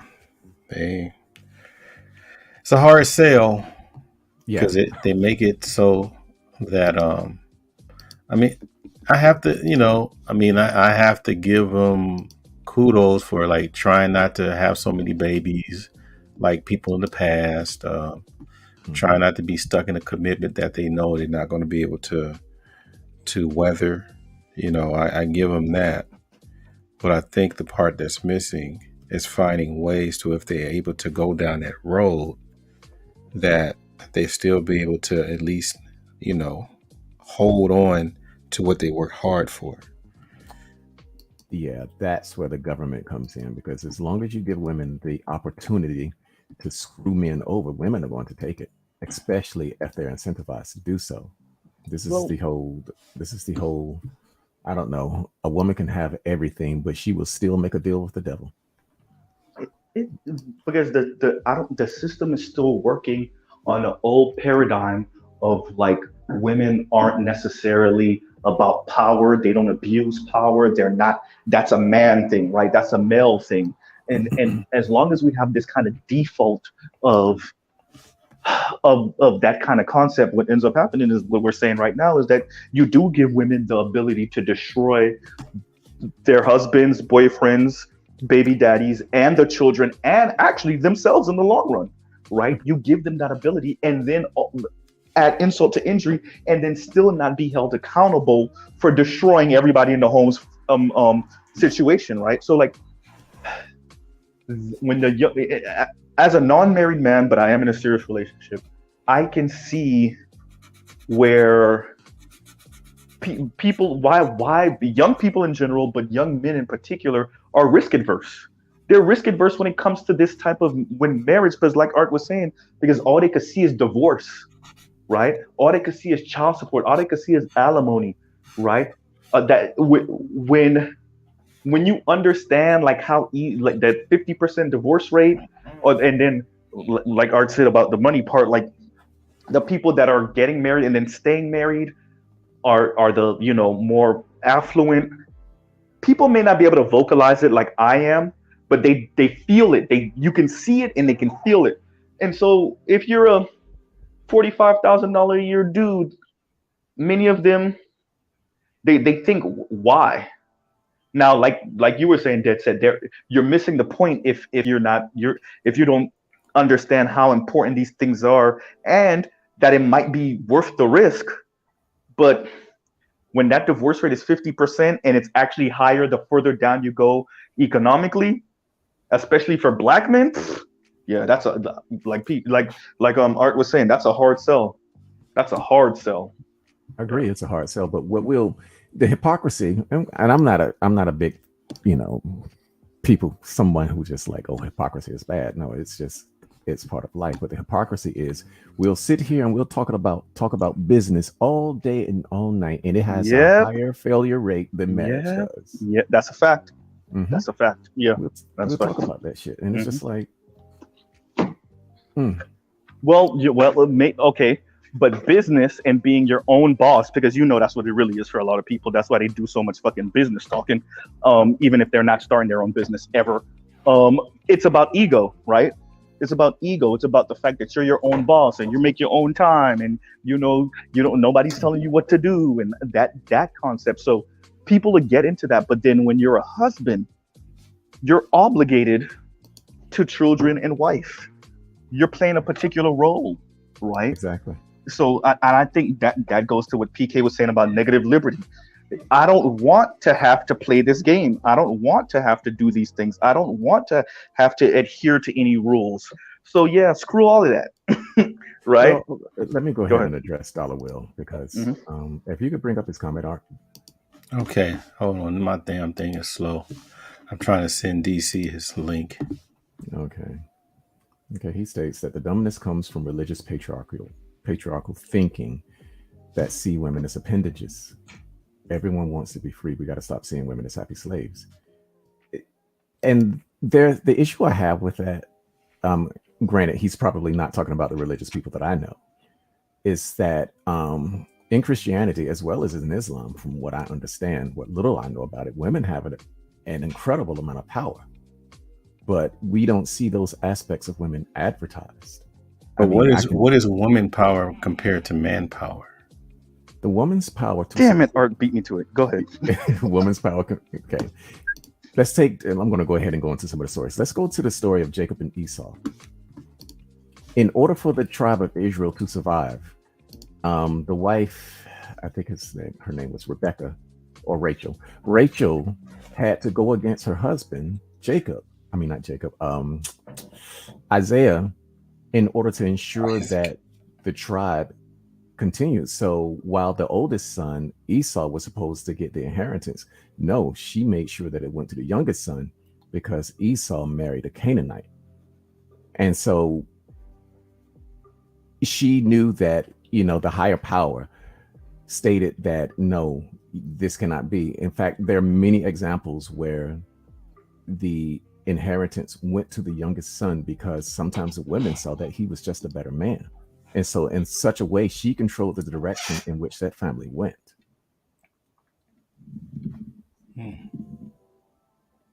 Okay. Yeah, she made him hairy too, huh? Oh, And yeah, he came out that way. and so But yeah, I mean, we art see did it. stories I'm like sorry. this all the time, where you got female assassins, you got females who were Nazarites. I mean, you can just go down the list. Women have a lot of power when it comes to religion, but the people who practice religion, such as the men who are supposed to be above all that, they're the ones who stamp women down. That's not how it reads when you read it. So art did said it a little different. I was gonna say make a statement more than a question, which is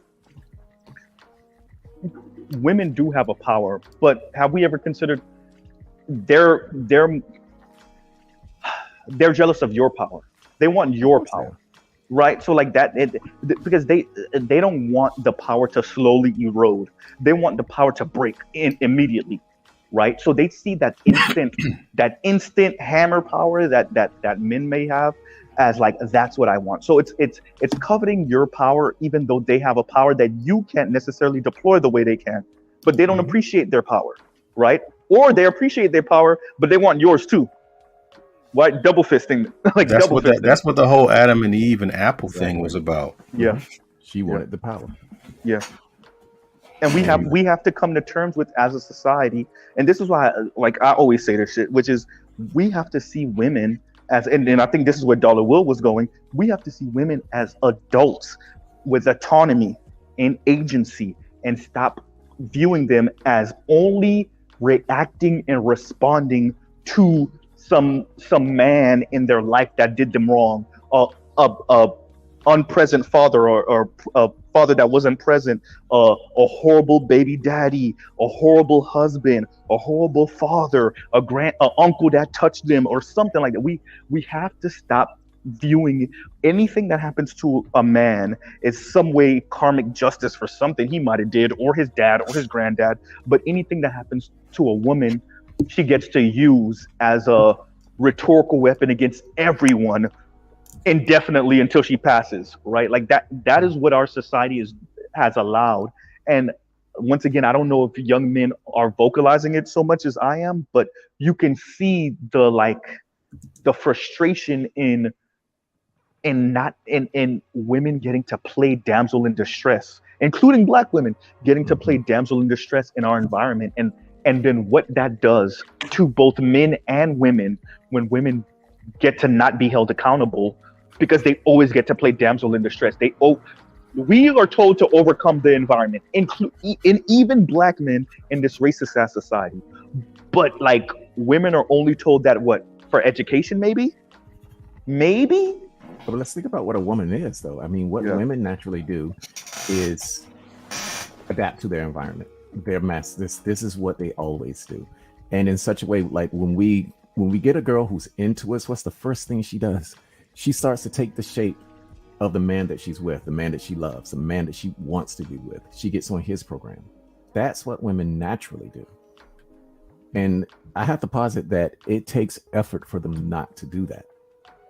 But when we have something so pervasive as the culture that we live in now, they have trouble being their natural selves.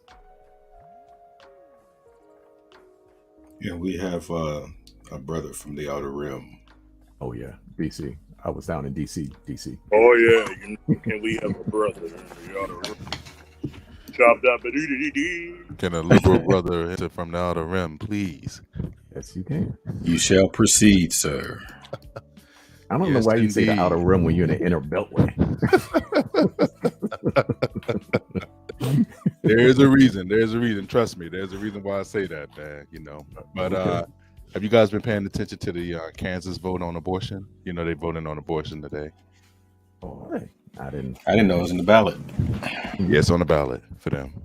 Kind of curious. It's like a toss up right now. I'm kind of curious to see how that's going to go. I think that's going to, I pay attention to kind of like minute things sometimes. You notice how I look at things. I kind of project ahead a little bit always when I snowball effect there. I know where you're going. Yeah, snowball. But yeah, man, you guys are saying the right things. I think that the reality that of what has basically been put out there already, as far as like our relationship with women. And when I say ours, I'm talking about black men in particular. I'm not talking about white men. I'm not talking about anybody else. I'm talking about people that force you into the classification of black and view you as a black man. That's a very unique stance as a man that's trying to live patriarchal. So you have a whole different viewpoint, depending on what part of the world you reside in. And even in other parts of the world where you are still a patriarch, you know, if you go in certain other spaces around the world, that doesn't mean anything. Your power is taken from you. So it's a very unique situation when it comes down to black men. It's not as respected everywhere else as it is universally for other groups of men. That's one. Number two, the sexual component that we hold over most men, not all, but most men. I think that has basically I wouldn't say that it causes a resentment with women, because I think that most men do things to get women in bed or have sex with them. Power, riches, war, things of that nature. The black man's ability to still be able to bed, not all of us, okay? Not all, okay? But a significant amount of us to still be able to get access to every type of woman is a little bit different than most men. White men, if they were us, they probably would kill themselves because they would not be the first choice as far as mating and dating if they didn't have the financial grouping power.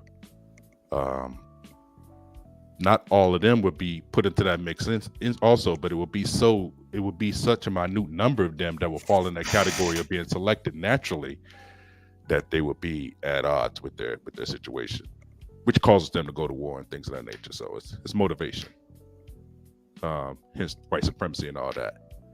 What are you trying to say, DC? What I'm trying to say is that men have different motivations for doing things. Black men, and I think when I started to listen, I woke up, I took a nap. I was told I was going to take a nap. I had to do the family thing, and then I had to shut it down for a minute. But black men in particular got to decide on how we're going to fight, and we got to be realistic about it and pragmatic. When I talk to most brothers, man, I'm not trying to make you think a certain way. I'm not. You notice, I'm not trying to make you think a certain way. Why not? I'm just, because I think that way hasn't been able to work, because it deifies people. And then your ideas of what you think becomes their ideas and what they think. They don't have their own ideology. They're not solid individuals that share the same goal. That's what I want. Not you sharing my same ideology. You parroting. It's not ideology that I was thinking about. Because I think that if we don't approach some conversations with the intent to influence that individual or groups of individuals, then we're sort of throwing away part of our power. Go deeper. What do you mean by that exactly? Because, one of the things that many men fight over is influence. Influence is powerful. Yes. And so if we take that out of our tool bag, even when talking to individuals, then I think that we're doing ourselves a disservice. Well, there is I'm more in the suggestion realm. I think that people that are motivated for a common goal tend to do better. Like, say if you work in a group, right? And you have, you know how they assign in certain businesses, they say, okay, you guys are going to work on this project. Right. You do this, you do this, you do that. If you have certain people that are over these particular projects, like always directing or telling people what to do, that can only work with certain type of individuals. The more competent the individuals are, the more that they have their own mind. Right. If you have a situation where you are trying to get to an end goal, then you try to work it out with that particular person to try to get to that same level, not trying to influence you to the point where you have the same exact thoughts that I have. I think that a lot of times where we get crossed up, right, is that we have understanding that somebody has to believe the exact same thing that I believe to get a goal accomplished. if you look at even the way the government works, that's not the way even the government works. They don't work that way. Okay, let's modify that. That's the reason why things have to be.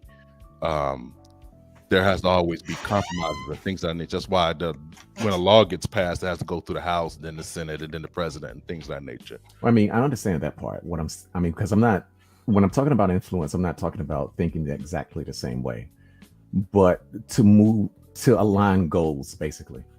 Yeah, that's what I mean. Yeah, absolutely. Yeah. Like there's a goal in mind. What's the best way to get there? Right. And if you put it up there, like on a board, okay, we want to get to this particular point. How do we do that? And then we start to break down the necessary points of whatever our strengths are, and then we kind of can move that way and kind of get things done that way, using each other's strengths or weaknesses and kind of figure out how we can best reach that particular goal. I mean, that's just a suggestion. I mean, like I said, sometimes people, the way I work, I don't need all that, because like I said, like I don't have to have micromanage. I hate to be micromanaged. That's just me personally. That's my personality. Like, you know, I think I've been very very keen on saying that I don't do like little cliques or little groups. I like to keep my independent thinking to a degree, but I will join a cause to move forward. I'm always a black man. I'm always forced into the classification with you guys. Whether I like it or not, it doesn't matter. It doesn't matter what I like. That's just the facts on the ground. So what's best for the group, I will move forward to try to make that happen. Okay. But do I have to believe everything that said believe, or Art Nustal believes, or, you know, my brother in Baltimore, Charles, the Colonel. I'm in Baltimore too, bro. We need to meet up, man. We need to meet up, man. Me and Charles, we got in front of each other, man. We chopped it up. You know, we had a couple of drinks, you know, playing maze, and we was out there. Well, how long were we out there, Charles? Out there in the harbor? We was out there for a minute, man. 4 or 5 o'clock in the morning. Yeah. We was chopping it up, man. Yeah, we chopped it up. Had a good time. Whatnot. Yeah. Okay. I had to tell you a story about that whole situation though, Charles. That thing is that's crazy. that thing is crazy, man. You know what I'm talking about. But that whole situation. Yeah, I got a story to tell on that one. But yeah. Was it worth it? Yeah. You gotta pause on that one. I just wish some guys, man, could I think just some of these dudes, man. I think some of these dudes just need to be with some women, man. You know, they just don't have enough experiences with women, man. So they can't get past the intellectual rage part. So they always projecting what they think about what women are and what they're going to do and things of that nature. So, you know, that's the thing that I wish that all guys can kind of like. I'll be like, hey man, come hang out with me in DC. Me and Charles, we will, you know what I'm saying, get you some women. We'll take care of all of that for you. No money involved. Don't need nobody has to spend no money. Look at that. It's $3.99. Are you saying that this should be with a woman just to smash, or some kind of relationship? To talk. Yes. Not even smash. Because to me, here's the thing. Because I think there's so much energy in this space now about sex part. And it's so much of a focus, man, for men, where we got to be serious about doing things. Your energy and things of that nature, as far as getting things done, that should not be a primary objective, man. And if you don't have that taken care of, man, and you're distracted by the women, and a woman can come walk by in a skirt and stuff like that, man, you might as well be just one of these people in the Matrix, man. You remember when Neo first got out the Matrix and he got into the simulation? Oh yeah, the joint in the red dress. And he like, yo, we in training. Like, what are you doing? Like, yo, that's the ops. Like, right. What I'm saying is, it's not. You have to be able to have a control point to where, okay, we got to get things done. Like, if a woman can take you off your square, what your purpose is, you know, it would be hard for us to even have real conversations anyway. And me and Charles, we did that in real time. Still had the same conversation that all of us are having. in real time. Right. But I mean, think about that though. I mean, because we were talking about the power that women have. When you read that old book, you find that most of the great men who were taken down by women because they did just that. They took Solomon off his square. Yeah. They took David off his square. They took all those men off his square. It's a pivot point, man. Cleopatra. I mean, it's throughout the history, man. Throughout history. Yeah. That is true. That's the reason why the queen is one of the most powerful, if not the most powerful, chess piece in chess. Yeah, it's malleable. It can move around. It can that sex component is very, very, very, very distinctful. But like I said, when black men, what we have as an advantage is that we always had access to a point. Not all of us, man. Not all of us. But I'm saying there's enough of us to the point where we know game to the other side of what women are, and we know how to maneuver on that side. That's why like the whole pimp thing is such a big thing with black guys, because they don't have the money to have bigger corporations to have those kind of brothels like they have like in the Emirates and stuff like that, or have their own thing. So we got to go underground and create those kind of things to be able to actually talk up on game. There's science to that.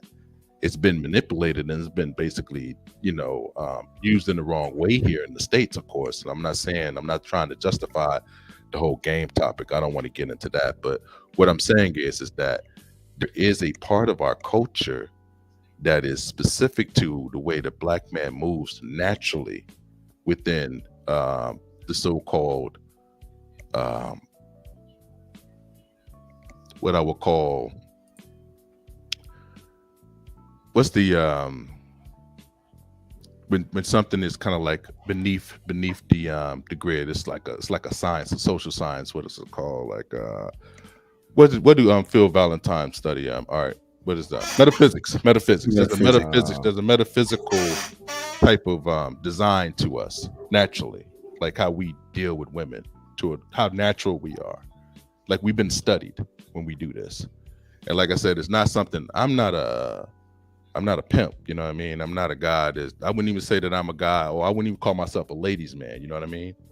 I'm just competent. I would just put myself in that kind of realm where I'm not nervous around women. Right. So that's where there's other guys where they don't do that, child.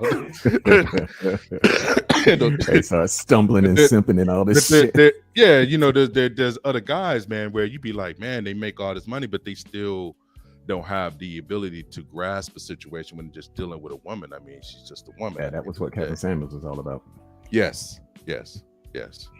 So, I mean, there are different ways that we could deal with it, but I think in this space there are a lot more black men that I thought that do have that kind of design, and I think that's most of them. That's what we're dealing with here in this space, and I have to be, I got to be okay with that and meet people where they at, not judge it. But go back to your Kansas thing. I know we got off topic. Oh no, I was just saying that I think that's going to be. It depends on how it goes. I'm thinking. I'm looking at it, and I'm curious to see exactly how they vote on this thing. How they're going to play it. From what it's looking like now, I think that the Senate is not going to swing the Republicans' way. I thought that was going to happen. They're going to take the House, but they're not going to take the Senate, that's going to be a gridlock here in the city. So it's going to be a lot of gnashing of teeth. Good.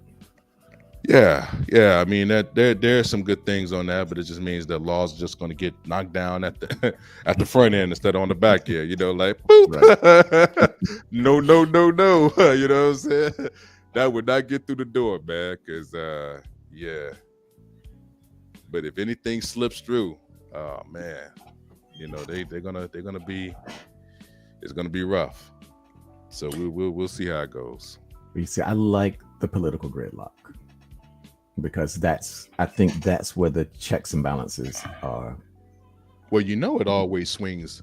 Whoever's in power initially, that midterm, normally it always swings back to the other party.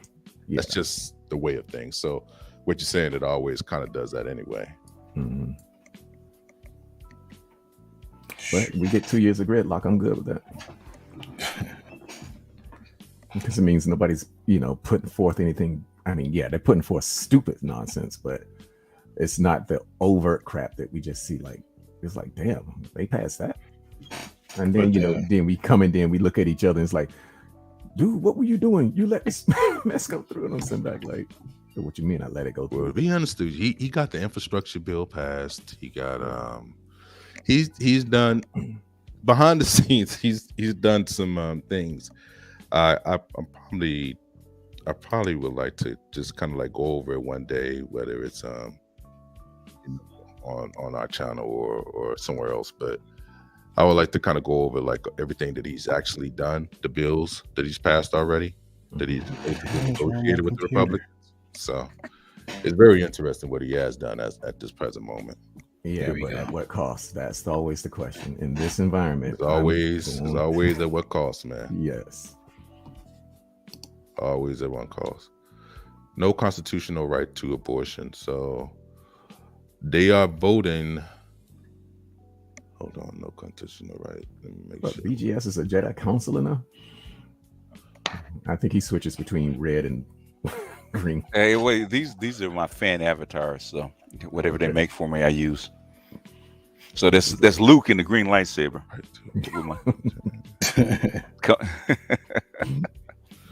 Because I've always seen you as a Sith. They're going 60%. So it looks like they're gonna keep the right to abort. And I mean, that's interesting that they left it up there. I thought that they would at least keep it for the next 2 years and wait to 2024. Kansas, man. Yeah. Damn. I know. 61%. But Kansas is they're close proximity to they're right next to Colorado. Yeah, they are. Mm-hmm. So that's why I was interested in looking at that. Which red state are they next to that's going to they border I think they border with Oklahoma. Right? Oklahoma to the south. Oklahoma, they banned abortions, right? Yeah, no, it's a no-go. That's a no-go. So that's where they're gonna get that money into Dodge City and Manhattan and Topeka and all that area for them. So well, if the women want it, they'll vote on it. Yeah, that's what happened. They came out to the polls, man. They got their ass out there and they did it. I mean, that's what I'm saying. The women only fans. If you awake that voting electorate, it's gonna be tough. But it just have to go state by state. State by state. We'll see. Which I prefer it that way anyway.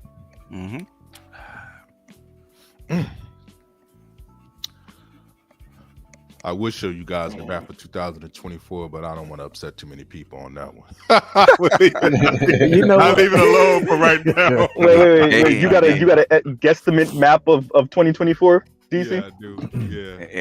Yeah, that's too far out for me. And they gonna shoot. Is it a bloodbath? Is the Bloods being the Crips or the Crips being the Bloods? I don't know. It's see, the thing is, it looks like one thing, but it ain't one thing. It's always in the numbers. Let me put it like that. It's always in the numbers, man. It's tricky math. It's very tricky, man. And you don't know what kind of environment you're going to be in 2.5 years. I will tell you this. Texas is in play for some reason. It's weird, man. I've been telling people Texas is a purple state now. It's weird. Texas is a purple state. Yes. I don't think there is any more solid red states anymore. I think they're all. No, there's some solid red states. They're still there, but the numbers don't wave in the numbers. The numbers don't support. Well, I think the Mexican president shook the beehive over there in Texas, so more people will be involved.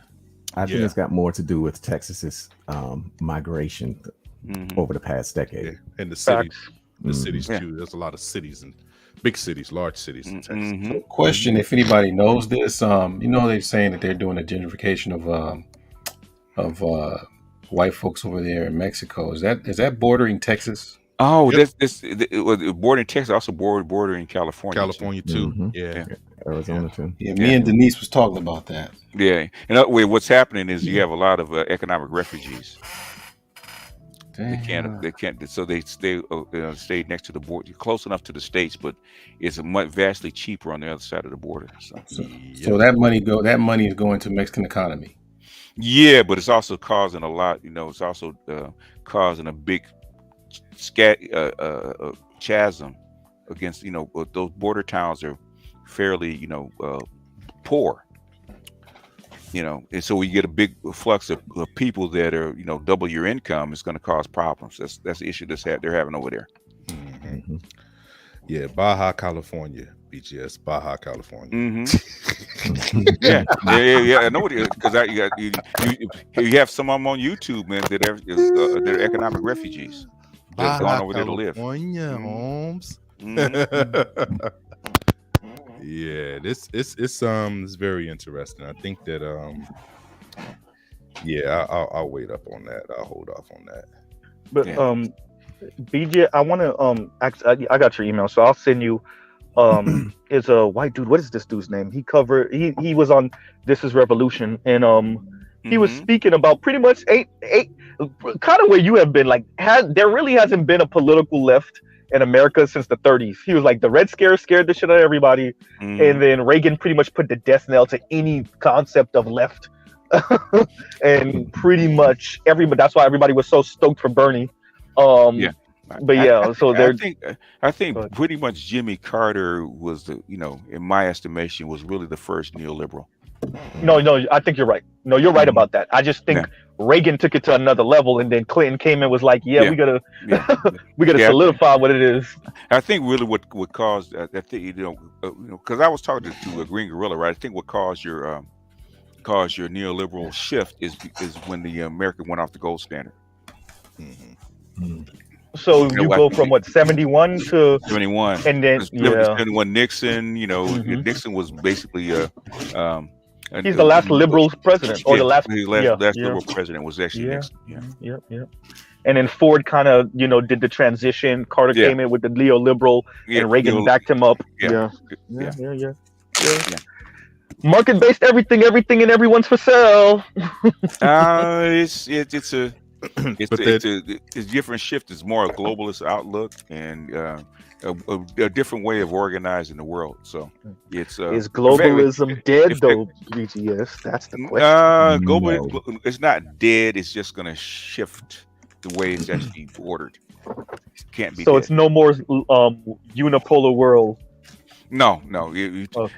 Basically, that's where Mearsheimer says 2014. I say 97, when the unipolar world actually ended. But we have a difference of opinion. I'm gonna say 01. Oh, why 01? 9/11. No. I mark it with the Asian currency crisis in 97, right after Hong Kong went back to China. Because way before 9/11, the PNAC actually worked the document. I think they worked the document. Project for a New American Century, PNAC? Project for New American Century, yeah. I think that's what it Get your acronyms up, people. Go ahead, BJ. Yeah. So you niggas are way too deep for me. Yeah, well, it's geopolitics. That's why, and BGS peep game art do like.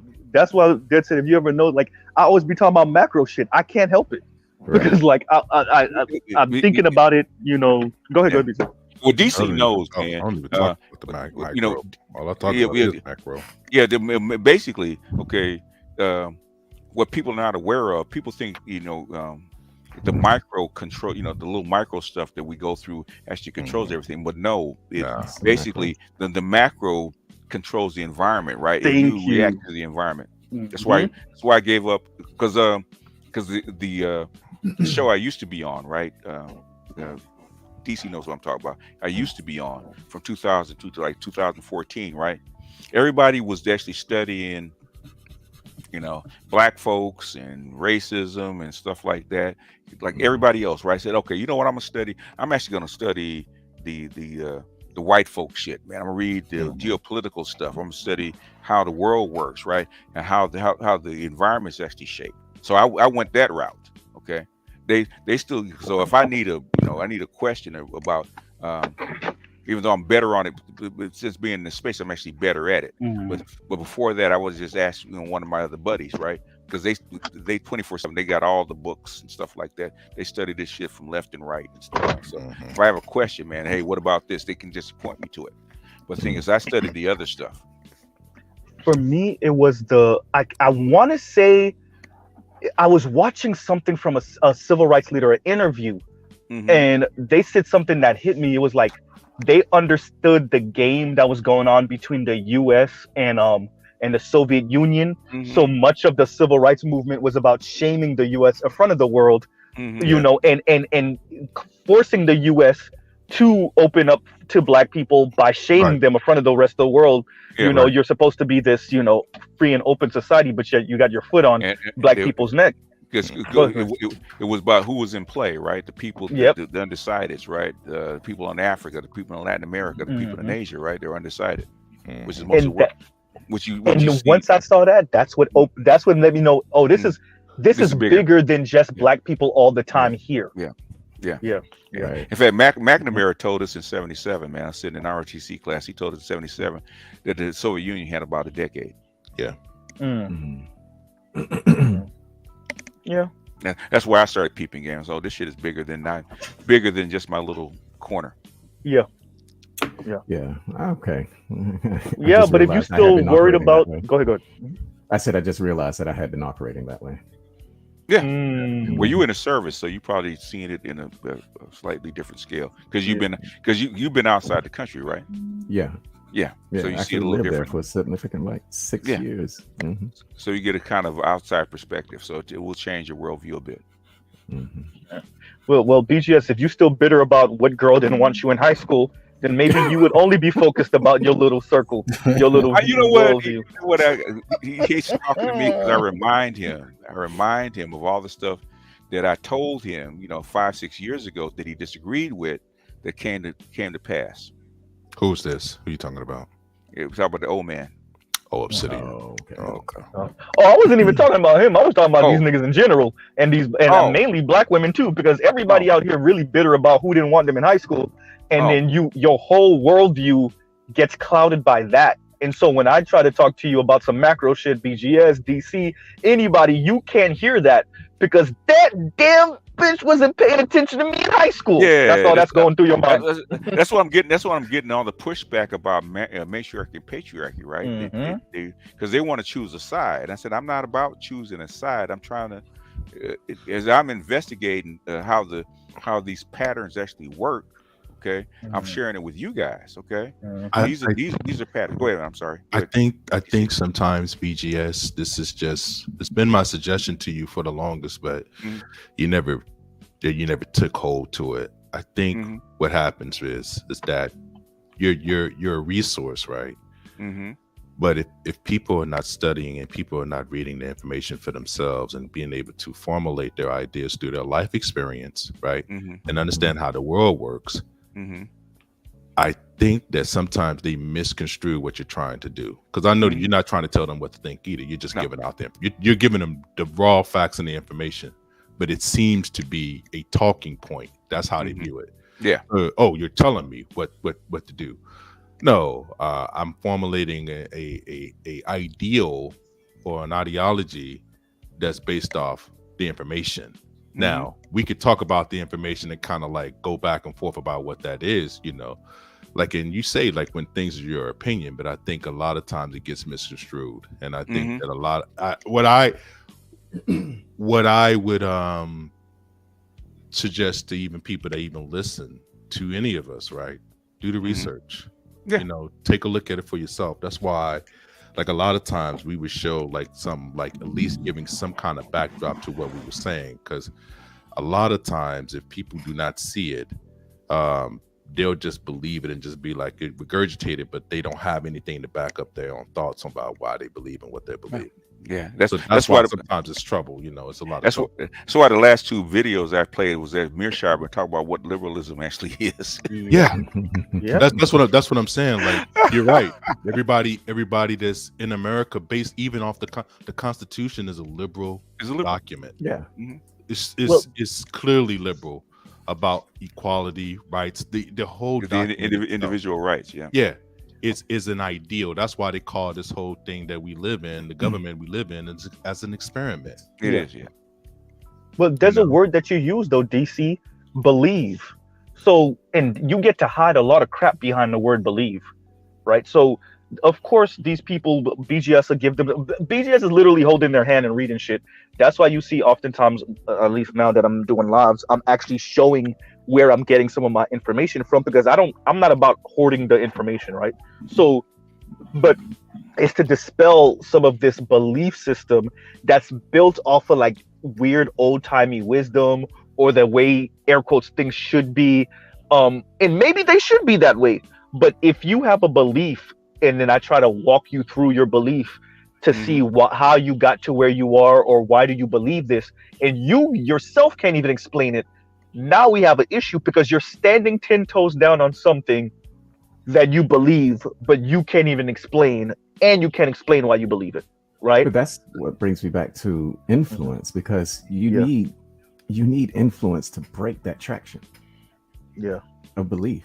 Yeah, that's maybe my hesitation to that is only because I see how people develop a strong mentality to kind of get into their silos and their mentalities, and then they just want to form confirmation bias from whatever they view. Right. So they'll take a piece of information, and they may have a lot of influence over other people that are with them, or that like them, or like their personality, and they'll just go with it. Even like who else in this space? BGS.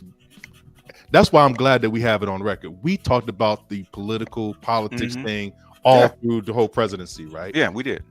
How many people were mad at me? And I apologize to BGS because I knew that it was going to cause a separation or a friction. Yeah, it should. But that was bound to happen. It shouldn't have. It shouldn't have done this, because the reason why that's the reason why I never wanted to really like grow our channel to a certain size. I never really wanted that, because I wanted it to be just a limited amount of people that was ready for the truth. Because this is a so-called red pill space. I said the same thing. I said the same thing too. Deal with it. You know, I'm not here to try to build any kind of, like that kind of deal. Yet I'm just saying, like, look, man, this is what it's looking like. I remember when people were talking. I remember talking about Kamala a year before she got in. Yo, you were right. You were right. I was vice president. Hey, you didn't tell all of why she was going to get in, but you did say it. You left a few key factors out there, sir. But I'm not. But I'll forgive you for that, though. I knew Kamala was a factor when they did that whole Barack Obama was drooling over her on the stand. Once I saw that, I was like, that ain't what I'm. DC, it ain't what I'm talking about. DC knows exactly what I'm talking about. No, I wasn't part of the space yet, so I don't even know where y'all going with it. But I'm saying when I saw it, DC, it's apparent. Well, for those who know, it's apparent now. But DC left that little bitty important factor out, right? If he had said that, I said, okay, I got you. He left that shit out, didn't you, DC? Is it about the handlers? Huh? Is it about the handler? Yeah. Oh yeah. He did leave that out, but it's okay. It's funny because it's just like, what I was doing that for was not trying to be right. It was trying to get people prepared mentally, because what's going to happen is you get radicalized, you believe a lie, you want to believe what things should be, but that's not really what the space was for. The space was for us to tell harsh truths to ourselves and to be able to maneuver in the environment accordingly.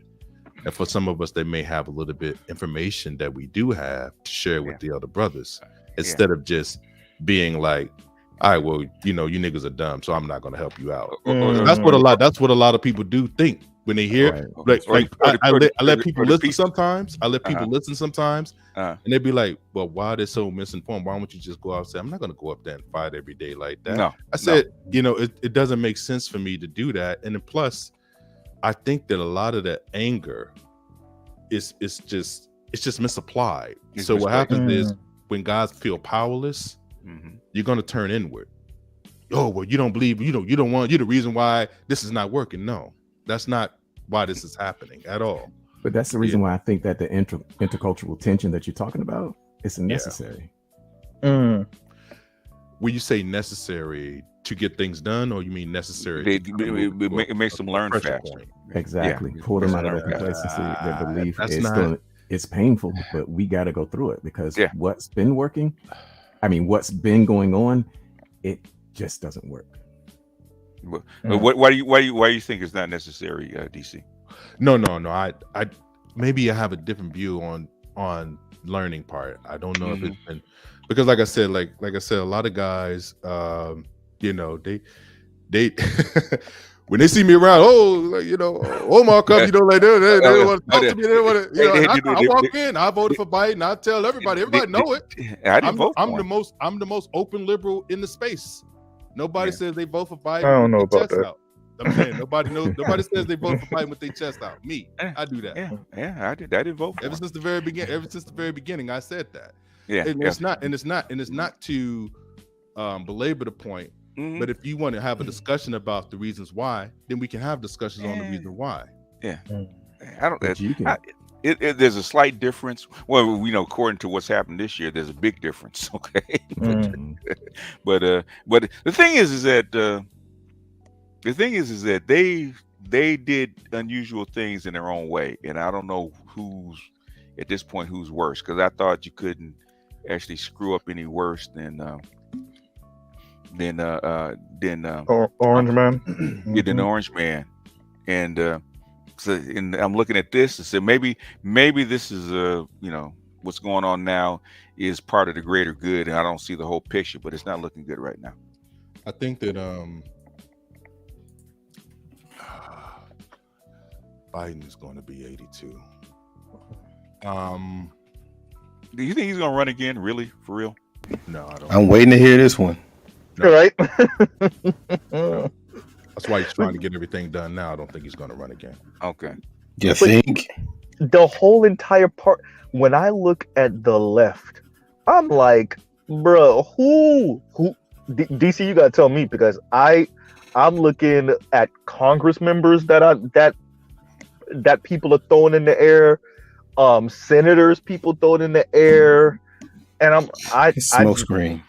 Just nothing, bro. It's Nothing. gonna be. They're gonna put in. What's that dude's name? I keep mentioning Newsom and a white woman. You think they're actually gonna put up Newsom right after Kamala? I think depending on Pelosi's pull.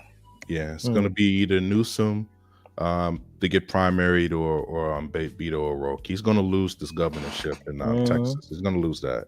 Okay. But I think that's going to put him in the map. He's ran for Senate already. He's ran for Senate. Yes, he has.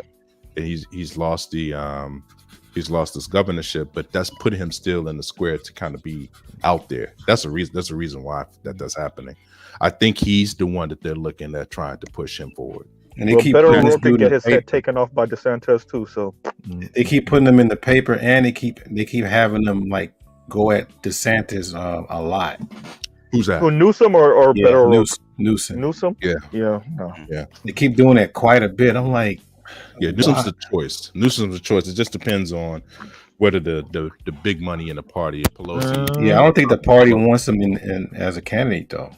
Yeah, people may be tired of the Pelosi family, period. You know, but she's gonna find a way to maneuver him in there. But yes, he's gonna make the primary. It just depends on who that running mate. You got to get that. Depending on that running mate, whoever it is, that's going to be the deciding factor. Because we know Kamala cannot win a president. You don't think so? No, I'm joking. No. That ain't gonna happen.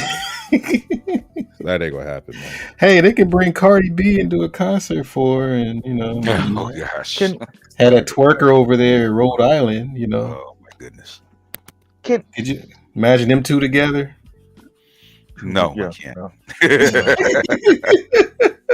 The twerk offs. Twerk off. Kamala wouldn't even win a primary again. She wouldn't win the primary again. If she had to do a primary, she wouldn't win that again.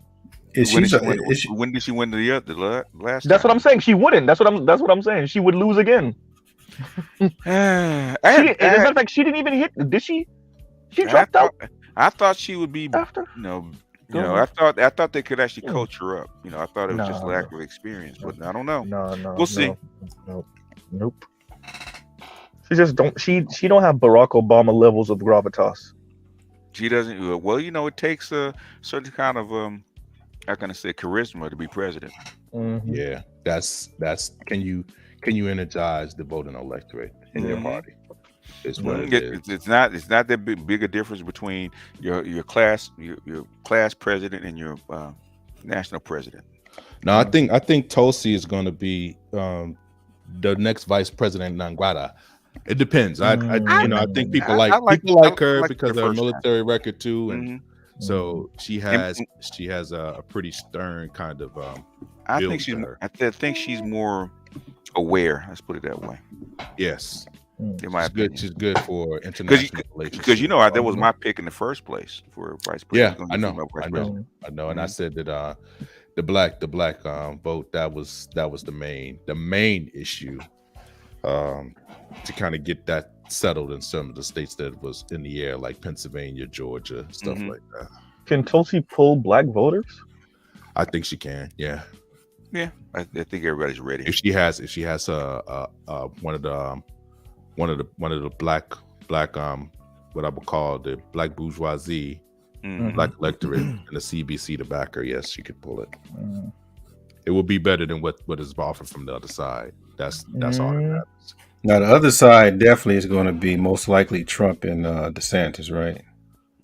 I thought they were going to run against each other. Actually, I mean that's how they're going to start off, but after that RNC meeting, I just don't see how that goes. I don't see DeSantis giving up the seat to be. He ain't gonna have no choice. Yeah, DeSantis has time. Trump pretty much. This is it. Yeah, this is it. He could be his own man, still run Florida, and come up for 2028. Remember Biden kept saying, "No, I'm not going to be vice president. Y'all leave me alone." All of a sudden, he made the announcement, "I am proud. I accept your your nomination or whatever." Yeah, after they took Bernie head off, Bernie's. I can't believe he. Actually I'm talking about when he was trying to run. When Obama needed a running mate. Yeah. Oh yeah. I remember that. They interviewed him. I think he was in his truck, and he was like, "Yeah, no, no. Yeah, I know what you're saying, Art." Hair comb back, had the suit on. Biden was always used as the kind of conservative wing of the Democratic Party to kind of get that wing kind of solidified. He was always used for that. That's the thing. Shout out to all the people that don't know what a blue dog Democrat big effing deal. Yeah, I mean, if you got Wisconsin voting mostly Democrat, you think all those people are so-called rich and living on the hog out in Wisconsin? Come on, man. Let's get real. That whole Rust Belt. That's why it's so important. Ohio, Pennsylvania, Michigan, Indiana, and all that. The Democrats got an image problem too heavy though, DC, because they're not coming off as the party of labor anymore. They're coming off as the party of the snobby elite, and that is going to hurt them more and more if they don't get a hold on that image. So right, the party of pronouns. It's going to hurt them in where it's hurting them right now in the House and the Senate. National politics. National politics is all about whoever's running. It's whoever the party is running with. That's what galvanizes the vote. It's not most about the party. It's most about the personality of that particular person. That's the reason why somebody like Trump, that's been pretty much a living liberal. He has lived a very liberal life. President Trump has, to the point where he's more liberal than Biden ever been. Biden pretty much a Scranton, Pennsylvania, Wilmington, Delaware, squared in, blue collar, ride the train every day. He's that kind of guy. That's him. Even though he's been paid and stuff like that, but he's still. The fact that the conservative ran as a Democrat and the liberal ran as a Republican is fascinating. That is fascinating, but that shows you it's all about the personality. I wish I could play it. You've been had. You've been bamboozled. About the personality. That's why I told people, I'm like, you're thinking I'm voting for the liberal, but really I'm voting for the conservative person here. They can't see it because they associate conservative automatically with Republican and liberal automatically with Democrat. And you would have to go back to when it was less of a binary, right? When people knew really what a blue dog Democrat was, and when you had the Rockefellers that were like liberal Republicans. Does anybody even know what a liberal Republican looks like anymore? I mean, like, you just had Trump, but does anybody know what a liberal Republican looks like anymore? Especially when you look at like the Northeast liberal Republicans. How do you define liberal? That's the problem. A lot of people get confused about how you define liberal. Yeah, it is confusing, but I mean, even with the bare bones of what people define as liberal today, Nixon would be considered extremely liberal. Mm-hmm. Yeah, well, we said that earlier. Yeah, that's what I'm saying. He would be considered very, very liberal the way his politics were. Yeah, well, yeah, because he was he was actually Eisenhower's vice president. Eisenhower was a socialist for the most part. Absolutely. So Nixon was going to carry some big government all the way. Social programs, meal tickets. That's why you have like breakfast programs, which they got from the Panthers, but they implemented into schools and things of that nature. That's all under Nixon, man. Yeah, Nixon did that. Peace Corps. That's a fact. No, Peace Corps was Kennedy, I believe. Yeah, that's been around before. Was Nixon. it? Nixon, yeah. Nixon implemented. He opened up. He opened up China. The environmental agency. I'm sorry. He broke through. He broke through there. He was a very, very, very intellectual, constitutional man. Very smart. Nixon was. Y'all are right about Peace Corps, because that was Sergeant Shriver. I got my names mixed up. Yeah, that was Maria Shriver's dad, Peace Corps. I forgot. But no, environmental agency, that was Nixon. I don't know why I got those mixed up. But half the party didn't like him, so that's why he didn't get protected when he tried to run those shenanigans at Watergate. So that's why he pulled up on it. That was all. That was all a pull by the Republican Party. I am not a crook. Not by the Democrats. That was an inside job. Believe it or not. Well, what Mitch McConnell and them pulled on Trump, was that not I saw it as an inside job.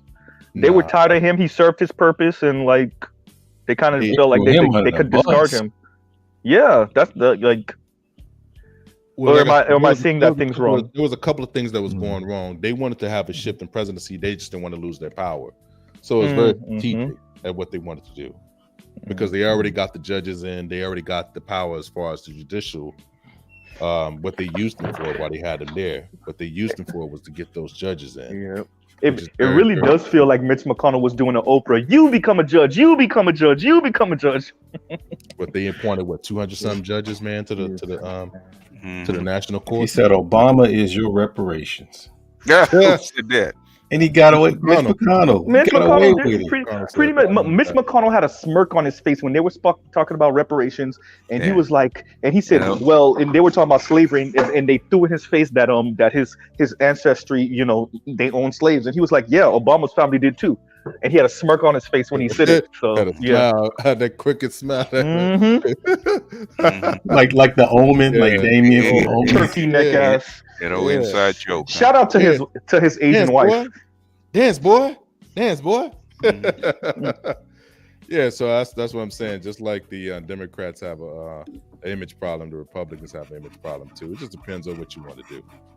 Like I said, you got to figure out the way you want to fight. That's all. To me, it's about choose. Like I said, believe it or not, there are a lot of men, a lot of black men, because we're talking about our group, okay? There are a lot of black men that are very knowledgeable. They don't agree with a lot of the stuff that's going on in the so-called Democratic Party. God damn. But they don't have an avenue to form a political voice within the party, because it's so convoluted with black women taking the lead. And what I'm saying to a lot of brothers is for us to not depend on them and to strike out on your own and have your own voice. You could do that still within the party, man, but you got to decide to do it. But like, let me add. So basically, you're talking about almost like how the Tea Party did the Republicans. Yes. Okay. Yeah. Well, I find it interesting that because I remember y'all was talking about earlier about patriarchy, and I think that when it comes to this issue, especially to the issue of society in general, any society, patriarchy is the only thing that works. Depends. Well, how do you? Okay, so so this is where we get into some sticky situation, because if the left is seen as the progressive party, and black men are advocating for a certain form of patriarchy, and yet the party is like, yeah, we're going for egalitarianism at best, if not straight up, feminist, women-led situations at worst, then how do you square that peg? Let me ask you a question, Mrs. Z, because that seems to be something that guys in this space talks about. And just let me have this, BGS, okay? Let me just ask some questions. You don't even get involved in this. You come back, Hop. Go ahead. What do you think patriarchy is in the modern day right now? What do you think that will look like for us, Mr. Z? I don't know if you can have patriarchy now. I mean, what would patriarchy look like now? You're talking about having a voting seat. Okay. So just repeat what you just said about the mindset about the patriarchy, which you just said. Yeah, male-led homes and pretty much male-dominated environments, political and economic, structure. Pretty much 95% Wall Street men, political space, let's say 95% men. When I say patriarchy, I'm saying that that's what I think brothers are talking about, right? In the house, your actual home being dominated by you. Okay. Mm-hmm. So that's what I mean. So in a political sphere, what does that look like to galvanize brothers to get brothers to the poll? Because you're saying that is something that's patriarchy. To me, right? To me, that seems to be putting the cart before the horse, right? If you're supposed to have your family together, that's the first part of that, right? So you already come to the political table already with that intact. However your family look, you're comfortable with it, right?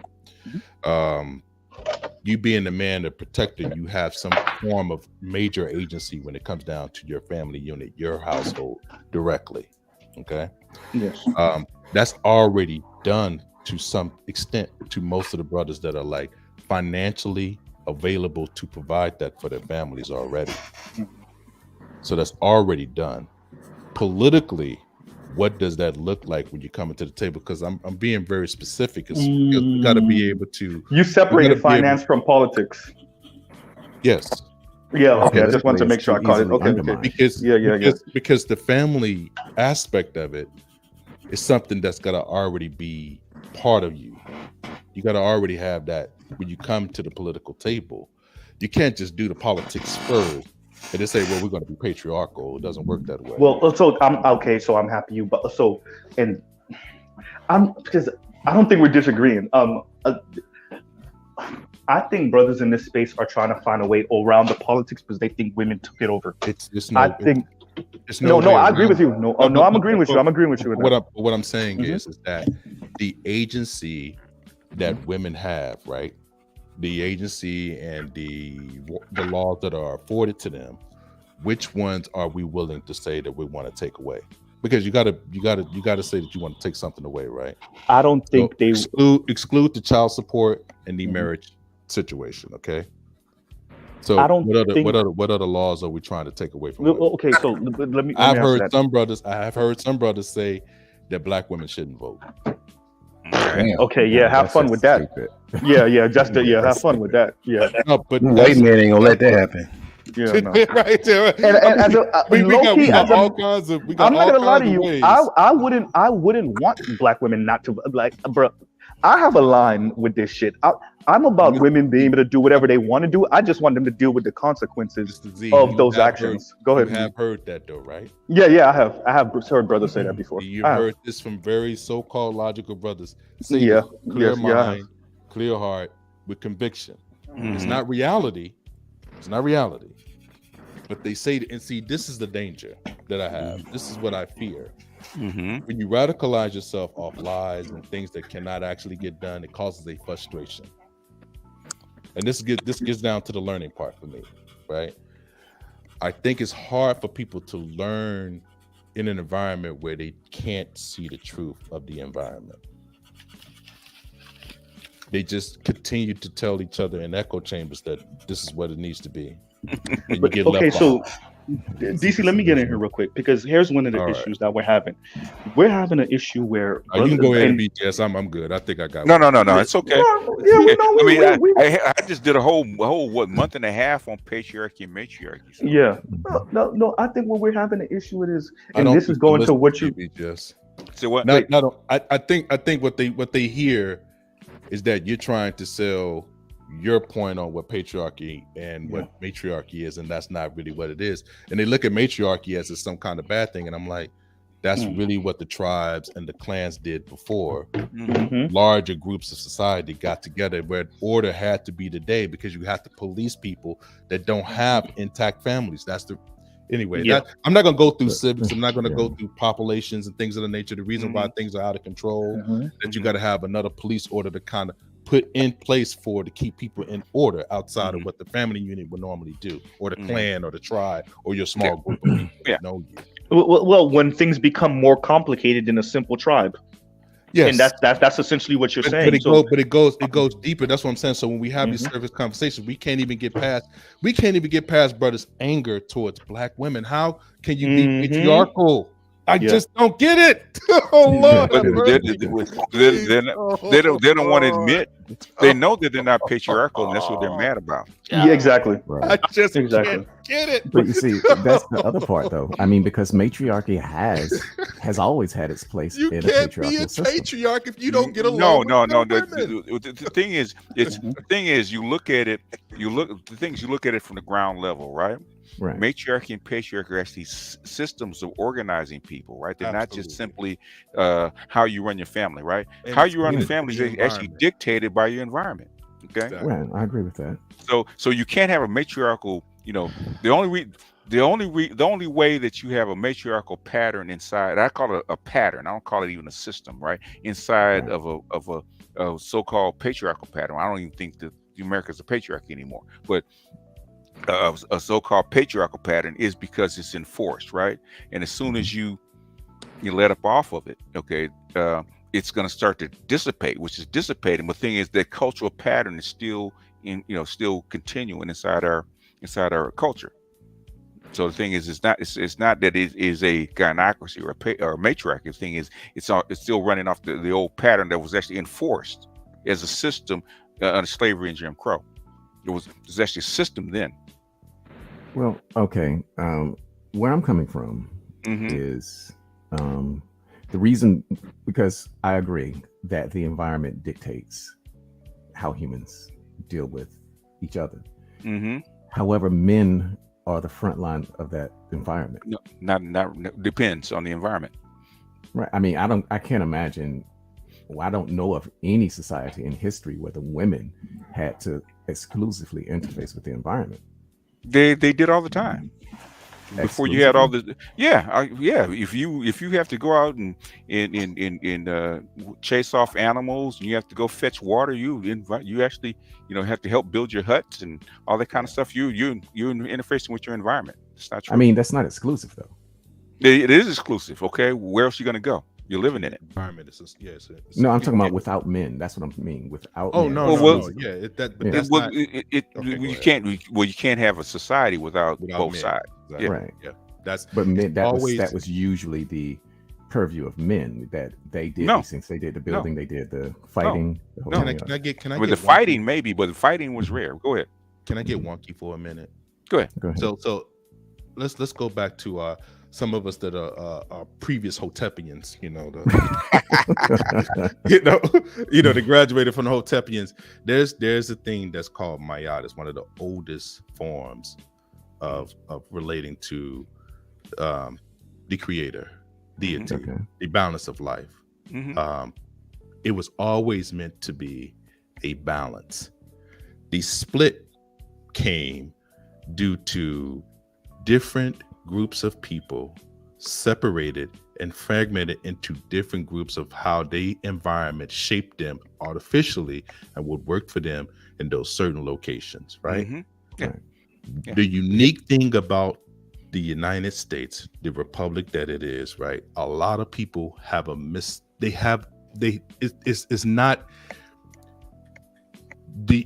really an autocracy. It's not like what men are looking at, what other black men are looking at. They're looking at the ultimate power in this country, right? Which is ran by white men in totality. They're looking at the very limited few, regardless of whoever is in charge. It's always a so-called small group of white men and their families that are actually in charge, right? but we're supposed to be a democracy which is ruled by the people at the lower realm. Okay, the lower realm, which is the family, the way the family structures this and that, things of that nature, that's more of what they would call a weaker egalitarian system, which is basically leading towards a matriarchal type of system because of the protections that are put in by law to protect women, right? That's the reason why, you know, women can initiate rape cases, because when you litigate that violation, it means that she's the weaker vessel. So the people that are in charge is a patriarchal kind of in charge system, because it's very limited with the number of men that are in charge. That is a fact. The people that are in power in this particular country and other places around the world are men. That's a fact.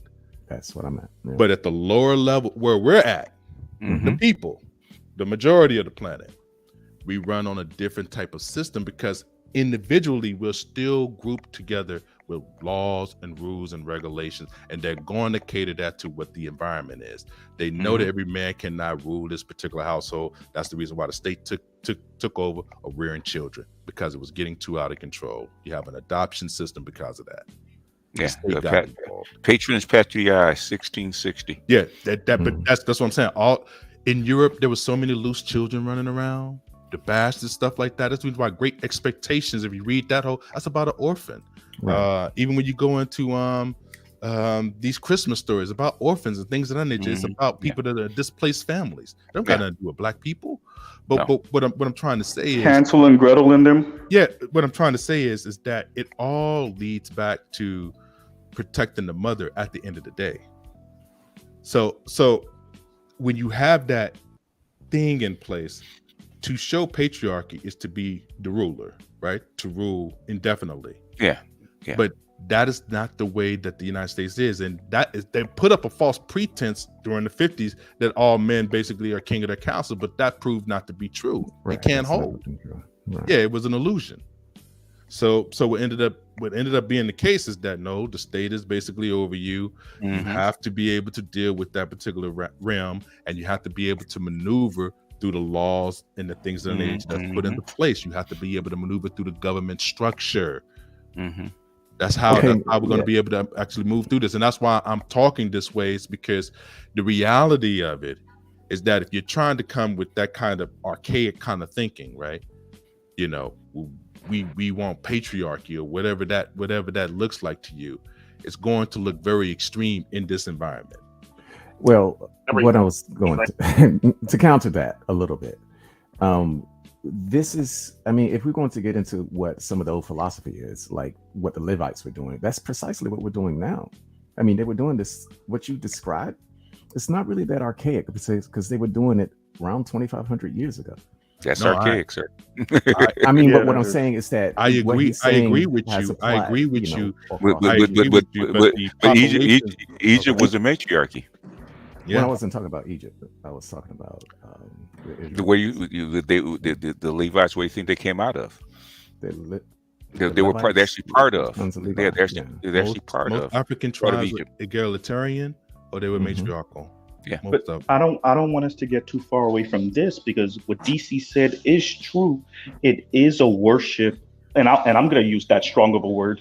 It is a worship of elite white men's position. Yes, and by the way, the entire society is geared towards that. When you listen to the sisters talk, they're not comparing black men to your everyday, like Charles said, cheddar bob built white dude. They're talking about the elite white men that they build. What are you talking about? Amazon? Like, what are you talking about? Right. Yeah. So like military guys, trying to go against military and try to where's your military? Like exactly. Black man, that's what I'm saying. You're radicalizing a small group of us to go out there and get themselves killed for nothing. Can you hear me? And there may be another black man that may kill him that's in the police force. Charles, stop me if I'm lying. Go ahead, Charles. Y'all hear me? Yeah. Go ahead, Charles. Go ahead. Here's the biggest issue, right?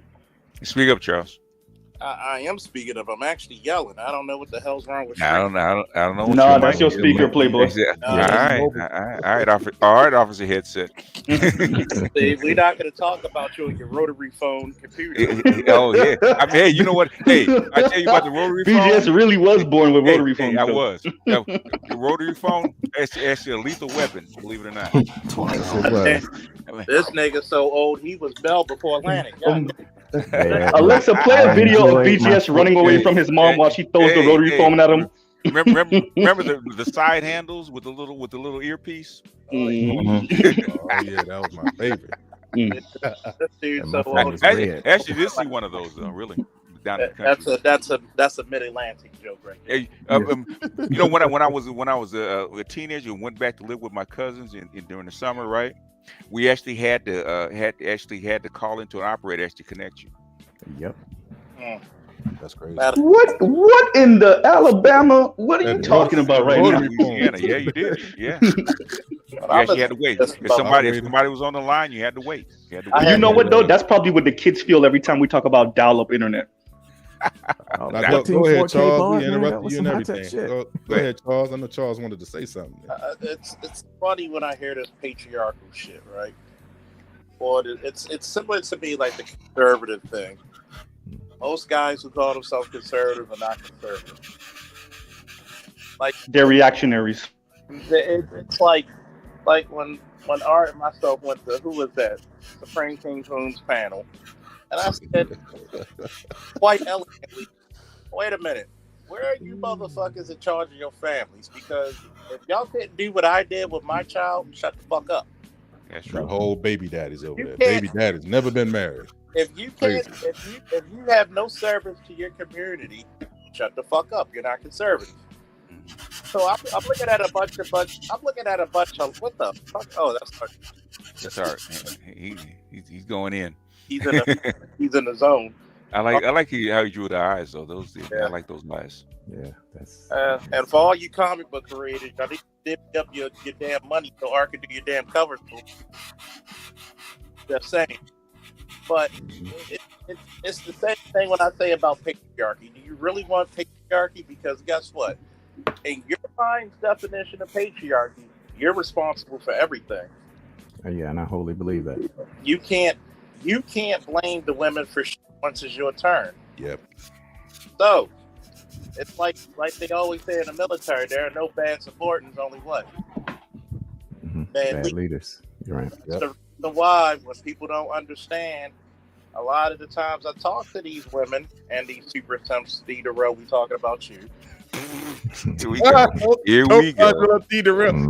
Hey, look. Pop up in the chat. Charles, stop it before this nigga come up here and start Candy Man out incel language and shit. Be the real. Yes, Charles. I was like, is you getting turned on by Charles right now? Yes, Charles. Who knows about him? Warriors. Oh Lord. We go. Charles asked him a question and he didn't say yes, Charles. He was like, yes, Charles. I'm like, wait a minute. Why are you answering this nigga like this? Shit, man. Said that, I was like, what the milk and I want some milk and cookies. This nigga, Charles, oh man. Rest in peace. Now eat your cornbread. Right? You gonna eat your cornbread?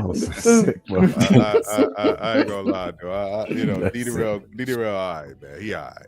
D the real. Hey, that Negro Bears watching. That Negro Bears watching. DC, that Negro Bears watching. Okay? No. Somebody watch. Oh, you gonna make him? You gonna make a DC break a rib? He's laughing so hard. Man. Beetlejuice. Go ahead and continue, right? Charles, we keep interrupting Charles. Somebody watching me. And then Charles interrupted himself. We need the real. Go ahead, Charles. Cracked himself up. Go ahead. Oh, trust me, I'm gonna keep it even funkier because I was listening to a Mary, and I didn't. Oh boy, the other one. You know what? I left and went over to Chaos, right? Because he talked about white women and black men, right?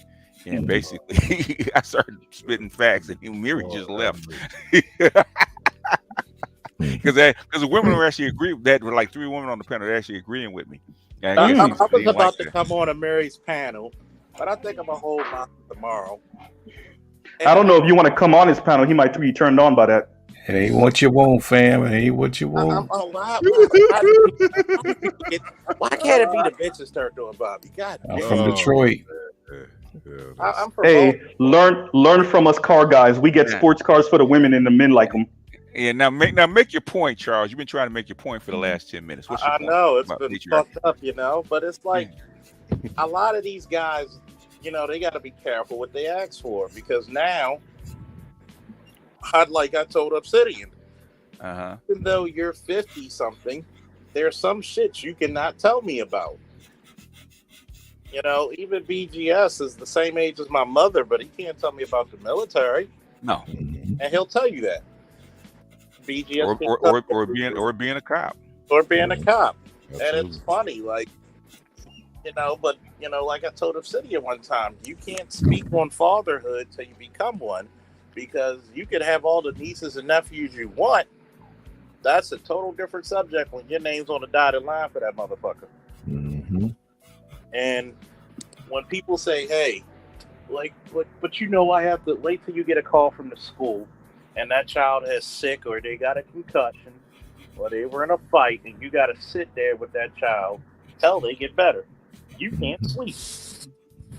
You got dental, you got medical, Yes. you got recreation. And then you got to wait for and then, God forbid, if you have another motherfucker trying to dictate to you how the son should be raised, but they're not doing a good job themselves. You just got to speak loud, and then you look like you know all you need to know. Just speak loud. That's all. I'm black. You got Art Nustal calling you, telling you your child being a disruptive person in class.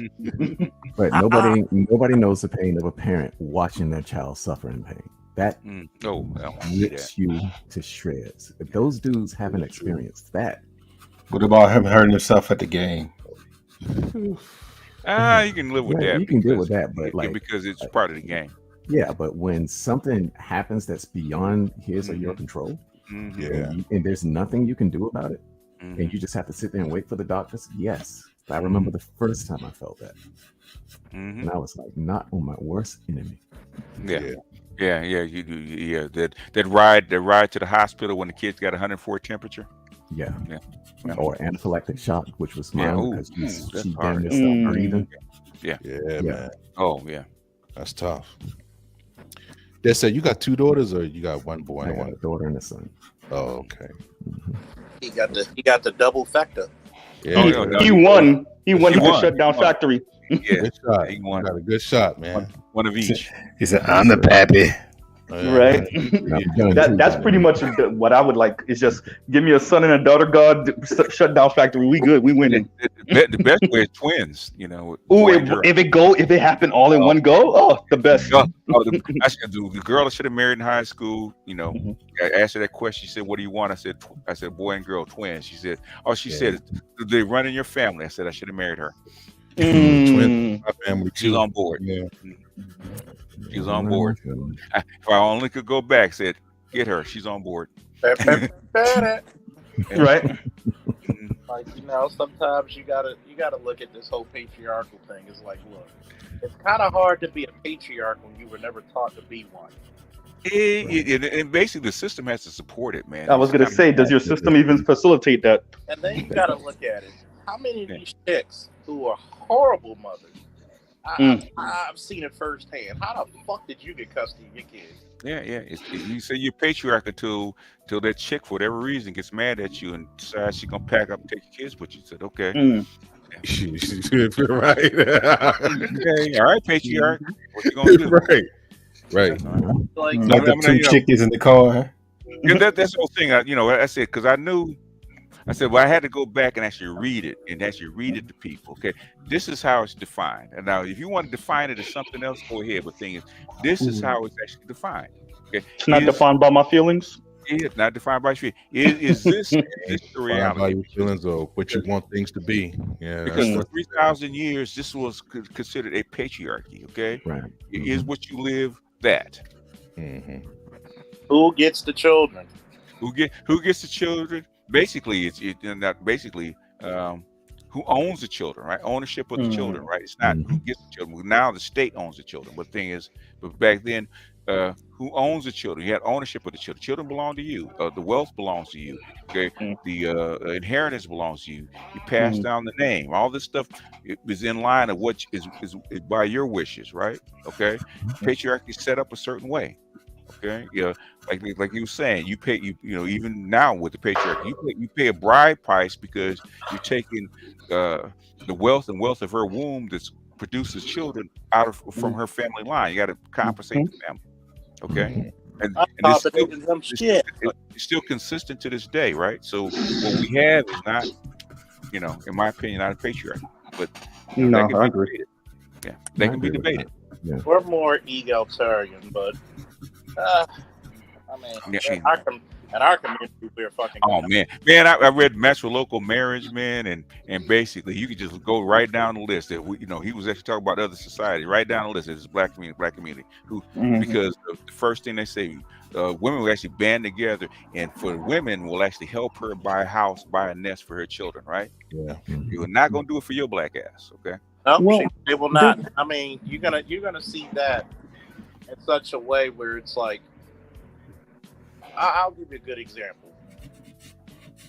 Lady I'm talking to, she was like, when her and her son's father were together, she was like, I don't know why these chicks always get with guys who had children prior, but I already know your dick is certified. That's what it means. But anyway, she's like, well, where he's from in Virginia, the part where the men aren't expected to do much. Oh, so it's a gynocracy. She was like, what you mean by that? It's woman-led. Well, I wouldn't say that. It's woman-led. I said, I know you got 2 master's degrees, but guess what? It doesn't mean you're smarter than me in every subject. It doesn't mean you're smarter than me at all. We got to be honest that most people, what they really want, and this is men and women, is the accoutrement of patriarchy, right? Or their concept of patriarchy. The women want the umbrella and they think it's going to be some princess treatment. And then the men want that power and that authority, right? So people want the accoutrement of what they think patriarchy is, right? So I mean, when you come to terms with that, then you realize that most people don't know what the hell they're talking about. And this is not just sheerly from an ignorant standpoint. It actually is invested in not knowing. You don't actually want to know, and we could tell by the pushback that BGS and others like him get when they actually bring what patriarchy really looks like to people, to women. It's like it's not a field day for you. It's not easy peasy. You sit on your ass. And then for the men, it's not just the power and the authority without this kind of sacrifice, and when you, I don't know. I mean, I don't really see how you graft that on the 21st century anyway. You would have to pull back so many female rights, women being allowed to vote, pretty much going outside without their husband. I mean, man, you would have to pull back so much. I'm gonna pretty much tell you like this. The way shit is happening, they're gonna make men avoid women, especially with a heartbeat bill. Fuck all that. I agree. They're gonna make men I agree. I'm in my good damn self where I look at my son and his best friend. They're both, Peter just turned 15. And they're more into their games, their computers, and their schoolwork, and just being boys will be boys. I mean, they'll cut some grass, they'll do some shit. But what makes it even funnier is that, like, for women, you got to really offer men something to even be around you, because I'm sorry, I find women rather boring most of the time. Like, what do you bitches offer? Like, what makes a man want to work till he dies for you? It's called a vagina, Charles. That's what. I mean, we all been there. There's some pussies you've been in. You could have had a better time beating your shit like an LA cop. I mean, true, and that was fucking hysterical for real, DC. But I mean, that is. But you gotta offer them something better, because I've said it many of times. How many years have I said it? I love my son, but children are a burden. Well, and becoming more and more of that in this kind of postmodern freaking what's the word I'm looking for? it's not just postmodern, but yeah, I lost it anyway. But in this modern society, it is what it is, a burden, and there's people that literally I think cannot afford that cost anymore. And our society is gonna have to adjust for more and more young people being like, yeah, I opt out. I just completely opt out. You have to change with, and culture always does this. It changes with the environment. And when you look at it, women are the ones who suffer. Yeah, like Western patriarchy didn't come down until the Industrial Revolution caused it. Right. Yeah. And the thing about it is with those changes, human beings biologically don't change with it, and I think that's where we get stuck. Right. You got to remember a lot of things that's going on now. You got to offer men a better deal. Men are just like, you know what? Yeah. The best way. What did I always tell you, BGS? What my coaches said, what the greatest reversal is. What's that? Never get in the situation in the first place. Yeah, that's true, and it's shifting faster than we would like, because this is being spread all over the world as you change this into a post-industrial society. You're going to see what we call feminism just sprout out all over the place. Feminism is an effect and not a cause. Yeah, it's gonna be to the point where you're looking at people like, yeah, it ain't worth the fucking speed. But once again, BJ, what you're missing, sir, is how do I blame black women if you tell me that all of this shit is part of the environment and the time and all that other shit, sir? Okay. The thing is that feminism has nothing to do with how you treat your boys, right? Okay. You don't have to hamper your boys or your men to have a feminist society, okay? Because Latinas, Asians, and white women do it just fine, right? Their boys are not tamped down and dumb and stupefied, right? So why is it with the black community for women to actually have their say? They have to step on the neck of their men and their boys because they don't. They're a bunch of fucking. They're a bunch of evil harpy bitches. Well, because intersectionality dictates that. That's where intersectionality for me comes in. This was happening well before intersectionality. No, I hear what you're saying, BJS. What I'm saying is because of because the way they see power acquisition in a white racist society, you got to step on your men's neck. This is trying to get power through the back door, not the front door. Let me put it to you. So you got to defecate on the men. That's how you blame the women. It has nothing to do with feminism, right? Basically, for the most part, black men could give a damn about fucking feminism. They don't give a shit about that shit. They care about the outcomes of their children and their outcomes, right? They don't care about fucking feminism. Basically, if you look at it, black men and feminists have said this are the most egalitarian that's a fact men on the planet. So we're already designed to actually serve into this environment, right? We've already been trained to do it. The thing is that the outcome for black boys and black men are not equal to everybody else's. Okay, if you actually made it fair, or made it a priority for all your children, whether they're male or female, I don't think black women will have a problem with it. What word was that you just used, sir? Fair. Yes, fair. Compromise. What the hell? What? Exactly. Compromise. I mean, black women talk about feminists and niggas beating on them and all this kind of crap. But the thing is, you got 10% of your boys that can fucking read at reading level. Yeah, but when they do that whole abuse thing, the whole black men are the most homophobic, transphobic, misogynist, sexist, colorist pigs on the planet. All of that is just titillating freaking white feminists. That's for the white feminist patrons. They can say that all day, but I'm still not doing their hair. Right. Thinking about that. Shout out to Serena's husband. Oops. It's funny because I don't get that argument anymore about domestic violence. I mean, like, okay, do tell. Well, black food. It was a certain somebody who asked this stupid ass question. I was like, so who do you think is more violent in the black community, the men or the women? Yes. Ask Blueface. Right. And I've asked it to a certain virtual stalker, but anyway. And I'm like, he's like the men.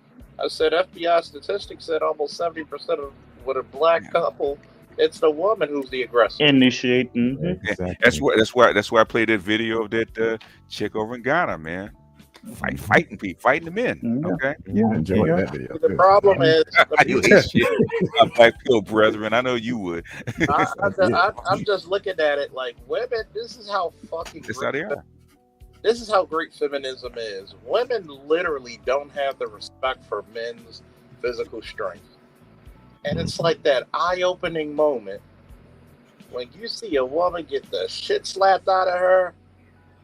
It's like the funniest shit in the world because she's looking around like, you ever see like He somebody said, "Just take the money, bitch." So, we went and got her. I'm like, damn, just take it. The funniest one I ever seen, Charles, was not of actually a black dude hitting a black woman or a white woman. It was a white dude that a white woman was punching him. He gave her one bow, and you just watch her crumble. Yeah, and then everybody rushes in. Yeah. Yep. Yeah, like Blueface. Nobody rushed in while she was pounding him until he knocked her down. And so I said, "Oh no!" Yeah, I never understood why people do that. Bitch down. Because right? You know why they do it. It's a visceral response, so I mean, let's face it. Yeah. Because you're supposed to eat it. You're supposed to be Jay-Z on the elevator. That's why. Yeah. And like I was just on. It was the funniest thing because I do this shit all the time, right? So this lady, she moved from New Jersey to, I forget, she didn't say where she moved to, right? She moved to Utah, and she's saying that since her kids were surrounded by white folks, they integrated, right? And she was wondering. She said, "Well, I have a son, and he doesn't date." Even though it's a mixed neighborhood, he doesn't cater for black women. And he said she couldn't understand why. I said, because every young guy that I asked that dated out, I said, why don't you date black women? He said, because they're mean. And she says, well, I don't think I'm mean. I said, no, you don't think that you're mean, but I'm saying the people, how you appear to them is mean. Okay, because this mind over matter thing is the worst. I'm sorry, BGS, for cutting you off. Mind over matter.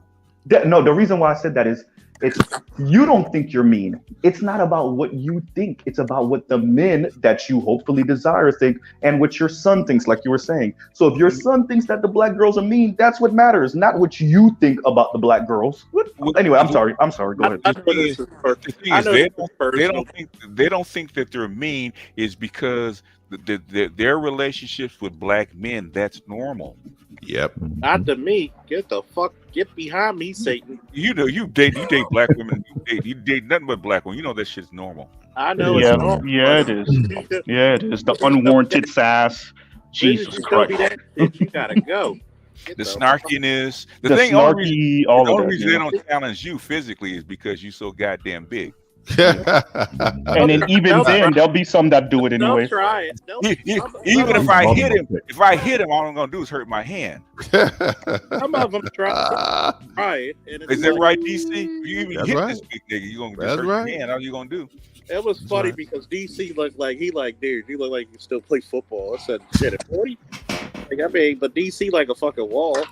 You know? It was funny when that one guy was like, I'm gonna come to DC, I'm gonna whoop his ass. DC, I'll meet you at the airport. You're like, we taking my car. All right. That sounds speechless. Like, hey man, you know how the road rage with the little white guy gets out. Yeah. With the Holyfield. Get out the car. Get out the car. And somebody like DC gets out the car and they go, oh shit, and they run back in. What's the name of that DJ? I think it was in. Have a nice day, sir. You have a nice day, man. What was the name of that DJ? Is it Keep It 100? It's not Keep It 100. It's Whack 100. Whack 100 when he thumped those two white dudes in the parking lot. Y'all ever seen that video? Oh no, I never seen that. Man, they ran up on him. He knocked both of their ass. It was like, and they're like around his size, and I'm just like, bro, y'all need to stop. Y'all white guys need to stop running up on random black dudes with no weapon. I've had two guys down at Lexington Market when I was with my ex-girlfriend run up on me. I mean, it was years ago, but it was like, and for some reason she thought I was some soft guy. I'm just a laid back guy. Remember, I'm a dangerous man. Okay? I'm not even going to call myself dangerous, but don't expect my laid backness to be weakness. Well, because that's the way she sees you. And that's like when the guy was like, I guess it was her ex-boyfriend. Hell, we weren't even together at the time. So I'm keeping them apart. Dude tries to swing at her. Then I'm pushing him away, like, yo, chill. Then he swings at me, and I hit him with a one right down the pipe, and he just pop lock and drop it. Lexington Market. Say no more. This motherfucker, his homeboy tries to jump in. May God have mercy on his soul, because I just pulled his shirt over his head and kept uppercutting. Yeah, you in for a beat down today, sir. Like the homeboy. And then homeboy, I grab her, get your dumb ass up the street. She had a bucket of popcorn. Huh? She had a bucket of popcorn. She was in awe. And she actually tells me she's in awe because she's never seen me get violent. Hey, Charles, you ain't gonna tell us what happened after that she was in awe thing, are you? I will. I'm getting right. But it was funny. Dude gets back up after he gets laid the fuck out, because I'm just, as my homeboy said, you know, when you shine a motherfucker's shoes, when you hit him with both of your fists and you look like you buffing his shoes. So he like, I literally had my knee around his jaw and his neck. Oh shit. And he's against the wall of Lexington Market. So you don't go wherever I don't want you to go. So his friend tried to jump on my back, and he ends up in the wall once again, hooks an uppercut. Bad move. And this is the whole time I'm still got my knee hit my knee on his jaw and neck. So he can't move, and the other guy, he's discombobulated. And then I'm grabbing her. Dude gets up, runs to me, and I'm like, come on, man. Like, really? So I just said, fuck it. I just let him run into me. I grab him by his waist and his torso, and I hit him with a belly-to-belly suplex into a light pole. Oh, damn. And they still got up. There's some tough dudes, man. They still got up. And I'm just like, God damn. Well, in other words, they would have beat any average dude up, but they just ran across the wrong person that day. Yeah, a lot of times, man, guys that start stuff, man, normally are the ones that shouldn't. They shouldn't do it at all. It just baffles me, because he ended up getting arrested, and it was so funny because the cop who arrested him said, "Yo, how'd your girlfriend reject you? You beat your ass beat by the new guy." And then, even though I was, broke it up, but then he said, "Then you get locked up." He's like, "Damn, you're a 3-time loser before you even see the commissioner." Yes, sir. Double whammy. Man, I've always wondered what happened when you go home. How does that feel? Like you got the ice on your cheek or on your eye. Like, how do you even deal with the fact that you took a L in public in front of everyone, and you just sitting at the house, reminiscing about the ass whooping? Jeez. I'm just thinking to myself, right? Here's the more interesting part. I'm like, after the shit, I'm like, how? What the fuck that nigga hit me with? She was like, he never hit you. You sure? I hit no. When you threw him, you went into the wall. The back of your head was. I was like, fuck! It felt like somebody took a bat to me. It was like, she was like, no. It looked like you mauled him. It's like he didn't hit you. That adrenaline came down. That's what happened. Yeah, that shit came down like a coke high, man. Shit. And she was like, I never thought you had it in you. I'm like, you knew me when I came back fresh from the war. I just didn't know. Actually, I knew her before the war. I knew her prior to the war. And I was like, you knew. She was like, it's just different when you hear about it versus see it. I was like, and then he tried to press charges on me while locked up. But he doesn't realize when I called 911, 911 recorded. So as soon as he tried to say, no, this guy beat me up and my friend, we're pressing charges on him. Look at us. In Baltimore? Yeah. He was like, look at look at him. Look what he did to us. I'm like, sir, yeah, And I'm talking to the state's attorney. I'm like, do I look like the kind of guy who would beat up people just randomly? Wrong question. And they were like, and it's two of them. It's two of them against little old me. Little old you. And it was funny because they played the 911 tape back, and you could hear me calling like, "Yo, get back!" And it starts to rumble, and he's like, "Yo," and he yells, "I'm gonna fuck you up." And there's evidence. Oh boy. Hey, Borgen. He tried to get a plea bargain. He's like, "Oh no." Yeah, we ain't hear shit you said for the past like 15 seconds. Mm-hmm. Oh, can you hear me? Now we can. Now we can. Gotta get that. Gotta Now get we that. can. BG, gotta get that BG mobile, man, swapped out, bro. That's that DC. That's that just hilarious mobile.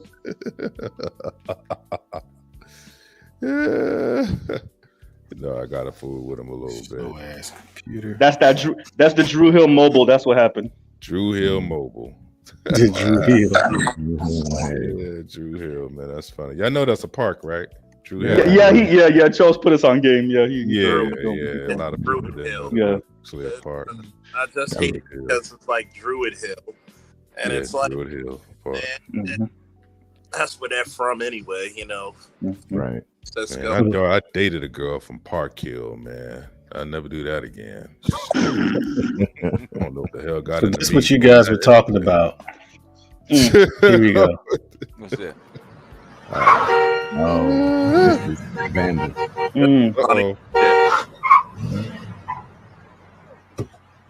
You cut me off, you son of a. Get that car. Get the out right now. I'm gonna tear you a new. Come on, get out. I'm gonna I didn't know it was you. Yeah, you knew it. Was that Holyfield? Yeah, that was Holyfield. Got your day today, sir. Alexa, play the video of Mike Tyson beating up the dude in the airplane, please. Out right now. You got I'm tear you a new. Come on. Uh-oh. Wait a minute. Did Z just say please to Alexa? I'm just saying. I always say yeah. I can't help it. I can't do that. He backed up like, oh shit. You gotta beat Tyson. Wait a minute. Man, to beat Tyson. Wait a minute. Wait a minute. That's the nigga that gave Tyson an ass whooping. I know. What the fuck? Boy. Man. He sure did look mean. Get out that That's a big son of a bitch. You know, A big dumb bitch, yeah. and you know, in the back of that white guy's mind, you thinking like it sounds like Shawshank Redemption, like Morgan Freeman. Oh man! And he had a black leather jacket. That shit was so funny. I mean, have y'all seen Evander Holyfield like in 2022? Oh, too. I haven't seen Oh, that dude is still solid. He kept in shape. He's still big. Oh yeah, Evander Holyfield is Like Holyfield just got amazing genetics, man. Like he got good genetics, man. He got a work ethic of working out. Don't get me wrong, but he got amazing. Yeah, to hold up that long. Yeah, he got to be damn near 60 now. No, he's got to be close. He's got to be close to that. Like Vander's old, man. Yeah, he's older. He's in his 60s. He's about what, 58? Yeah, he's close. He's got to be close. Because Tyson is in that. Tyson's up there. Tyson's like 57, 58. Yeah. Yeah. Did you still like to fight Tyson? Yeah. Tyson still hit you with the 1 and the 2. He be having some good interviews, man. Tyson. You gotta call Tyson out. Because if Tyson hits you first, it's over. If Tyson get to you first, it's gonna be over, bro. It's gonna be over. And he didn't even hit that white dude hard. He didn't hit that white dude with nothing. No, he didn't. He didn't. The love tap. Hey, shut up. You know, like why can't you the real one? Slappy white. Right, before I give you a real one. Like that Alexa, play the video of your mom Benny telling Hill. you I'll give you something to cry He about gave for him real. he gave him the Benny Hill slap. You need to show a picture of Mitch Green's face when he hit Mitch Green in the face, man, in New York, man, back in the day. You see that man's face? That man's face looked like it never got reconstructed back again. That was a fight in the bar or club. That was in the clothing. I think it was in a clothing space, man. You know, Mitch Green used to make fun of Tyson's voice all the time. You know.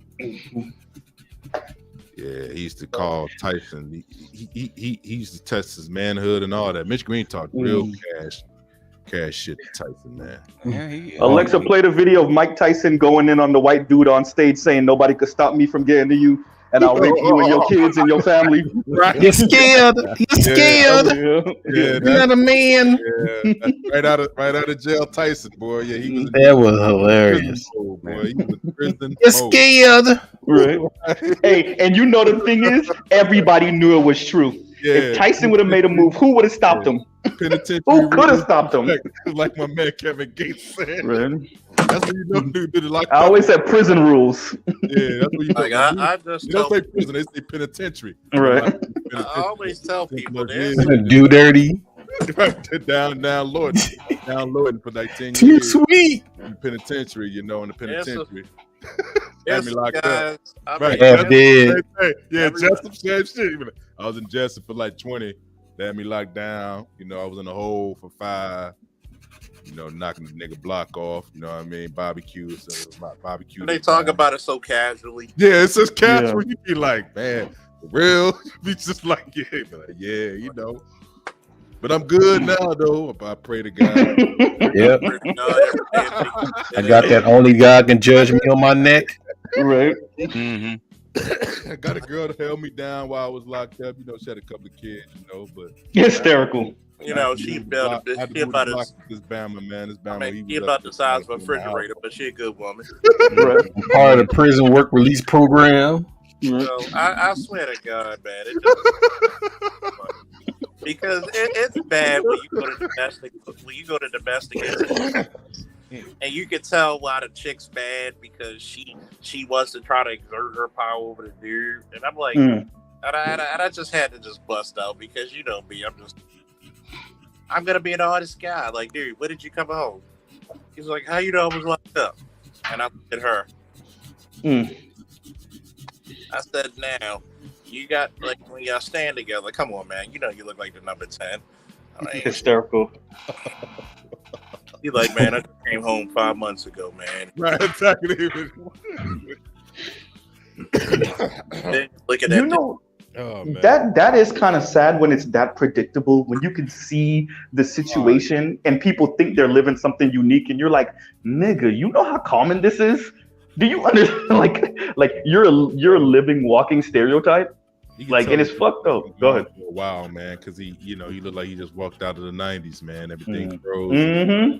Don't forget, I'm gonna get you sucker with the fish shoes. Yeah, there's a nigga getting out of jail right now with some baggy. How it is, man. Jabot jeans and Reebok classics. Go ahead. Oh, man, they're gonna have some baggy clothes, looking with a gold chain and a white T-shirt that look like a negligee.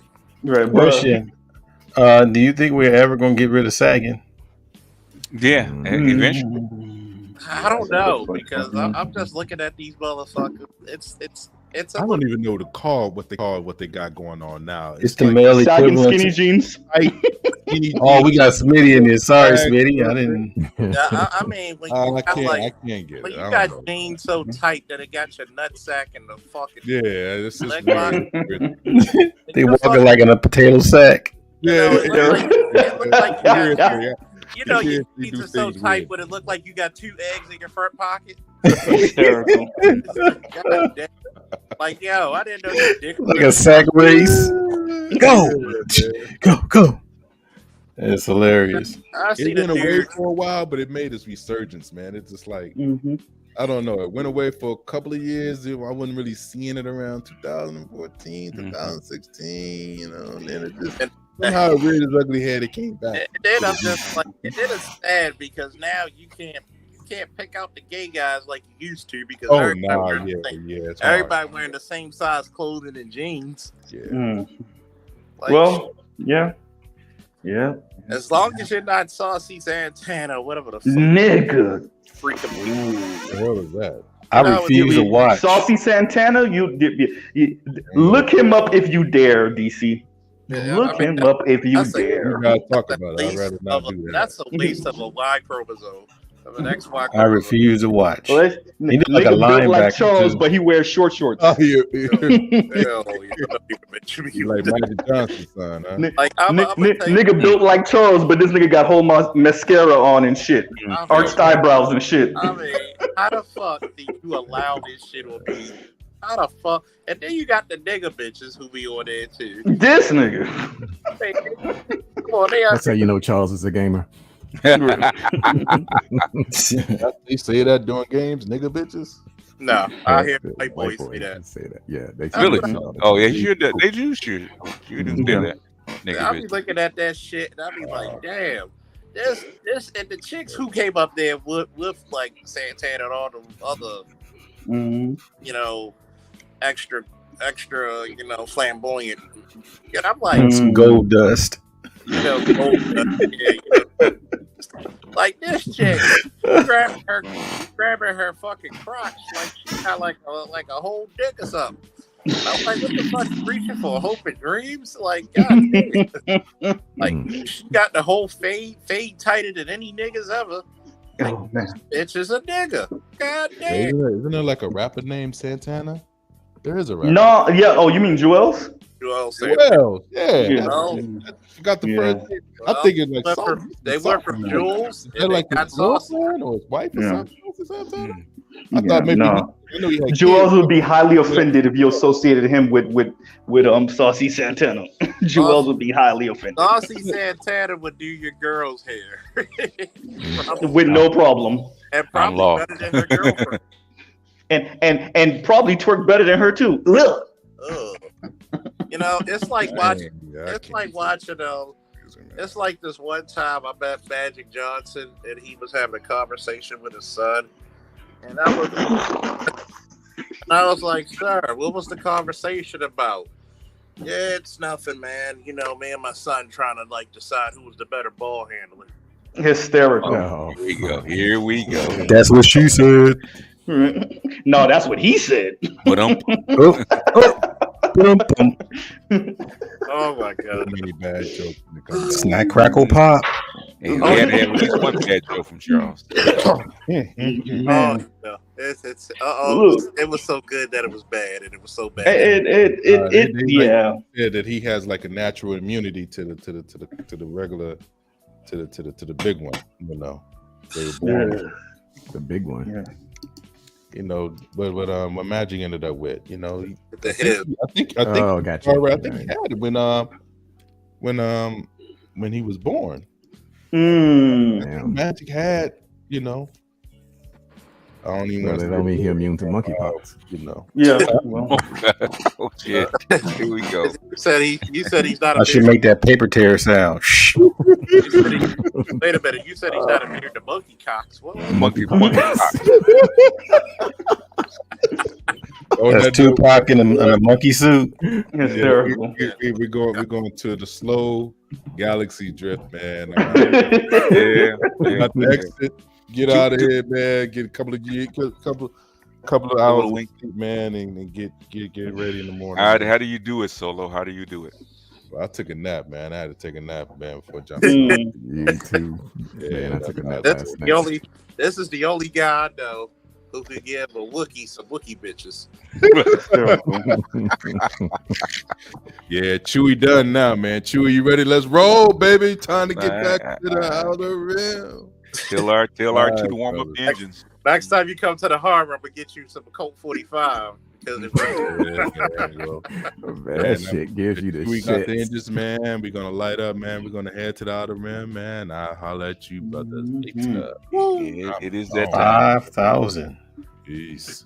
That's man. I'm sorry, I can't watch TV anymore like that. I'm scared to let my son watch. I don't watch. I haven't watched any mainstream program in forever. It's yeah. Well, before yeah, go ahead. Before BGS go, did you check out the 92 octane from Brazil? I saw some of it. I didn't see a lot of it.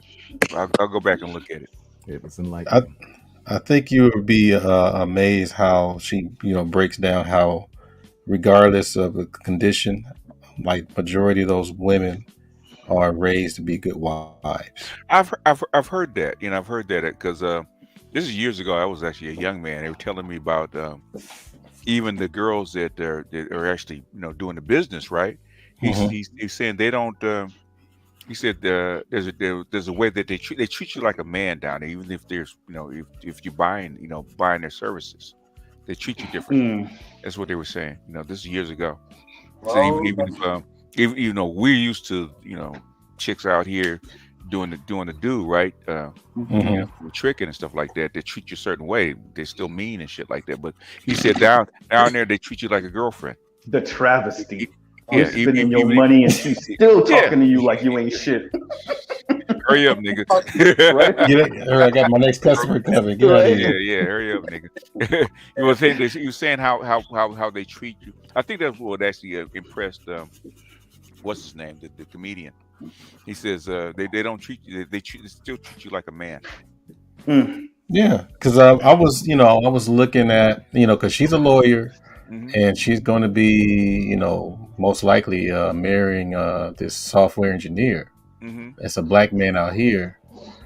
And she was breaking it down to where even if she is a lawyer, as long as he was able to provide a stable life, she'll still be able to, do mostly a traditional arrangement.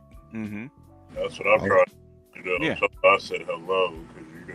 I said, okay. Yeah, I mean that's the way they're trained, and I was saying the way they're trained, it's hard to break from your training. I think this guy was saying that he's married to a nurse that came here from Nigeria, right? He said she's still trained, and when she gets home, she still does her wifely duties when she gets home, because that's her training.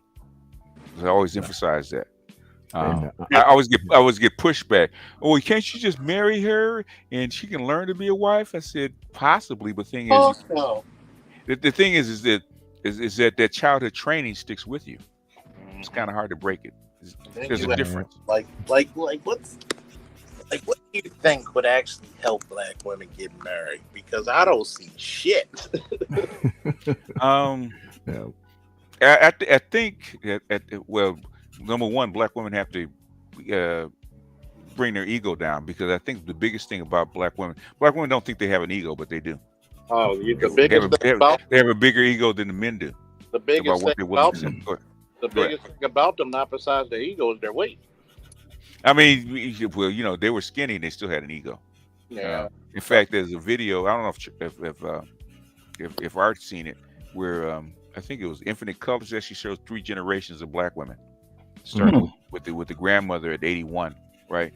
And how they talk about black men. That stuff has been there. They've been there. Black men ain't no good. No, they do what I'm not going to put up with. Yeah.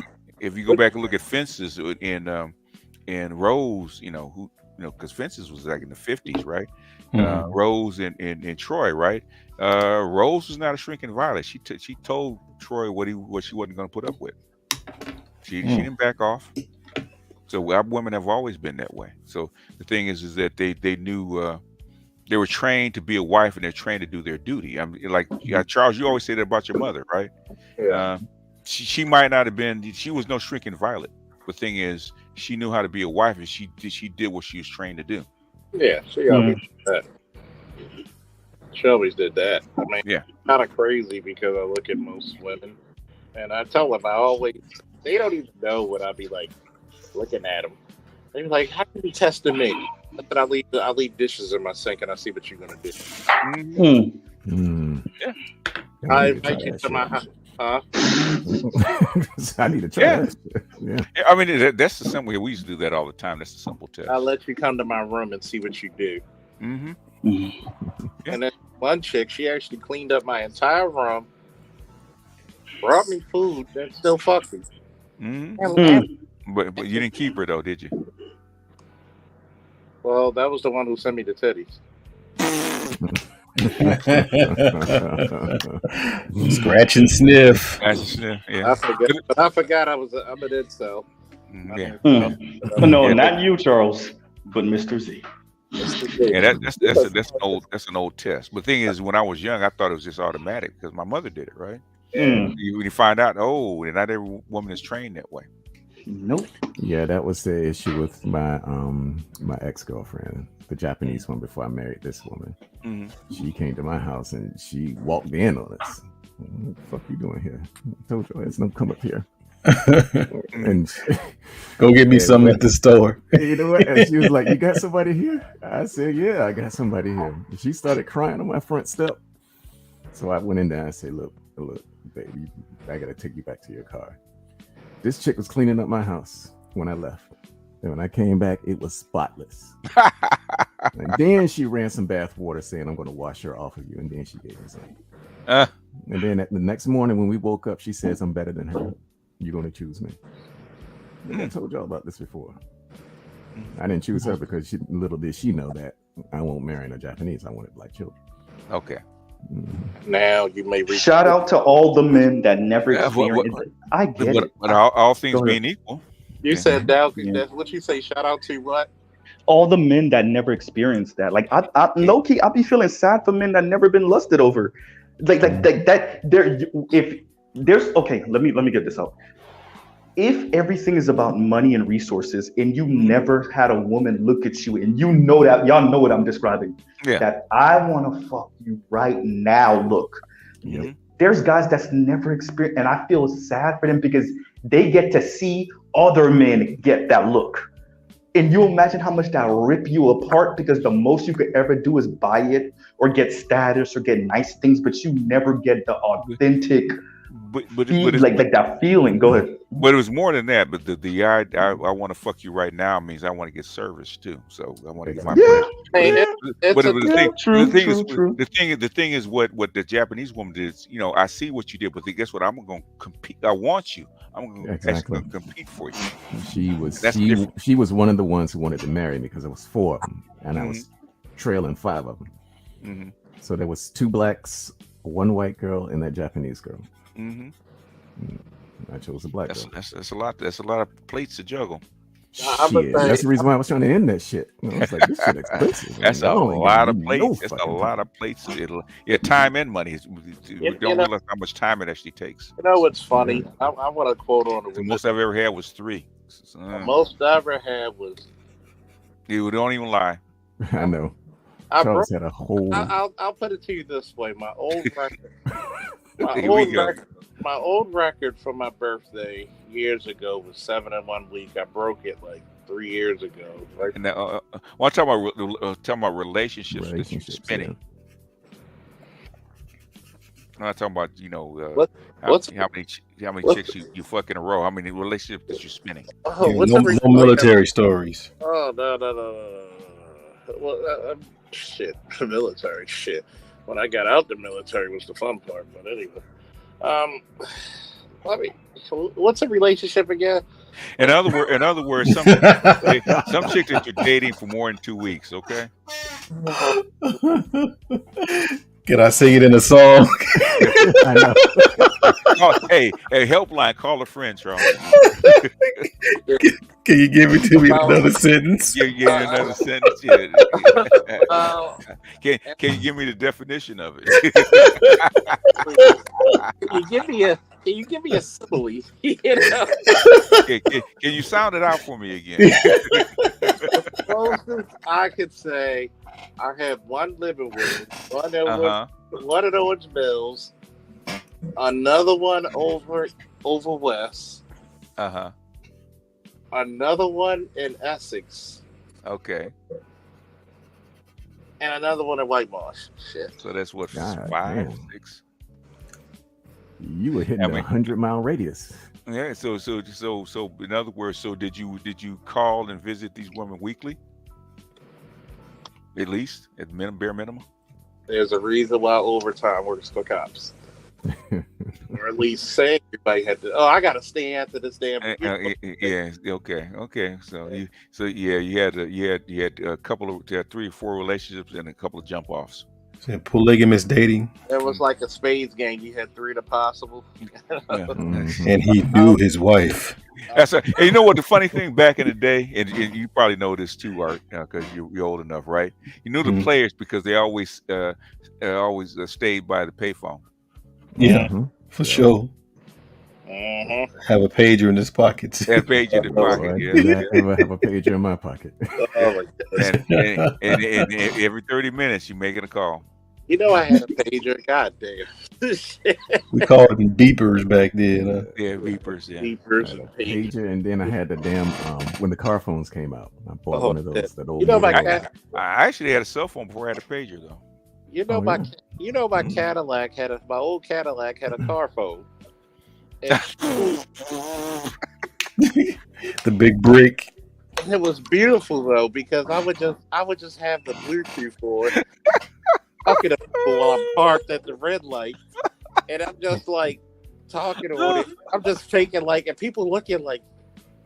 That's a big ass phone. You could tell because people like. One guy wrote it down like, "What's that, sir?" Oh, this is my car phone. Wow. You can tell he was like 21 or something, never seen him. So he's like, wow. But I had Bluetooth put into the car, so it was like nothing. Oh, man, that was funny. He who will not be named called it his drug dealer car. Because Is it who's that? There go Black Dynamite. Yeah, that's what they said. I threw that shit before I left the room. I threw that shit before I got in the room. Like Black Dynamite, that was some great loving. You're so righteous. That shit was funny. Like hush, you about to wake the other bitches. Oh man, that was a requirement for anybody in my She said, "Freeze, you moon cricket." Oh God, that's old. Moon cricket. That's old. I mean, he slapped it in the china cabinet. She dig deep within them names. I'm like, damn, moon cricket. Moon cricket, yeah, I ain't heard. We have moon cricket. That's old southern. Oh man, like moon cricket. Damn, did I elevate the porch monkey? God damn. I don't know why they didn't make a sequel. Oh, they tried it too. They made it into a cartoon, didn't they? Oh yeah, the cartoon was funny as shit too. Oh, if you never get to watch the cartoon, oh my God, you gotta watch it. But he's like the Wizard of Oz, and the one when he's at O.J. Simpson. No wonder you don't care about working again. Who's that? Michael J. White. Oh my God, he gets kicked back like I don't give a fuck whether I work again or not. He must have made enough money off of Black Dynamite. Oh yeah, Black Dynamite he made a lot of money on that. Why wasn't he in Black Panther? God damn it. He didn't need to work no more. He's like TD Jakes. So how come he's doing Vlad TV interviews now? Yeah, plus they weren't paying him that much, right? The Black Panther cast. I think they took less. They took less, but they got paid. Okay. They got paid because that's $1 billion movie. So. Yeah, they took less to get it made, but I think they made some money off the back end. And I think the biggest payoff was going to be the second movie. Yeah.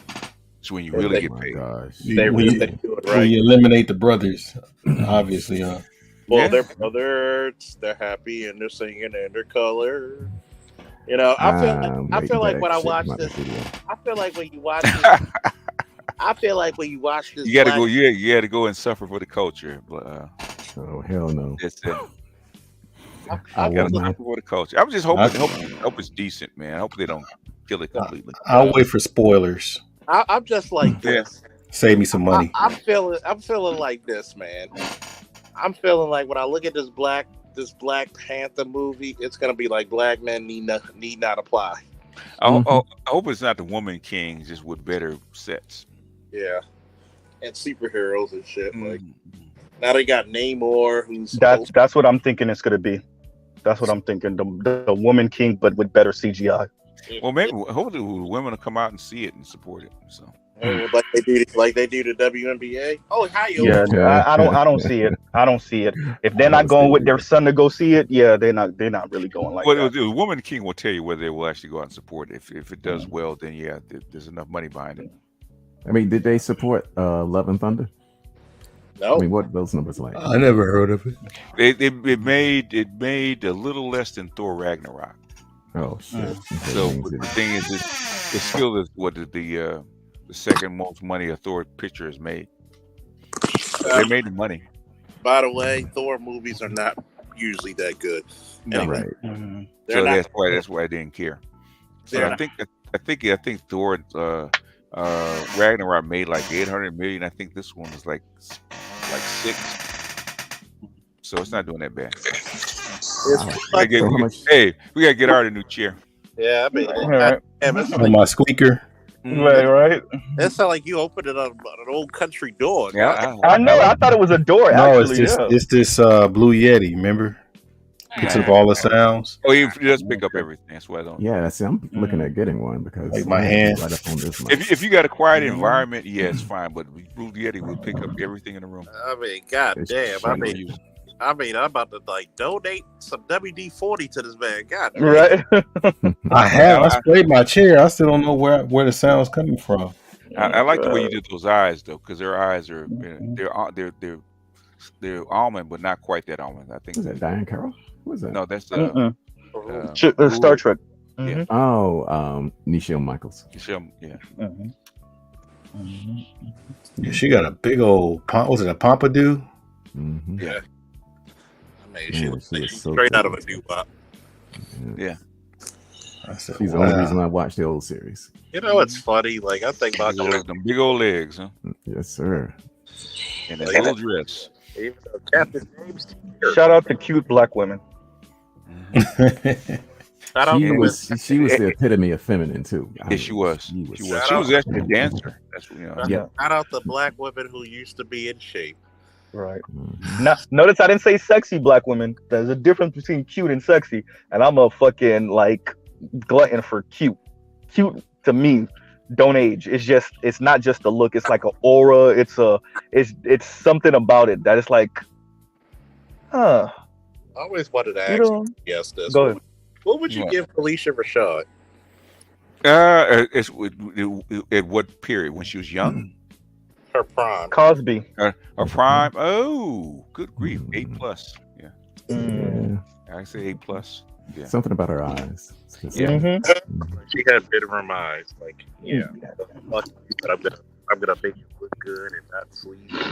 Yes, look at that. Right. Mhm. Her body wasn't bad either. No, it wasn't. It wasn't. There's one picture of her where she has she's pinning up her hair. Yeah. Oh yeah. Oh, that's the one I drew. Yeah. Yeah, that's The gorgeous. part where she's like she's pinning up her hair, like you just throw your wallet at her. Yeah. I mean, which one? I mean, if I had to choose, which one? Debbie or Felicia? Oh, that's not even. Yeah, it wasn't even close. Not even close.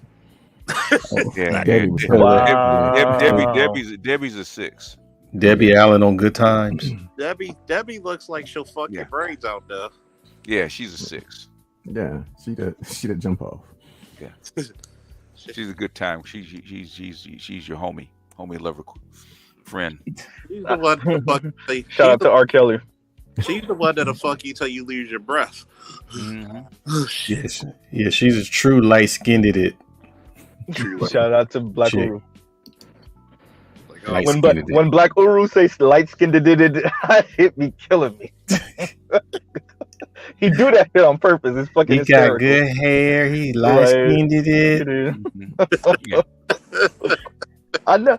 My girl is light skinned, but I've never had an obsession for light skinned black women. I don't know. It's all shades for me. My All shades. homeboy at one time, he had a little obsession.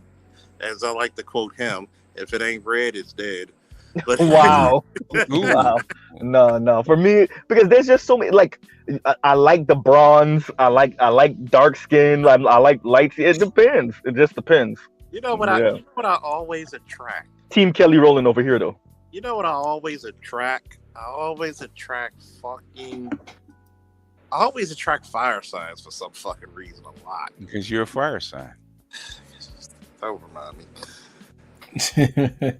They were like, people always ask me, your son's a Leo, how do you get along? Very well. He's a little showy. Yeah, the thing is, you probably attract Sages all day. I do, because they throw out their anger, and I'm like, can you please stop this? Them the hardest ones to break up with. Like, go away. Yeah. Shut up. Yeah, they are. Shut up, Art. Oops. I'm not even gonna say you lie, but shut your talking, nigga. Shut up. You gotta turn your phone off.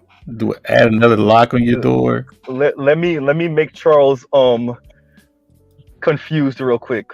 Charles, Kelly Rowland or Carrie Hilson? Oh boy. Rowland.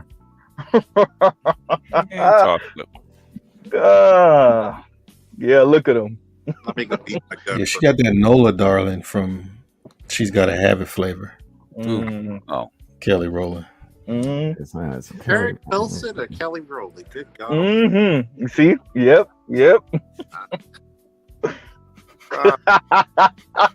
You see, I'm not. Which one do I choose? Which one do I choose? Which way do I go? Which way do I go?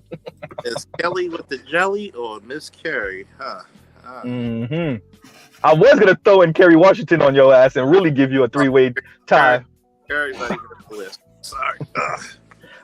Kerry Champion is a baddie to me too.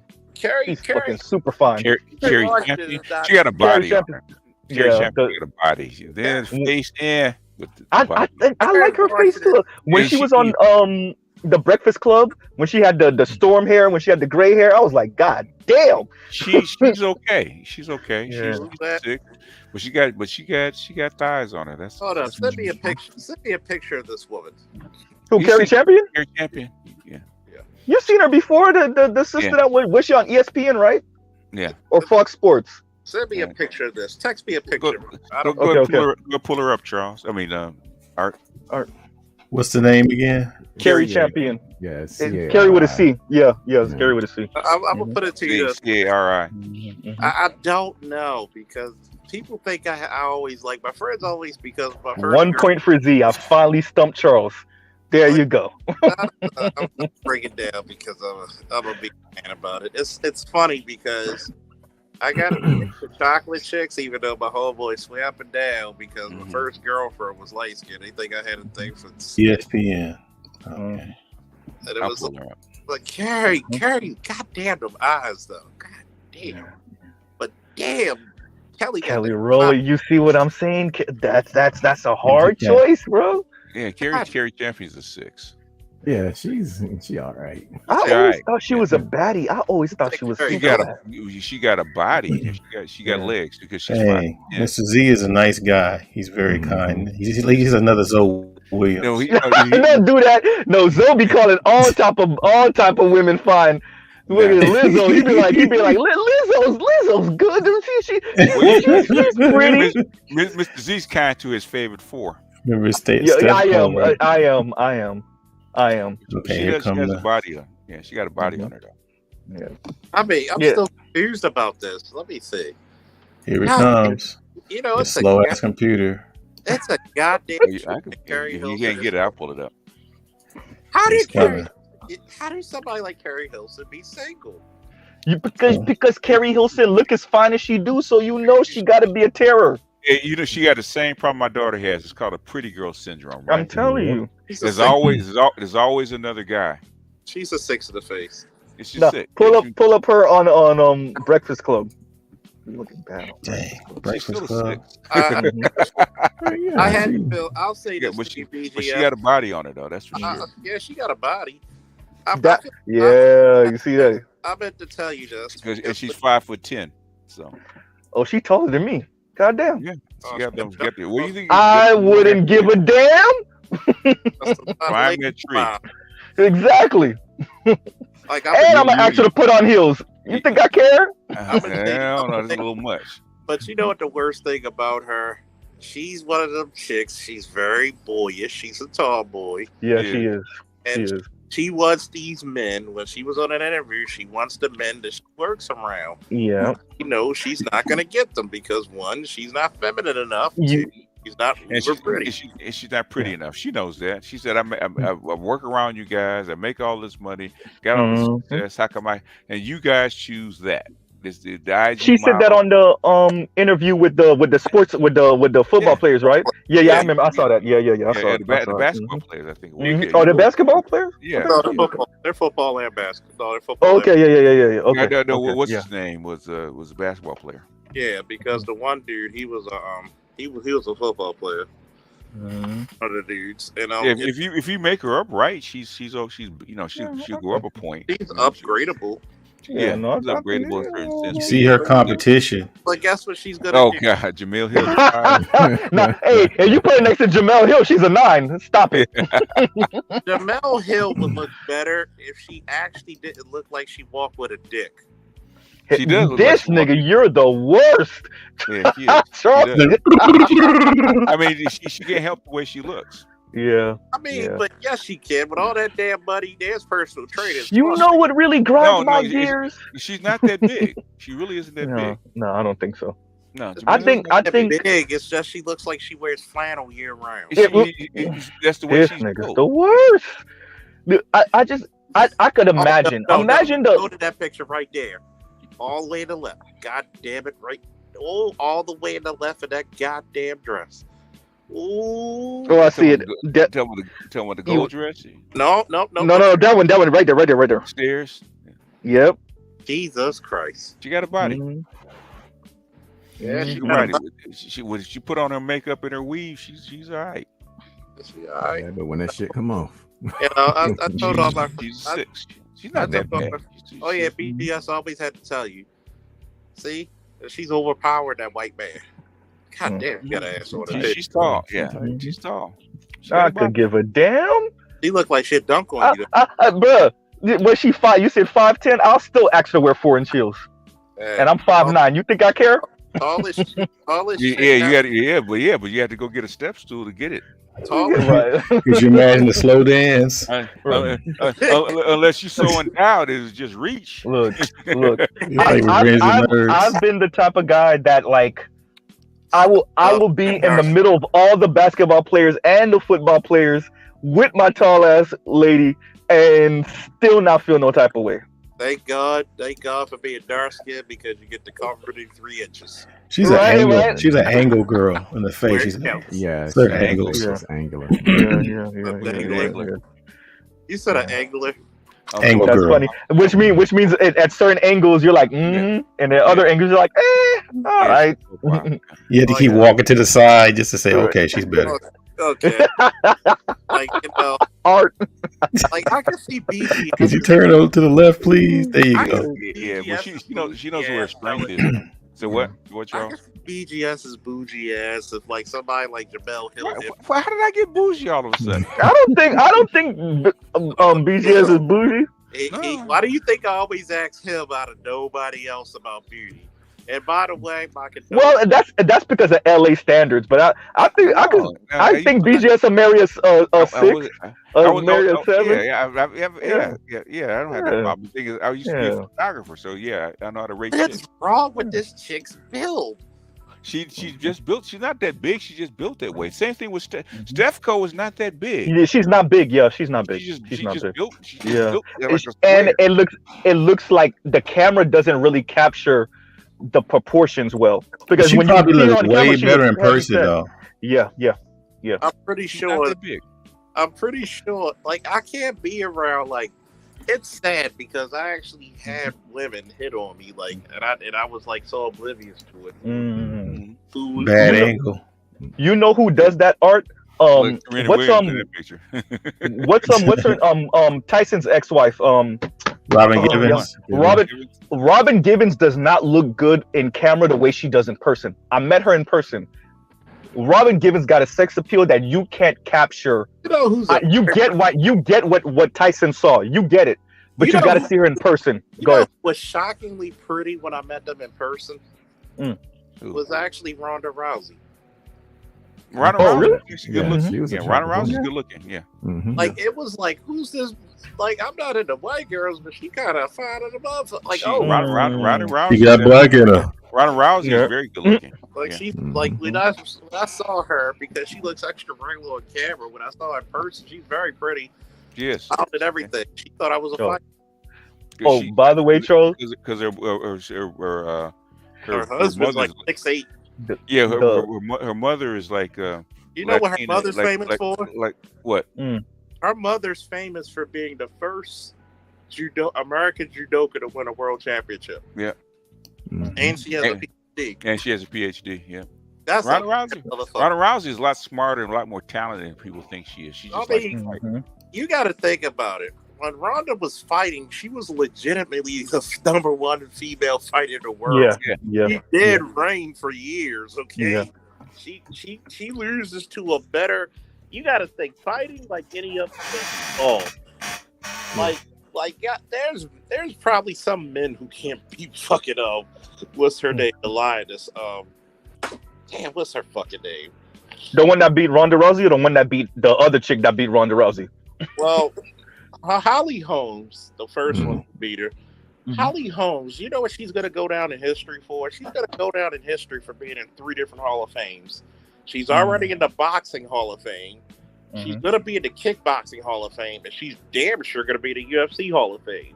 So she wanted to put it to you this way: when they was playing around and sparring, and just the technique alone, she was making John Jones look stupid. He's that technical of a striker. So yeah, Ronda Rousey played the striking game with Holly Holmes. Yeah, you're gonna get the shit knocked out of you. And she damn near lost her teeth. She said from I mean, and then Amanda Nunes is probably the best female fighter of all times. Period. Out of damn near any combat sport I've seen, like she can't spar with women. She has to spar with dudes. Yeah, Ronda Rousey should have signed up for the MCU though. Made her some money. Yeah. And they were trying to get her to be Captain Marvel. But by the way, good looking enough. Yeah, I agree. By the way, Charles, random finest light skinned chick I ever saw, not met. Sorry. One night I was we were on South Beach. We were walking towards Cameo, and this is a Birdman album release party was going on, and Lil Wayne passed by us in a Bugatti, and I looked to the left and I saw the finest light skinned chick I ever saw in my fucking life to this day, and that was like over a decade ago. It was I was like, of course Wayne has the finest chick I've fucking ever seen, like fucking ever. And I've never seen a chick that looked that good, light skin at least, ever again. Oh yeah, by the way, I'll say this to BGS, my condolences, pretty daughter, my condolences. I was like, you know how dads always pump their daughters up, and I'm like, I sent Charles a picture of my daughter. He said, "Oh yeah, okay." How many carrots I needed that break? No, I know you old school. Let me pay the wife tax. Savings. Shit. And then BGS, he did the smoothest cop block I ever seen. I mean, that shit was so smooth and flawless. He was like, "When you come to LA, you Uncle Charles." I said, "Ain't that a bitch?" I can't even get mad at you. I mean, Charles was drinking, so he started spitting out his drink. What? Good cognac, man. I almost dropped my cigar, man. I had to catch that motherfucker. He said, "You motherfucker." Did you put something in my drink? No, it caught him off guard. Yeah, he was speechless. Charles was speechless for like 10 seconds. LeVar said Lil Wayne looked like a Jamaican cockroach. Hey, whatever works. I thought he like aliens, but he doesn't care why they're there. He just cares that they're there. He does look like a space creature for sure. Yeah, he didn't help the culture one bit. I mean, codeine. And he addressed race issues. I'm like, dude, be quiet. Nah, what got me is when he kissed that white boy on stage. I was like, dude, really? Well, it is what it is. Yeah. It's probably weird for a reason. That stuff goes, They don't hide it no more. Yeah. Hide it, man. They used to be deep in the closet with the Christmas gifts. Now they out in the open like a Christmas tree. Yeah. Before I go, Art, let me ask you the question. Will Smith's apology, What'd you think? Everybody laughing. It's all staged. I know it's all staged, but the thing is, if it was serious, an apology, you might as well keep your apology, man. They probably hung out and chilled and stuff, and had a lookout dude say, "Hey, man, you know what? They see us together. Okay, you go first. You go out this way, and I go out that way." I think it was staged, but yeah, The whole because thing. I bet you they'd probably come out a movie called The Apology. Yeah, I don't think it worked the way they thought it was going to work. Yeah, because I'm like, remember we kept people kept saying, "Oh, he gonna lose all the money." This dude keep getting all kinds of offers, and I'm like, no, this is Hollywood, man. Yeah, I think it's Hollywood. That's what I thought when I saw it. I mean, Will Smith, no matter how mad you get, you're not crazy. Yeah, because I mean, the whole thing is, if I can sell an ideal and you believe it, then we won. Yeah. Because I'm getting so. Yeah, go ahead. I'm sorry. You literally got a guy who just won Best Actor of the Year. Right. Shit.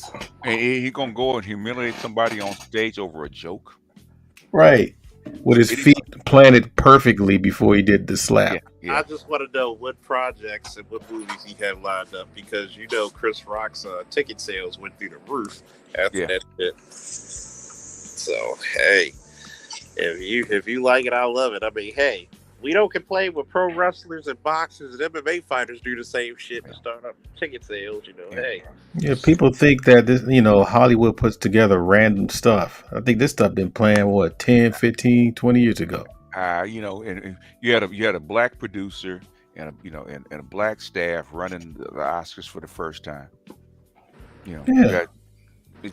It's just and even Shan says, according to his sources, they heard these jokes in the pre-show, so it wasn't anything's new. So there was no shock. They were like, okay, this is what you do. You're not just gonna go off script at the Oscars. It's really and they show her laughing. I still can't get over it. I was like, wait a minute, she's laughing at, and then rolled her eyes like, okay, good one. Yeah. I mean, I don't think she was. It's crazy because they all know each other. So it's acting. I mean, their job is acting. Yeah. And it's at the Academy. I keep reminding people this at the Academy Awards on worldwide TV, where you get an award for how you act. Mm-hmm. It's fun because isn't that like the Kingdom Hall of acting? Yeah, it is. And people are like, "No, that was real." I'm like, "Oh, come on, man." I just never, every time I look at it, it's not real. I'm tired of hearing that. I'm tired of hearing about Russell Wilson and Sierra. Yeah. You know what? If another guy told me, I'm gonna be like, do you see yourself as a loser? I said, this is what y'all never been around. A lot of people, I can tell you never been around athletes, you never been around jocks, you never really been around popular people. Even though my homeboy tried to say, well, you were never really popular, you just wrestled. I said, okay. Notice I just wrestled in a school that's known nationally for basketball, and I was known without even trying. What does that tell you? I'm good at what I do. And you put multiple in front of those championships, by the way. And I said, so you got to understand something. I never cared to be popular. I just ended up popular. So it's the same thing when I'm hanging around guys who are popular or got a little bit of money. Russell Wilson would look down upon all you niggas who think he's a lady. Yeah. He would look down upon all of you who thinks he's a lady. Russell Wilson got more coochie in high school than you did in your whole entire life. I mean, he probably more screwed some teachers. He probably got more. You know he did. He probably got more in middle school than most of these niggas in their whole life. It's kind of funny because I'll make you laugh real quick at this one. And it was funny because, of course, I was over at Boy Ali house. They had a game night. Spades. Surprisingly, I went to a black school, don't know how to play spades. Learn how to play chess, though. So he tries to start with me saying, oh, remember when Charles was telling the corny jokes and all that? And the girls were looking at you. I said, let me ask you a question, right? I could be the corniest dude you know. Answer me this. When was I pussyless? Mm. In front of my homeboy Darren and his wife, and in front of his fiance, I said, "Ask me when I was pussyless." Ask me one time. I said, "I got more an accident than nigga you did on purpose." And he said, "Like yo, y'all." They always tell his fiance, "I love her to death because she's made for him. She calms him down." And I'm like, one of her best friends are there, and she like, they talking about each other. She like, girl, they've been doing this for almost 30 years. Hollywood swinging. Mm-hmm. Oh my goodness! She said the fake. Oh my. I mean, people swear up and down to this day that is real. I'm just like, it's certain things I do have to agree with you. The Russell Wilson and this shit. I'm like, look, I'm not being bothered by two multi-millionaire niggas doing it. Plus, that you know, as long as you're talking about it, money's coming in. Yeah. It's free publicity. Yeah, and she, other than the twerking, the way she dresses like any other model would. Yeah. She doesn't dress any more outrageous. She said, "Look at what she's wearing." And they talking about, like, number one, how many of these guys can get a chick that looks and has the size of a Sierra? None. Two. If Russell don't have a problem with it, why should I? Yeah. Three. Yeah. If you're around the average black woman around her age group, guess what they do when they all go out? They twerk. Oh yeah. They all do the same shit. So it's like Didn't Megan Good do that after she left? What's his name? She did it while she was with him. I don't think she ever twerked when she was with him. She had to be a preacher's wife. Yeah, she calmed down a little bit, but she was actually asked in front of a congregation about her risque stuff and her steams and shit. But I don't know. She did holy twerkness. I mean, what was she not happy? What would you say? What was Megan not happy, or she wanted to be free? Yeah, I think she was kind of tired of wearing that role of preacher's wife. She was kind of feeling kind of constrained. So she doesn't. I think the sisterhood probably gave her a lot of pressure.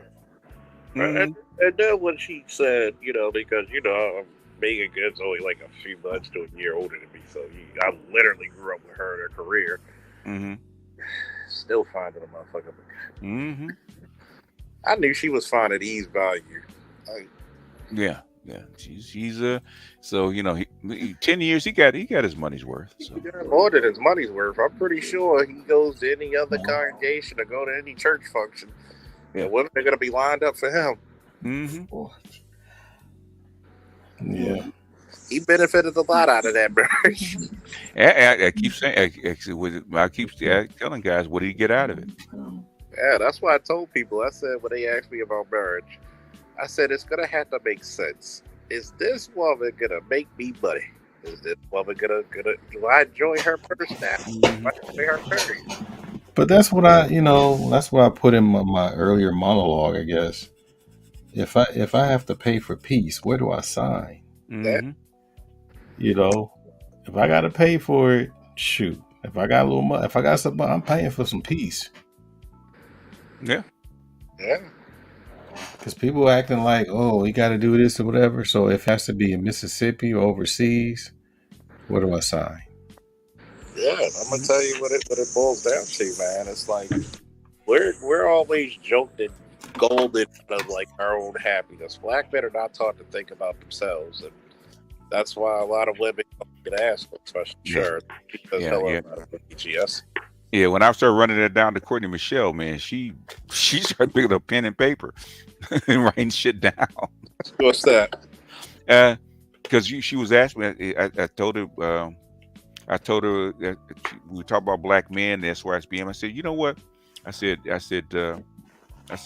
what black women really don't know, but you have probably the best group of men on the planet. She said, why? I said, because black men are actually built to serve.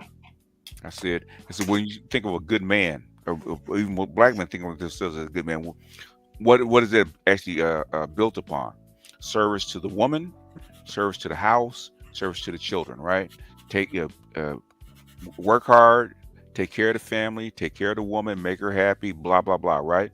I said, even with domain where it's supposed to be for us, which is sex, right? Mhm. Black men don't brag about what a woman did to them. Okay, she gave me a blowjob, she massaged my back, or Sometimes. she did this. Yeah, black men usually hang their hat on what they did to her. Mm-hmm.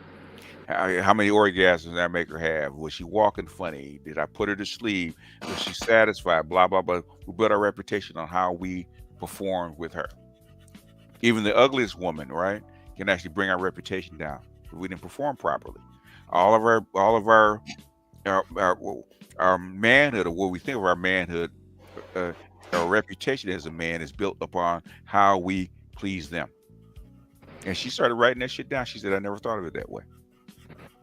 And that's why I look at it like, I was wondering why so many chicks call me an asshole, and they were like, and it's like, because I don't take certain shit. I was never raised to be a henpecked dude. I was raised to be a gentleman or a laid back type of guy, but I was never raised to be henpecked. I was raised to be like, nah, in the word Chief Keef, I so eloquently put, nah. Like, I can't deal with that. Like, I know it stings to my soul. That's why I told my homeboys when we had a candid conversation, the women that you're engaged or married to, they're perfect for you, not for me. And that's out of respect. And I like their wives and their fiancés. That's just out of respect. I know that person was for you. I just know that what I could take, no. That's why you don't see your boy married. That's why I told E Black and all his publicity, like, yo, give me a reason why it would be profitable for a man to be married these days. You don't even have women trained wives. You would literally have to go to another culture and find a wife. Yeah. And the black women don't want you to leave because they know that they can't hold a candle. They don't know how to. I used to think they just didn't want to compete, and now I know that they can't because they don't know how. And then they gotta talk down on the ones that were trained to be wives. Like, they ain't better than us. And I'm like, wow. yeah. I mean, you'd be shocked about how because I had to walk this woman through it, right, about how come black children actually mix, right? And then after walking her through, she said, well, I did move into a white neighborhood. I said, well, you don't think that correlates to your son dating white women?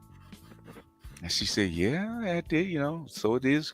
Basically, I did kind of set him up for that. So you think you're actually going to move into a white neighborhood where he has nothing but 98% white folks, right? He's going to pick a black woman out of all those people because he's supposed to be loyal. Especially when he tells you. Is he working? Yeah. Baltimore Wireless got him again. Hello? We got you. We got you, but you're still Borging a bit. You're Borging bad.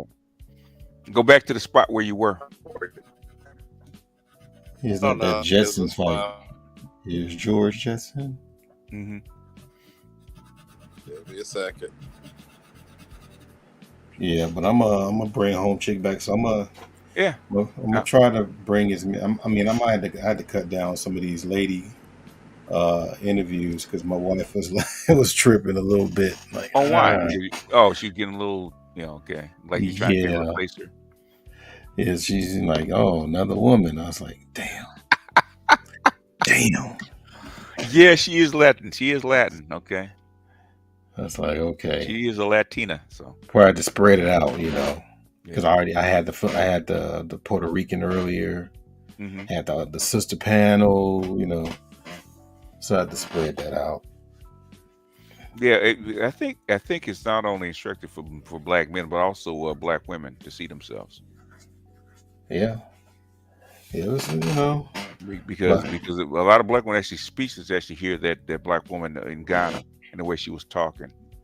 Yeah. And how they're used to actually saying that about black men in America, right? But black men in Ghana, they don't have the same culture. Yeah. Shout out to I think that brother. He's God. I forgot the name that he used before, but he changed. I think he had some other name. He traveled to Africa. Bomani? No, real light skinned dude. Kind of speaks in absolutes. Okay. Forgot his name, but he was on what's his name? Dynas's show. Okay. And some lady tried to attack him because he said that he wanted to have a business and keep the family employed under him. Mm-hmm. So she accused him of being controlling. I'm like, wow. I said, you should have. Hopefully, you can find a video with that lady alone in Africa, because I'm quite sure she probably had the same story. Oh, is she on the continent or is she here? I think she's just. I think she's here. I forgot because I caught some of it, but she definitely is trying to do things in Africa, and I'm sitting there like, I don't know if if you like that, I don't know if you're gonna last, sweetheart. No, you're gonna have a hard time. Yeah, but that was the funniest thing when the lady felt like I think she was overly priced or something, Mm-hmm. and everybody was trying to give her the money so she can go away. Okay. And that video you were covering in Ghana, I think that might have been part 1. Yeah, okay. That was hilarious. She said, "I wasn't taking the money. It was the principle of the matter. I'll fight because it's the right thing to do." I'm like, oh God. Yeah. In fact, somebody put the under my one of the comments. He said they just don't understand. We had to survive in America, so we have that fighting spirit. So, oh Lord, man. And that's what. And I remember LAR and it was LAR and what's her name? Crimson Cure was talking to this one sister, and this one sister was bragging about, yeah, I can go to any man I want, any culture. And LAR and the Crimson Cure was like, are you sure about that? I'll never forget that. I think it's confusion. The only chance he got was a white man. That's the only chance he got because he created them. I don't think that whole persona. Yep. I think you might. Oh, Charles, they got you, man. How they got me? Gynocracy has them. You got that auto tunes in there. Yeah, the Gynocracy has them. Gynocracy Wireless. Yeah, Gynocracy Wireless got him. Oh no, not the Gynocracy Wireless. Okay, I think you're better now. I'm just like this. I'm so tired of listening to black chicks talking about I could go to any other man. Dang, they got him again. Where is he at? I don't know. He probably got to get away from that black helicopter with a G on the side. He probably went to get a midnight snack or something. Or it was past midnight over there. Dang, brother. Well, James Brown said, "Where's your soul, brother?" Jeez. But yeah, I mean I think they have to come to terms that any of these cultures, men have a structure. So unless they're willing to fit in, which most of them are not, it just ain't gonna work. And it's not just the men; the women have a structure too. They have yes. What you would say, it's not just them. Because Yeah, they're they got complaining about mothers. how the women are quiet and they don't make this big fuss like I will and stuff like that. This should tell you something. Mm-hmm. Yeah. That's so when as soon as said they don't feel safe in Ghana, I said, you live, you're in one of the most safest countries on the planet. How can you not feel safe? She said it herself. I said, I can go anywhere I want, midnight, blah blah blah. Yeah. Now all of a sudden she was contradicting herself. Yeah. And even with you starting a fight, you didn't get hurt. Right, that's true. You started more than one. And everybody was trying to step in, like, I pay you to go away kind of stuff. Like, yeah. I said, oh man. Yeah, they talk about the bartering, right? The prices. Okay, said the rest of the world barters. It's not automatic where you see the price is the price. You go to the rest of the world. There's a market. You have to barter. You have to learn how to barter in that system. Because you go to Latin America, it's the same thing. You go to a market, you have to haggle with the price. Yeah. Yeah. The one thing that I was thinking about, because I might have to do a play-by-play on that video, was that over there in Brazil, the black family was how we say, we need to promote black families. Mm-hmm. It just wasn't going down over there with the black family. They were promoting mixed families to better the race type thing. Okay, But yeah, the Las Castas. Yeah, and the white family, they were intact. That was one thing. If you had a white family in Brazil, you leave them alone. Yeah, because they're at the top. Yeah, right. Black family, and put it this way: if you have all black family, it's just like you just stuck, like you in hell. Mm-hmm. She said they're just now getting benefits and things for the last few years. Mm-hmm. Yeah, as far as black family. Yeah, because of the BRICS. Because China, the non-white world is actually starting to assert more power, and so since Africa and the non-white world assert more power, they're starting to get away from the white ISIS culture. So that started happening in, when was this? It was 2000, I want to say 8 or so, and that's when Brazil, a lot of Brazilians actually switched their demographic, and instead of their affiliation, instead of saying I'm white or something else, they actually started being black. I think before that, Brazil was, they said it was like 30 something percent black, and all of a sudden went, within a couple of years it went to 50 because people changed their racial identity. Here was a fun part. Uh-huh. Okay, I don't know if that happened to you, but and those people out there probably know what I'm talking about when you go to Brazil. Mm-hmm. The ones that's usually coming after black American men are the white Brazilian women, hands down. Right? Oh, I know why. I know why. And she's breaking it down. For the most part, they know what we want. Okay, maybe I'll do a reaction to it. Yeah, I think you enjoy it. And then also they're more ahead of English than the rest of them. Because it's a status thing, right? In Brazil, whiter you are, the status, right? What trumps that?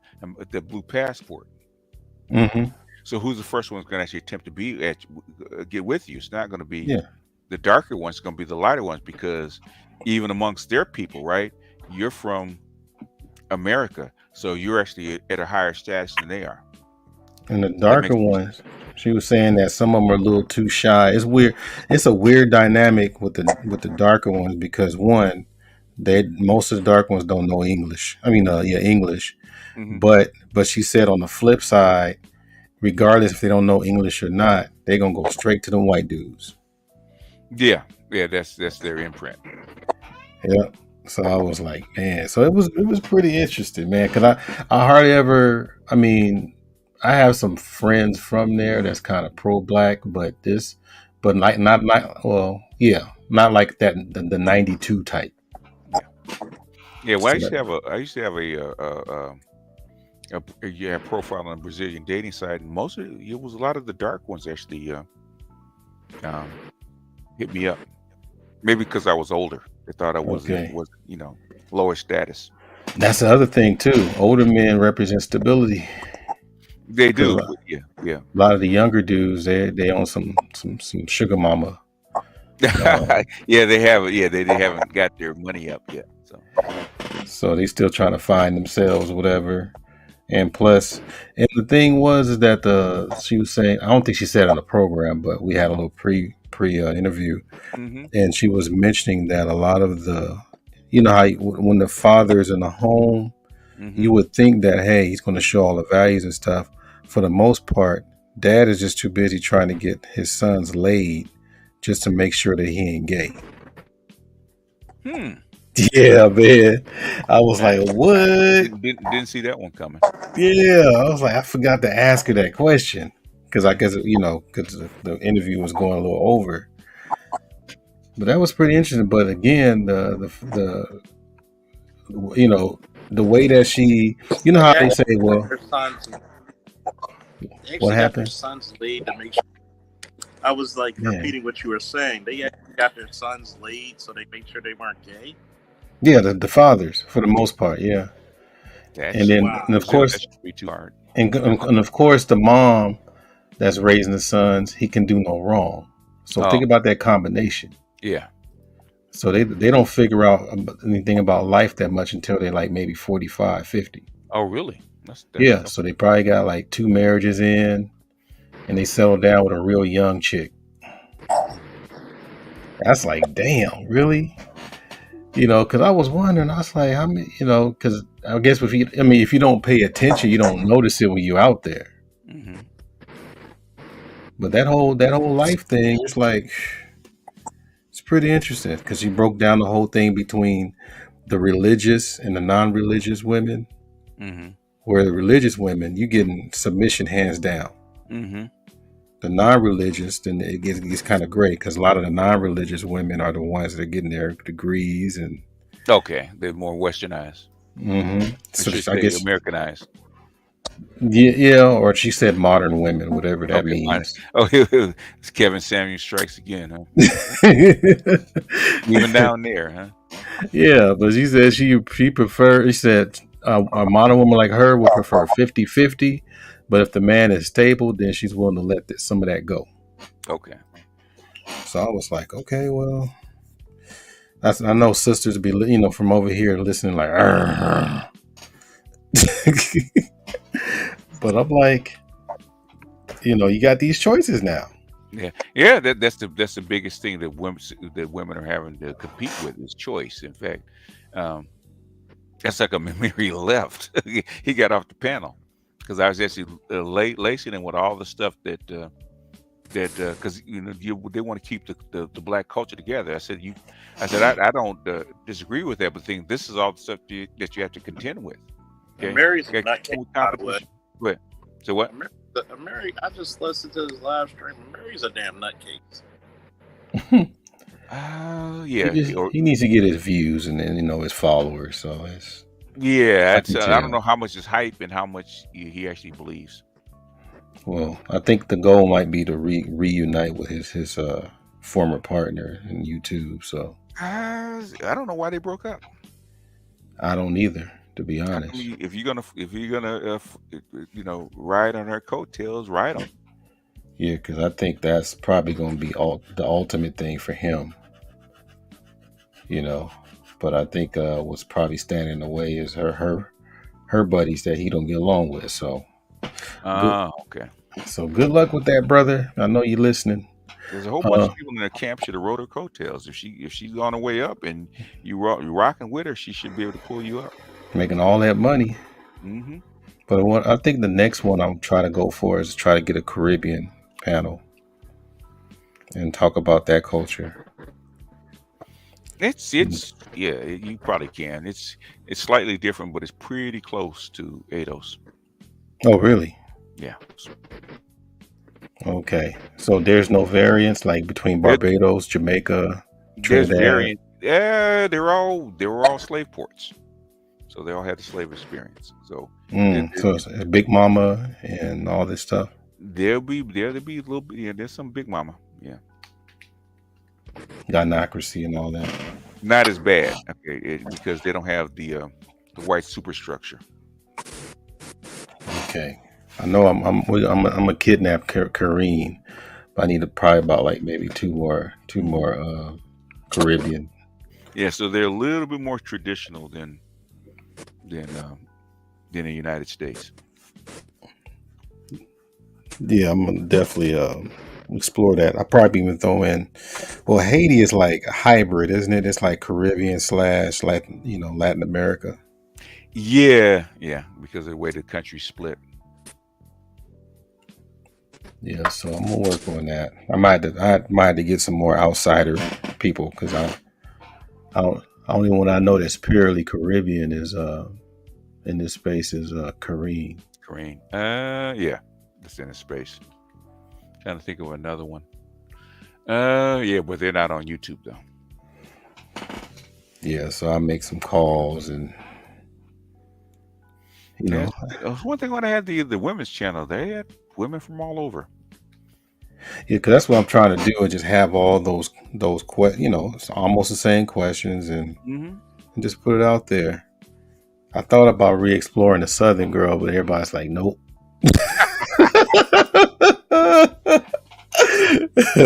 Because I remember I keep explaining to people, the SYSBM for the late 80s, early 90s was the Southern girl. You have to get an older woman that still carries those values. Oh, that talk about how it was. Yeah, how it was, yeah. That might be something to think about. So I asked Shonda about some of her older sorority sisters or something. Yeah. In Texas. Because that was, I definitely remember the same way we talked about I'm going overseas, when we just said, hey, I'm going to Atlanta to get me a Southern girl. Why are you going over there? It was them country. Yeah. They call these girls all kinds of names. Yeah. Country bumpkins and floozies and all kind of stuff. Yeah. I'm like, and then whenever they come to visit here, everybody drooling and cupcaking. Oh yeah. Because I remember when I was down there, for the summer, man. It's funny to have, because it's so hot, right? And I had a big fro, and they would just French braid my hair. I just, sit down and say, "Can you braid my hair?" And you might get them something to eat, but they will sit there and just braid your hair. They were more in service to you. Yeah, I was like, man, that was the thing, the Southern girl. I guess probably after Luke and all them in Magic City, it was what really changed the Southern girl was really when they shipped all those people from California, right? The defense industry. They shipped it all down to like Arizona, and they shipped it to Atlanta, right? And then guess what happened? Freaknik and Bike Week. Remember that in the early 90s, early to mid 90s, right? Yeah, and then Freaknik led to the Daytona. Well, yeah, the Daytona, but also the strip clubs. Yep. And that completely changed the environment of the South, and that spread from Freaknik, because down there, all the southern states go to Freaknik. And those kind of events, and then they come back with a different attitude. Yeah, I never even got a chance to experience that, because I probably, if I wasn't, because I was online in 95, but if I wasn't online, I did manage to make the Million Man March that time, but other than that, I'm surprised you didn't, who you are, you didn't dabble in Freaknik or Bike Week. No, I didn't get a the chance. Million Man March. Oh, you was married by then, right? No, I got married 2002. Okay. Or 3. I think it's 2 or 3. 3. So I'm mad. I'm mad because I didn't experience Freaknik. I know a lot of people. Freaknik was something else, man. I had kids and stuff like that. I went down there just to walk around and say, "Oh shit, Sodom and Gomorrah." We gotta get Bay. We gotta get Bay up here, because that's the main storyteller about Freaknik. Freaknik, oh yeah. He got a million stories on that. I'm like, bruh, because he was in the thick of things, I believe. It's like being in New Orleans doing Mardi Gras. Yeah. I'll be hearing the stories like, yeah, man, must be nice. Be young and wild. Missed that opportunity. I don't know what was it? Okay, I was pledging, but before that, I was just working. You didn't go down there Freaknik during spring break? No, because I finished college. Was it 93? Mm-hmm. And I didn't really know much about that at the time. All that kind of life at that time. until like maybe a year later, like around 94 or so. So I wasn't that active. Only thing I knew about, frat life and stuff was a different world. That was it. And so I just ran into a few people, and the rest was history. It's like, I'm sold. What do I sign? So our version of Freaknik over here is called the Omega Fest. And that was huge. Anything goes there. And then years later, I had to lay low because some of my students were there after they graduated. I'm like, man, I can't do this. Mr. Art, are you here? Like, yeah. Mm-hmm. This your fraternity? Yeah. I want to grow up to be just like you. I just got the car and went home. It's like, I'm out. It's like seeing a preacher at the strip club. Mm-hmm. Reverend Davis, what you doing here? Mm-hmm. I'm just trying to save them souls here, I'm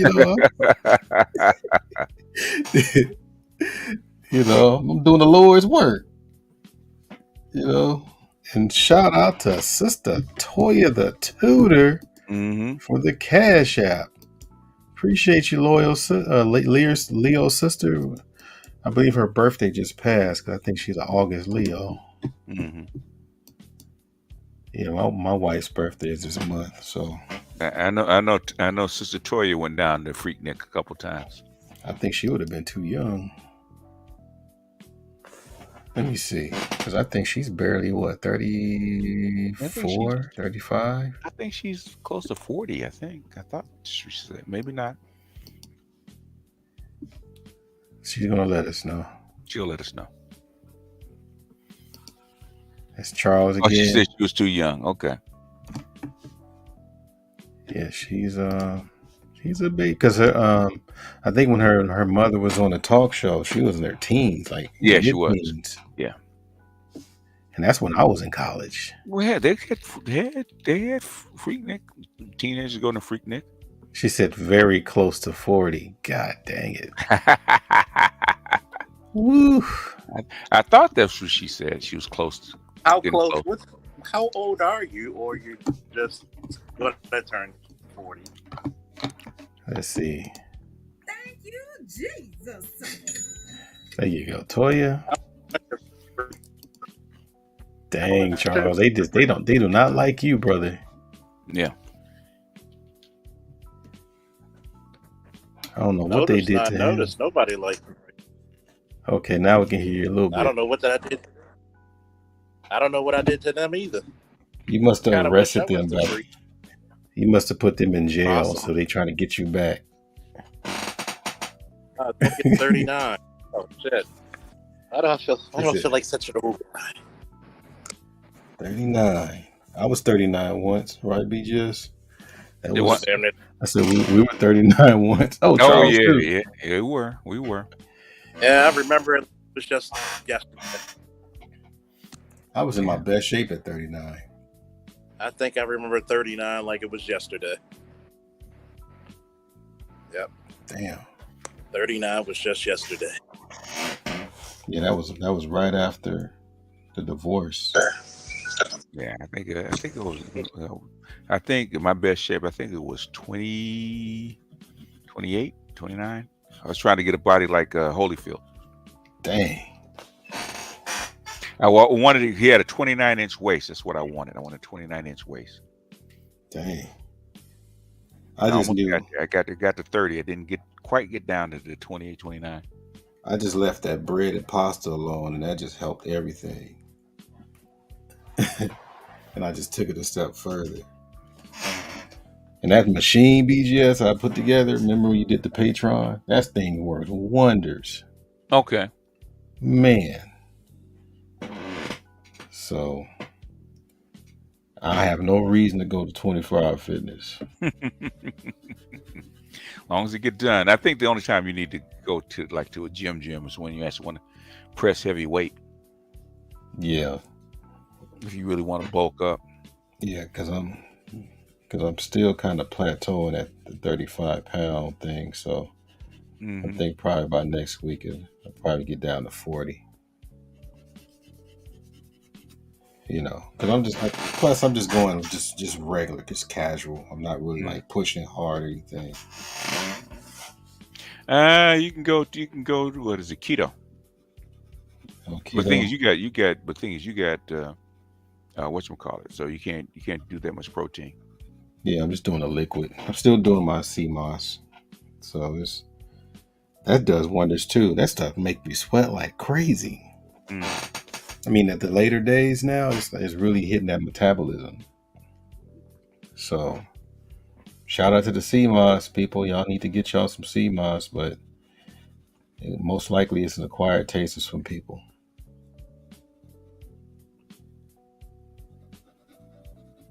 And everybody in Brazil want to know what, because my wife keep talking about, what I'm doing. They're like, why do we get that? How does it taste? And she can't stand it.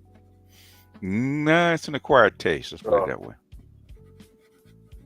Like, I drink that every morning. Yeah, it's an acquired taste. Dang it. We just heard him say today. Go ahead, Charles. Dang. I mean, dude, this is the wire, huh?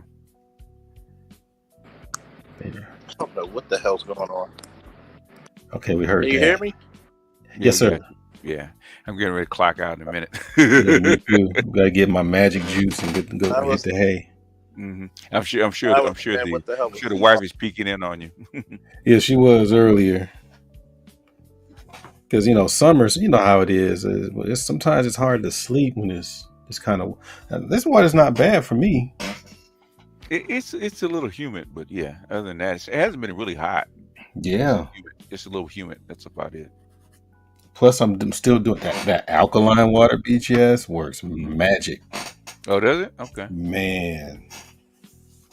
Because I still haven't. I haven't complained about my knees or anything. Everything's good.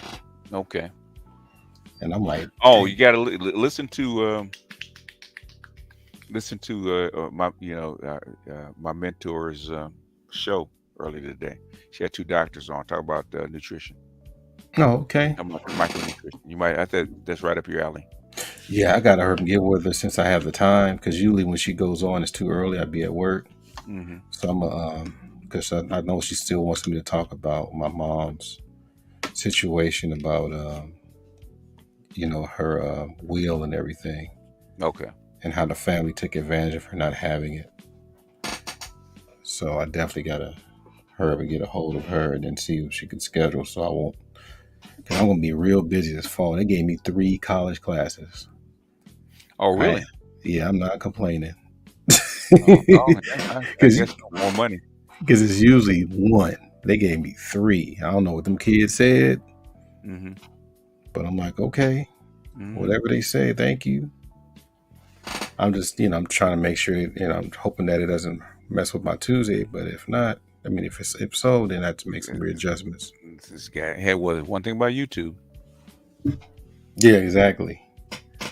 So, but yeah, I'll be doing through 3 classes. 1 is drawing and the other 2 are art history. So, okay. Maybe at the college level? Yeah, at the college level. Okay.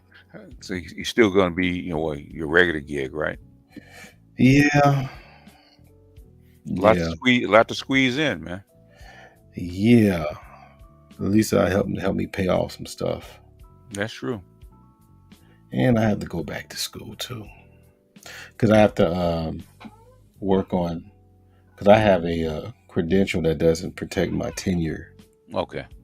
And I have to get this credential that does. So that's the missing link between me and the administration. I already got that. I think one day what I'm gonna do, because I just got my certificate, my master's degree in education. Oh, MFA. Yeah, so actually it was just a regular MA Yeah, talking about your education for class for you've taken. for administration. Yeah.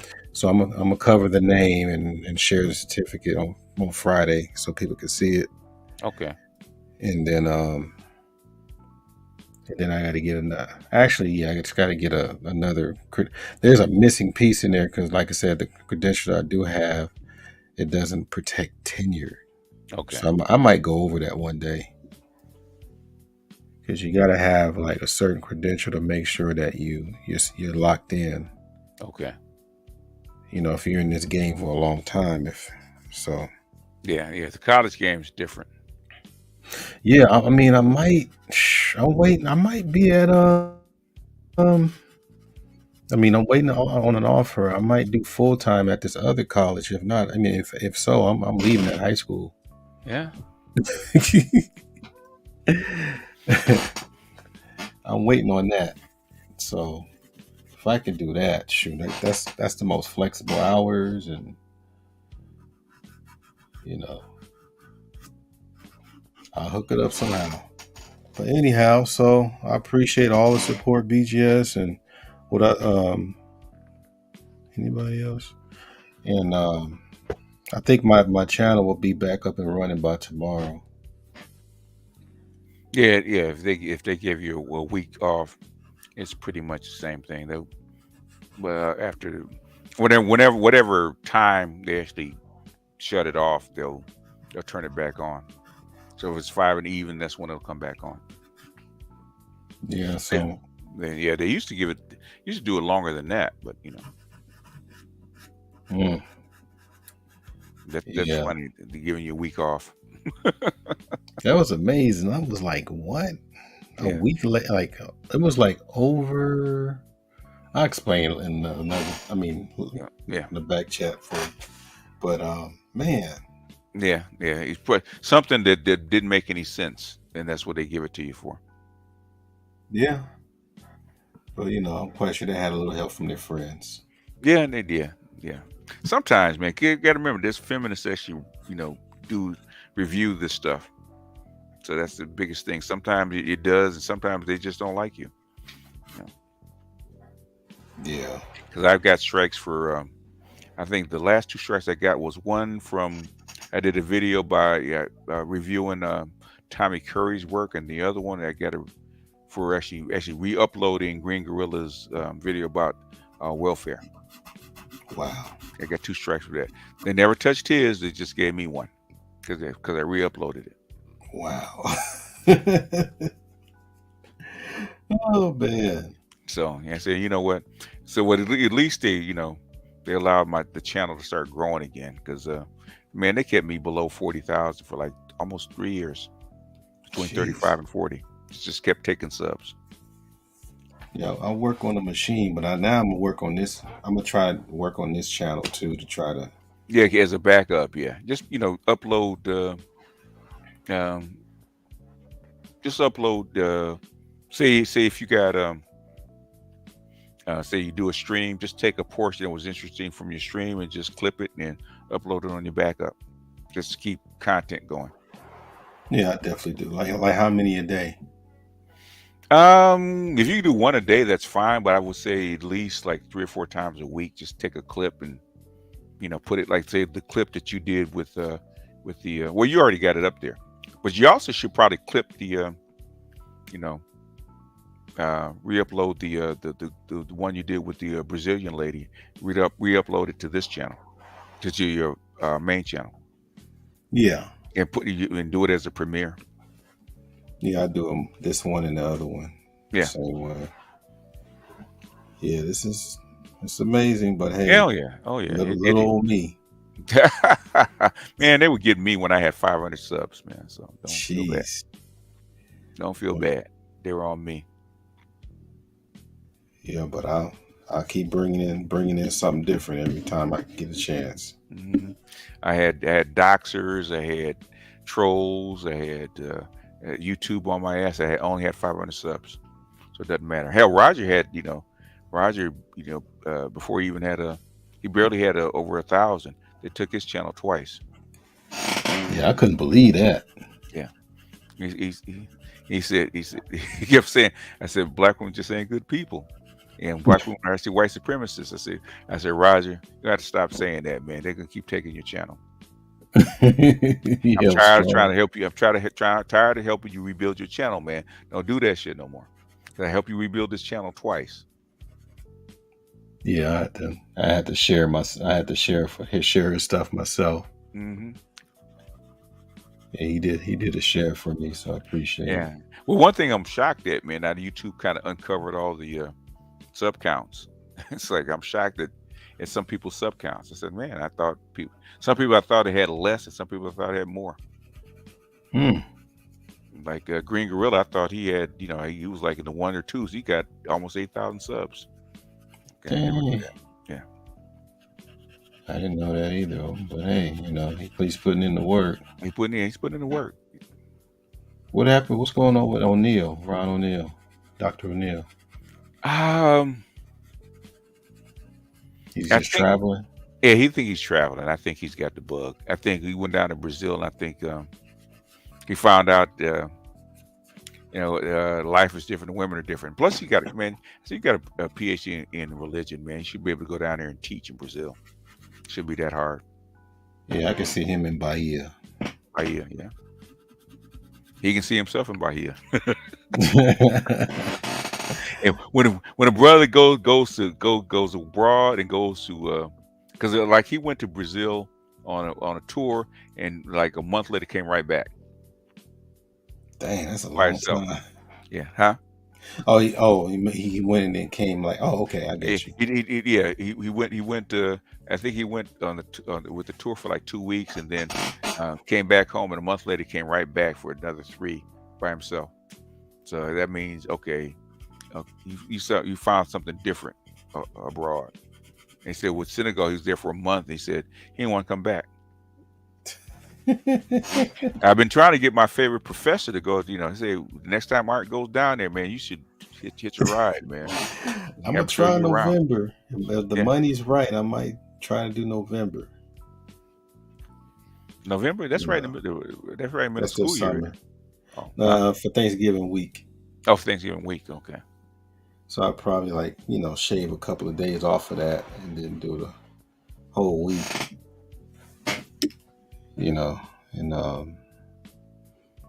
the thing also too, since this pandemic, I don't like leaving my house unattended for a long time. Okay. Because we're not in no gated community or anything like that. Okay. It's a regular old neighbor, single family home. Mm-hmm. So no relatives to house sit for you? I don't talk to anybody. Oh, that's right. Okay. I keep forgetting. Yeah. My mom passed. I'm like, okay. I mean, my dad is. Just you, huh? Yep, just me. My son gonna be in Alabama. Okay. So how's he doing down there? He's doing fine. He's enjoying himself. He said the Southern folks over there are nicer. Mm-hmm. So I might try to get down there, but how's he getting used to being around all that blackness? At first he said they were too ghetto, because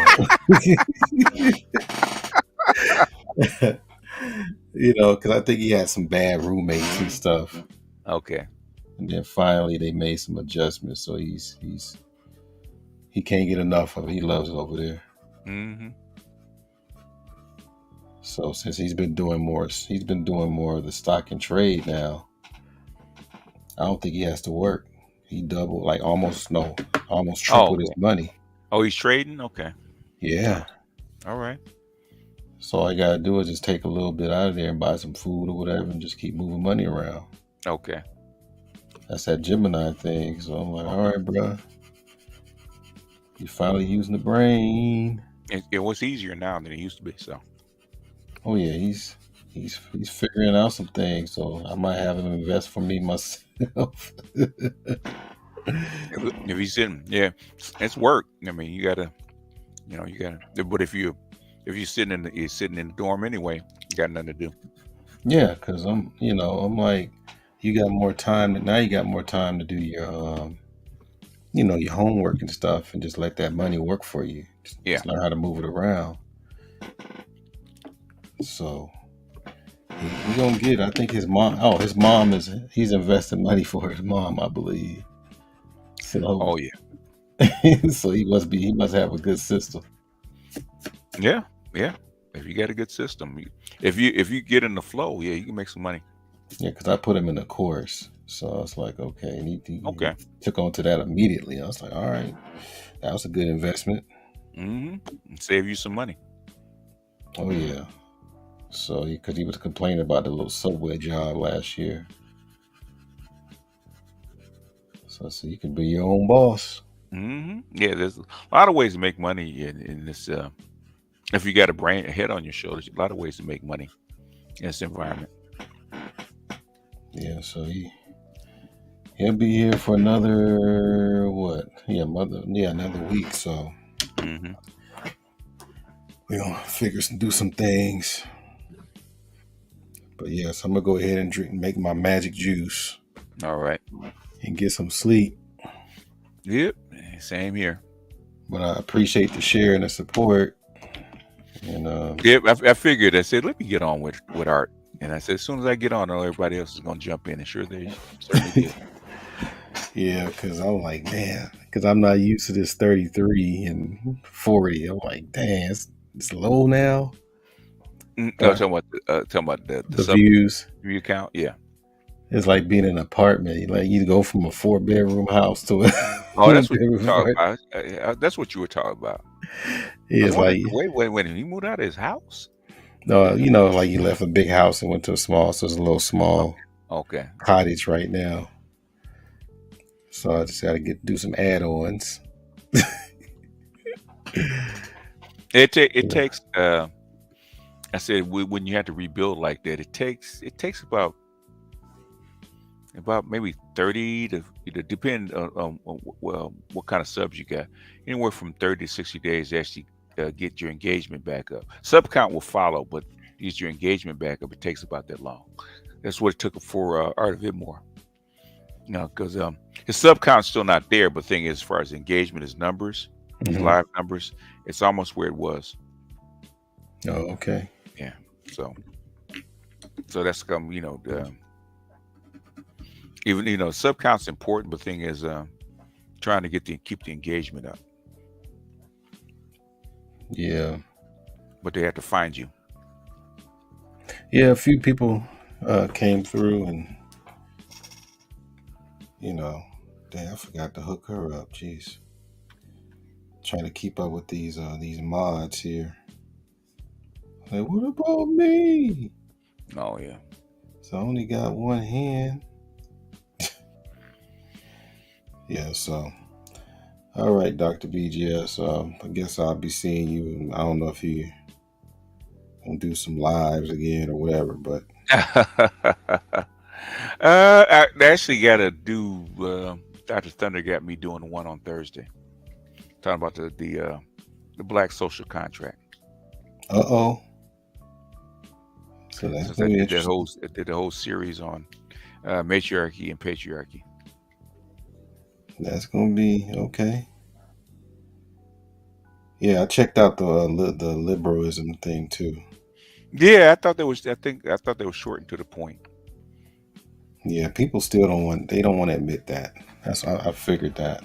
Yeah, well, they can argue with the books because anybody that knows philosophy, will say the same thing. If you study international politics, they all say the same thing because it's only relative. Conservative liberal is only relative to this country, right? The thing is, the whole country is actually liberal because a true conservative is more authoritarian. Like a communist is probably more conservative than you are.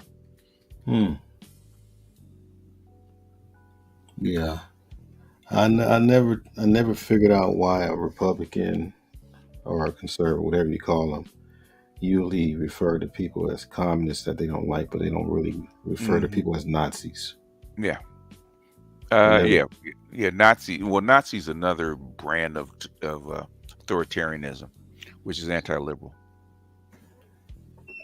Yeah, they don't have no smoke for Nazis, but they got smoke for communist type people. It wasn't, because for the most part, Nazis really don't have any power anymore. Yeah. Where we have these two huge communist countries that do, or we think of them as only really one, because Russia's not really communist anymore. Yeah, when they call people communists, it's usually something from back in the day. Yeah. I mean, you have people that call themselves communists.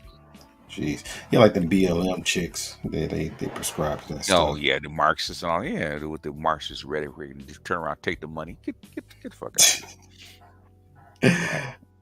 Oh man. I don't. If people actually believe in what they believe, you can tell they don't stick to the script. You can tell when they don't believe in something, because they use the super big words and the super big terms and stuff like that. Don't make it, and they string them together like so as to impress people. Okay, that means you really don't believe in what you're talking about. Yeah, I had to get on my Republican dad. I'm like, okay, that's what Fox said, but what do you think? Mm-hmm.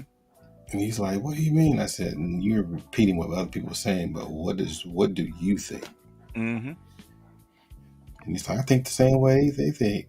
And I was like, whatever you like. Right. Whatever you like.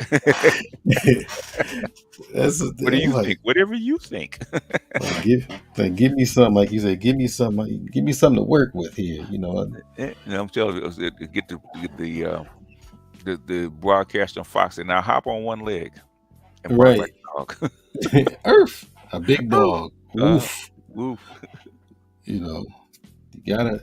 And that's why I'm trying to have these panels. So I want to hear their political positions from them, not from the talking points from other people. Because I can't have that. It's hard to have that conversation with the I guess the right leaning people in this space. Yeah, that's why that's why I put Mearsheimer up, because he actually broke it down pretty elegantly about what's liberalism and what's the difference between the two camps of liberals in this country. Actually broke it down pretty well. Yeah, I'm gonna listen to it again. I was listening to it while I was cleaning up. Mm-hmm. So I'm gonna check it out again. Yeah, he's one of the few white guys that said, no, when he started talking, I said, wait a minute, I think like that. Well, hold on. Wait a minute. Is he reading my mind? Aha. I said, oh, okay. I guess I'm a structural realist. There you go. Yeah. I said, okay. Yeah. I said, I found myself. I said, no wonder people in DC don't like me. You talk just like him. You think just like him. I thought I was the only one. I said, no, there's more out there. I told Dr. Dunbar, I'm centered black. You're centered black? Yeah, you know how to say center left, center right. Okay. I said, I'm centered black. Okay. Whatever's best for our interests. Because, you know, the pendulum always swinging in different, different directions. And the only place we differ is he likes Thomas Sowell and I don't. Oh, wow. Thomas Sowell. Yeah. I mean, the good thing about it is when you have like whites, the friends the white friends you think you have. Mm-hmm. So you like Thomas Sowell and Candace Owens. I'm like, oh God, here we go. Mm-hmm. They just told themselves. Yeah, I said, okay, what do you? I don't disagree with. I said, what do you like about them? Sometimes I caught a couple of people like that, and they just got quiet. I'm like, tell me what you like about them. Like crickets.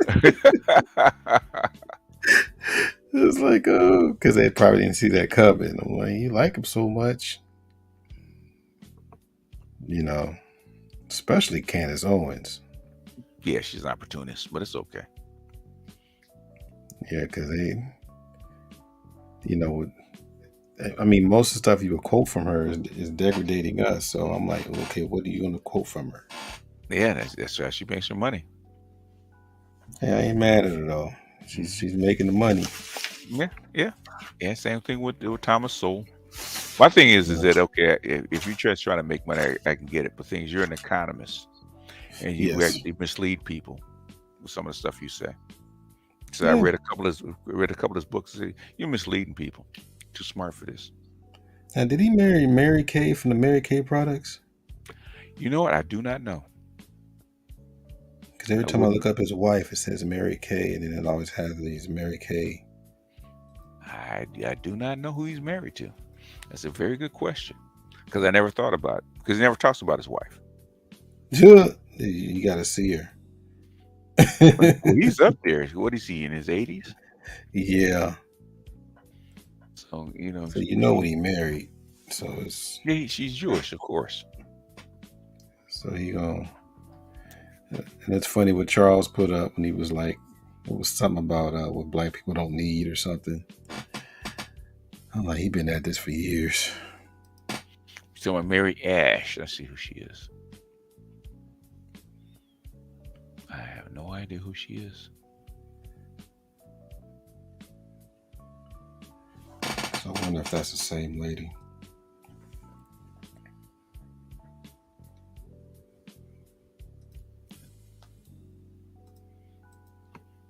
I have no idea who she is. I think they scrubbed her.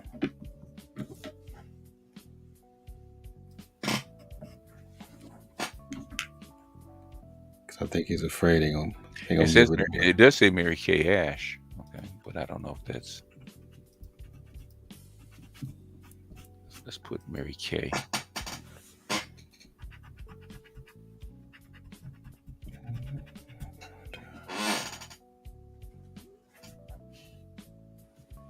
See if they got a Wikipedia. Okay, I do have a Wikipedia of Mary Kay Ash. You see if she's married to. No, she's not married to Thomas Sowell though. Different lady. Yeah, different lady. Because her last husband died. Melvin J. Ash died in 1980. Okay. Different lady. So. Yeah. Okay. Good old Thomas Sowell. Yeah. You know, like I said, there's levels to that cooning. Hey, well, he's at the top level. He put in that work. See. She does look Jewish, though. I would like to do a panel of Jewish chicks too. You know, talk about that matriarch. Yeah, because they don't really talk about it openly like that. Oh, okay, never mind. Because I mean, they might, because I've heard, I never heard them say it, but I know people that have spoken with them and said, yeah, they admit that it's a matriarchy, and basically the line of whether you are Jewish or not, you might have a father's name, but whether you're Jewish or not depends on what your mother is. Yeah, I definitely like to have that conversation. I know there's one Jewish chick, but she's trying to get with her brother, so I'm not calling her. Mm. Oh, okay. Like pushing people away. Oh, okay. Oh, that's what happens when you check boxes, bro. Yeah, had to play dumb. Like, mm-hmm. I don't see nothing. I don't hear nothing. Mm-hmm. You know, nice to see you. Mm-hmm. You know, what do you need with a wife from Brazil? She's not American. You gonna miss all this Jewishness. Mm-hmm. It's like, no. I can do things for your career. Mm-hmm. I know. Look at my credit score. Mm-hmm. Mm-hmm. This could be you one day. And one day, yeah, with connections. Oh man, you like salivating, like, oh God. I could have a stable life. Nah, you're doing good. Yeah, I'm working. You're doing well. I'm definitely working on it. I know one thing. Everybody want to, like, do your wife got any friends? I'm like, you got to. Was it 100? Almost 200 million? Go down there. Yeah, I'm like, y'all don't think you want any of her friends? Yeah, The churchy women over there, they be letting themselves go. yeah, yeah. You go down to you go to Bahia, you go to Rio. They had a whole country, 200 million people. Go find you one. In Bahia, there's a lot of Sanaa Lathan looking chicks over there. Woo, shit! Don't tell me that. A lot of them. They got that little nose shape and everything. They look just like her. Ooh, the lips on Sanaa Lathan. My goodness. Yeah, that little curvy like a bird flying. Mm-hmm. Yeah. Check out. I'll send you the some of the pictures. Like, damn. Yeah, it's one pretty woman. There's a whole bunch of them. Mm-hmm. We're over in where my wife is. There's a whole bunch of women that look like Diana Ross's daughter. Okay. With that big curly puff. Mm-hmm. I mean, there's all kinds, but those are the main ones. I think one of the most interesting things in the interview is when their black is different from our black. How so? I was showing like different blacks to where, like, if they were over here, mm-hmm. they would be considered like mixed or maybe exotic Indian or whatever. Okay. Over there, they're black. Okay. You'll see. Okay. And a couple of them, I was like, "What?" She's like, "That's obvious. He's black." And I'm like, "This dude is racially ambiguous." To us, yeah. Yeah. I mean, the thing is, where's the line for us? Right. Yeah. Because a lot of stuff we see is pretty obvious, but theirs is more.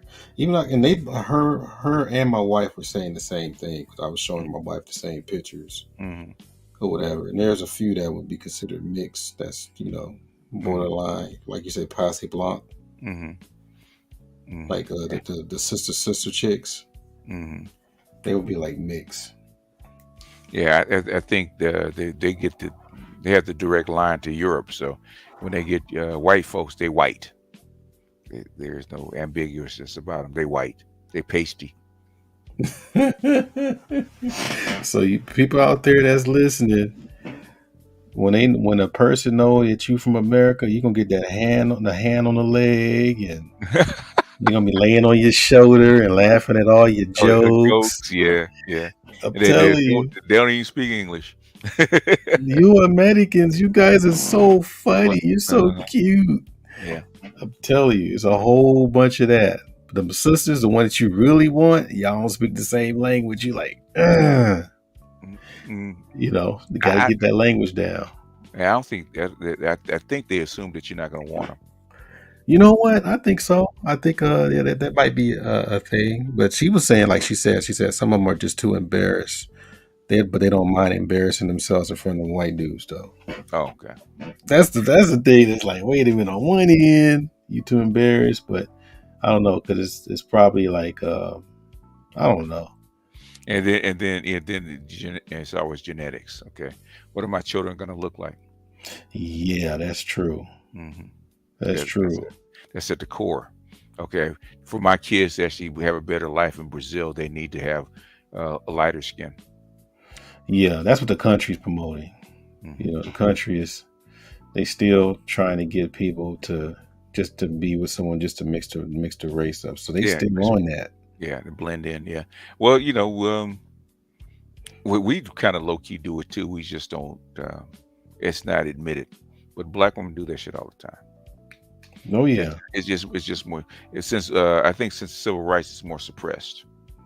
And it wasn't suppressed before 1960. That shit wasn't suppressed. And the reason why so many women out there are single, because these guys just do it and make themselves make it look like they're wifing them up and just leave them. Okay. I'm like, God damn, white dudes. Oh, white dudes, yeah. Oh yeah. Oh, so the shit don't change. They do this up here too. Yeah. Black dudes do it too, but for the most part, the purpose is to mix up. Like, okay, we mix, so I'm good and my work is done. Okay. So if a darker chick gets with a white dude and gets a baby and he leaves her, is that a strike against her, or is it just accepted? I think that's accepted because she's blessed with a lighter baby. Okay, so will the dude actually wife her up? With the next dude? Yeah. I don't think so. I think that's their issue out there. Okay.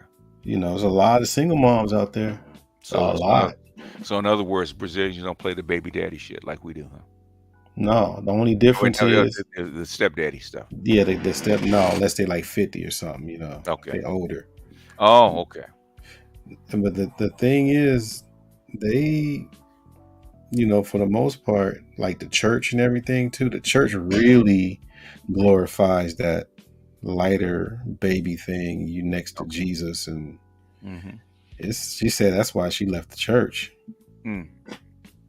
You know, they really pushing that, you know, as a religion. I said, damn, this is 2022. Yeah. The culture, man, culture is really sticky. Yeah, hell, look at us. We're still going over the colorism wars and shit. No. Yeah. I mean, I had to give it to white supremacy. They doing a hell of a job. It's just nature. They didn't try to do it. It's just nature.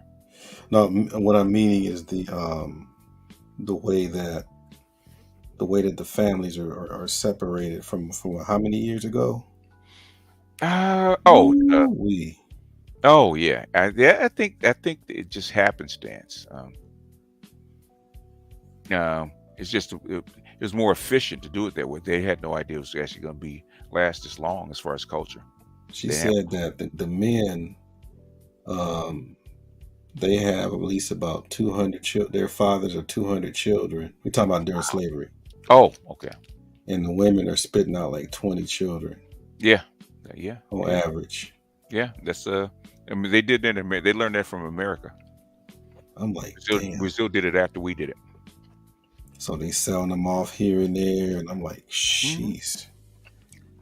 Now all of a sudden, because Brazil had the same law that Virginia passed. Dang. Exact same law. In fact, I'll send it to you because I was looking at it. I think it was just the. It was just just last week.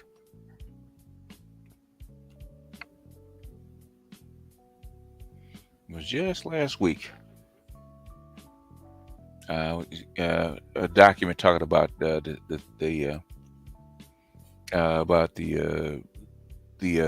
status of the womb.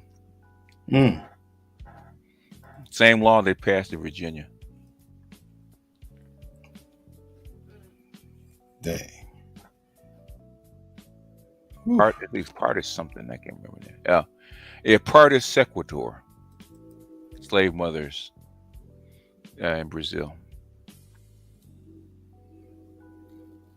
It's part of sequitur, which is the same thing that they passed in Virginia in 1669 or something like that.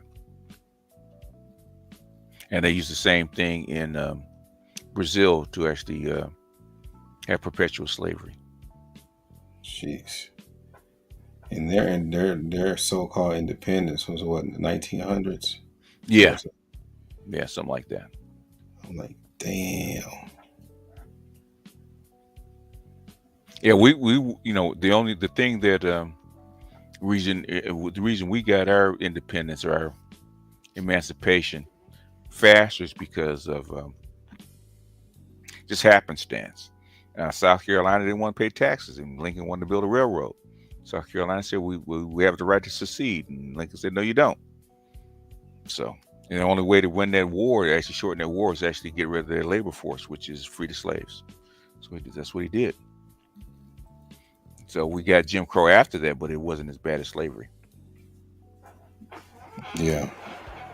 Because he still need to make the money. Because there's one I was listening to this guy he's actually a Southern Civil War specialist, but on the Southern side, when he said that the 60 to 70% of America's GDP prior to the Civil War actually lied in the South in slavery. Mm-hmm. Oh, okay, that's a big difference. Okay, it explains a whole lot. Why they went after him and why they had to put you back on the plantation after emancipation. That's when all the Jim Crow laws came in. If you wasn't working, they put you in jail and sent you back to doing the same stuff you were doing and started leasing you out. That's why I hate when people spit on the ancestors. I'm like, come on. Yeah, they don't know, man. They don't know. I hope, hopefully they never find out. Sound like they're doing the repeater to me. Well, if you have to learn the hard way, you have to learn the hard way. Well, civil rights didn't mean nothing. Well, okay. I always tell them, I said, okay, well, all them affirmative action laws that you take advantage of, give them back and see what happens. Since you trust the white man so much, you trust him that much, yeah. Put your faith on it. So we're gonna give back all the civil rights laws. Because I gotta tell you what, all the other groups, such as the Latinos, they know better. Mm-hmm. They know they protect theirs. For sure. Yeah. Anyway, man, take you behind the bed. All right. Otherwise, we'll be talking for another hour. I hear you. You like Ron, man. We get to talking and you forget. And next thing you know, you're snoring on the phone. Yeah, because I take the missus to work in the morning. Oh, yeah. Because I got 2 weeks off. Well, a week and a half, and then go back to the plantation. Okay. So you had to teach college? You teach a summer course? I'm done with the summer. Okay. I'm done with that. So now I can just take care of my bills and all kinds of stuff and do some, cleaning around the house, places where my wife don't feel like going. So like my studio. Okay. Hey, you probably don't want her in there anyway, do you? Nah. Don't touch my studio. I'd be looking for stuff like, what you move my stuff for? Oh, they gotta move shit, man. They, when they tidy, they have to arrange it the way they see it fit. Yeah, being nosy too. I know the game. Trying to catch me in something. Yeah, especially since you had that chick from Brazil on. So, okay, we trying to get a second wife. Look at you. I said that was an old picture. Oh, was it an old picture? Okay. No, I'm just joking. Oh. All right, Dr. BGS. All right, Art. All right. Yeah, have a good one. You too. Thanks again. And thank everybody for coming down. And it's all gravy. So my other channel is going to be back up and running tomorrow. And I'll be streaming some of this stuff on that channel and some other stuff. So anyhow, I'm going to go ahead and get the magic juice and see y'all in the next run. And appreciate Roger Report. Oh, appreciate Nick Taylor coming through as well. All the brothers, everybody, and the sisters too, for subscribing and spreading the word. But man, some people's character is just so questioned around here. I'm telling you. All right, peace and hair grease.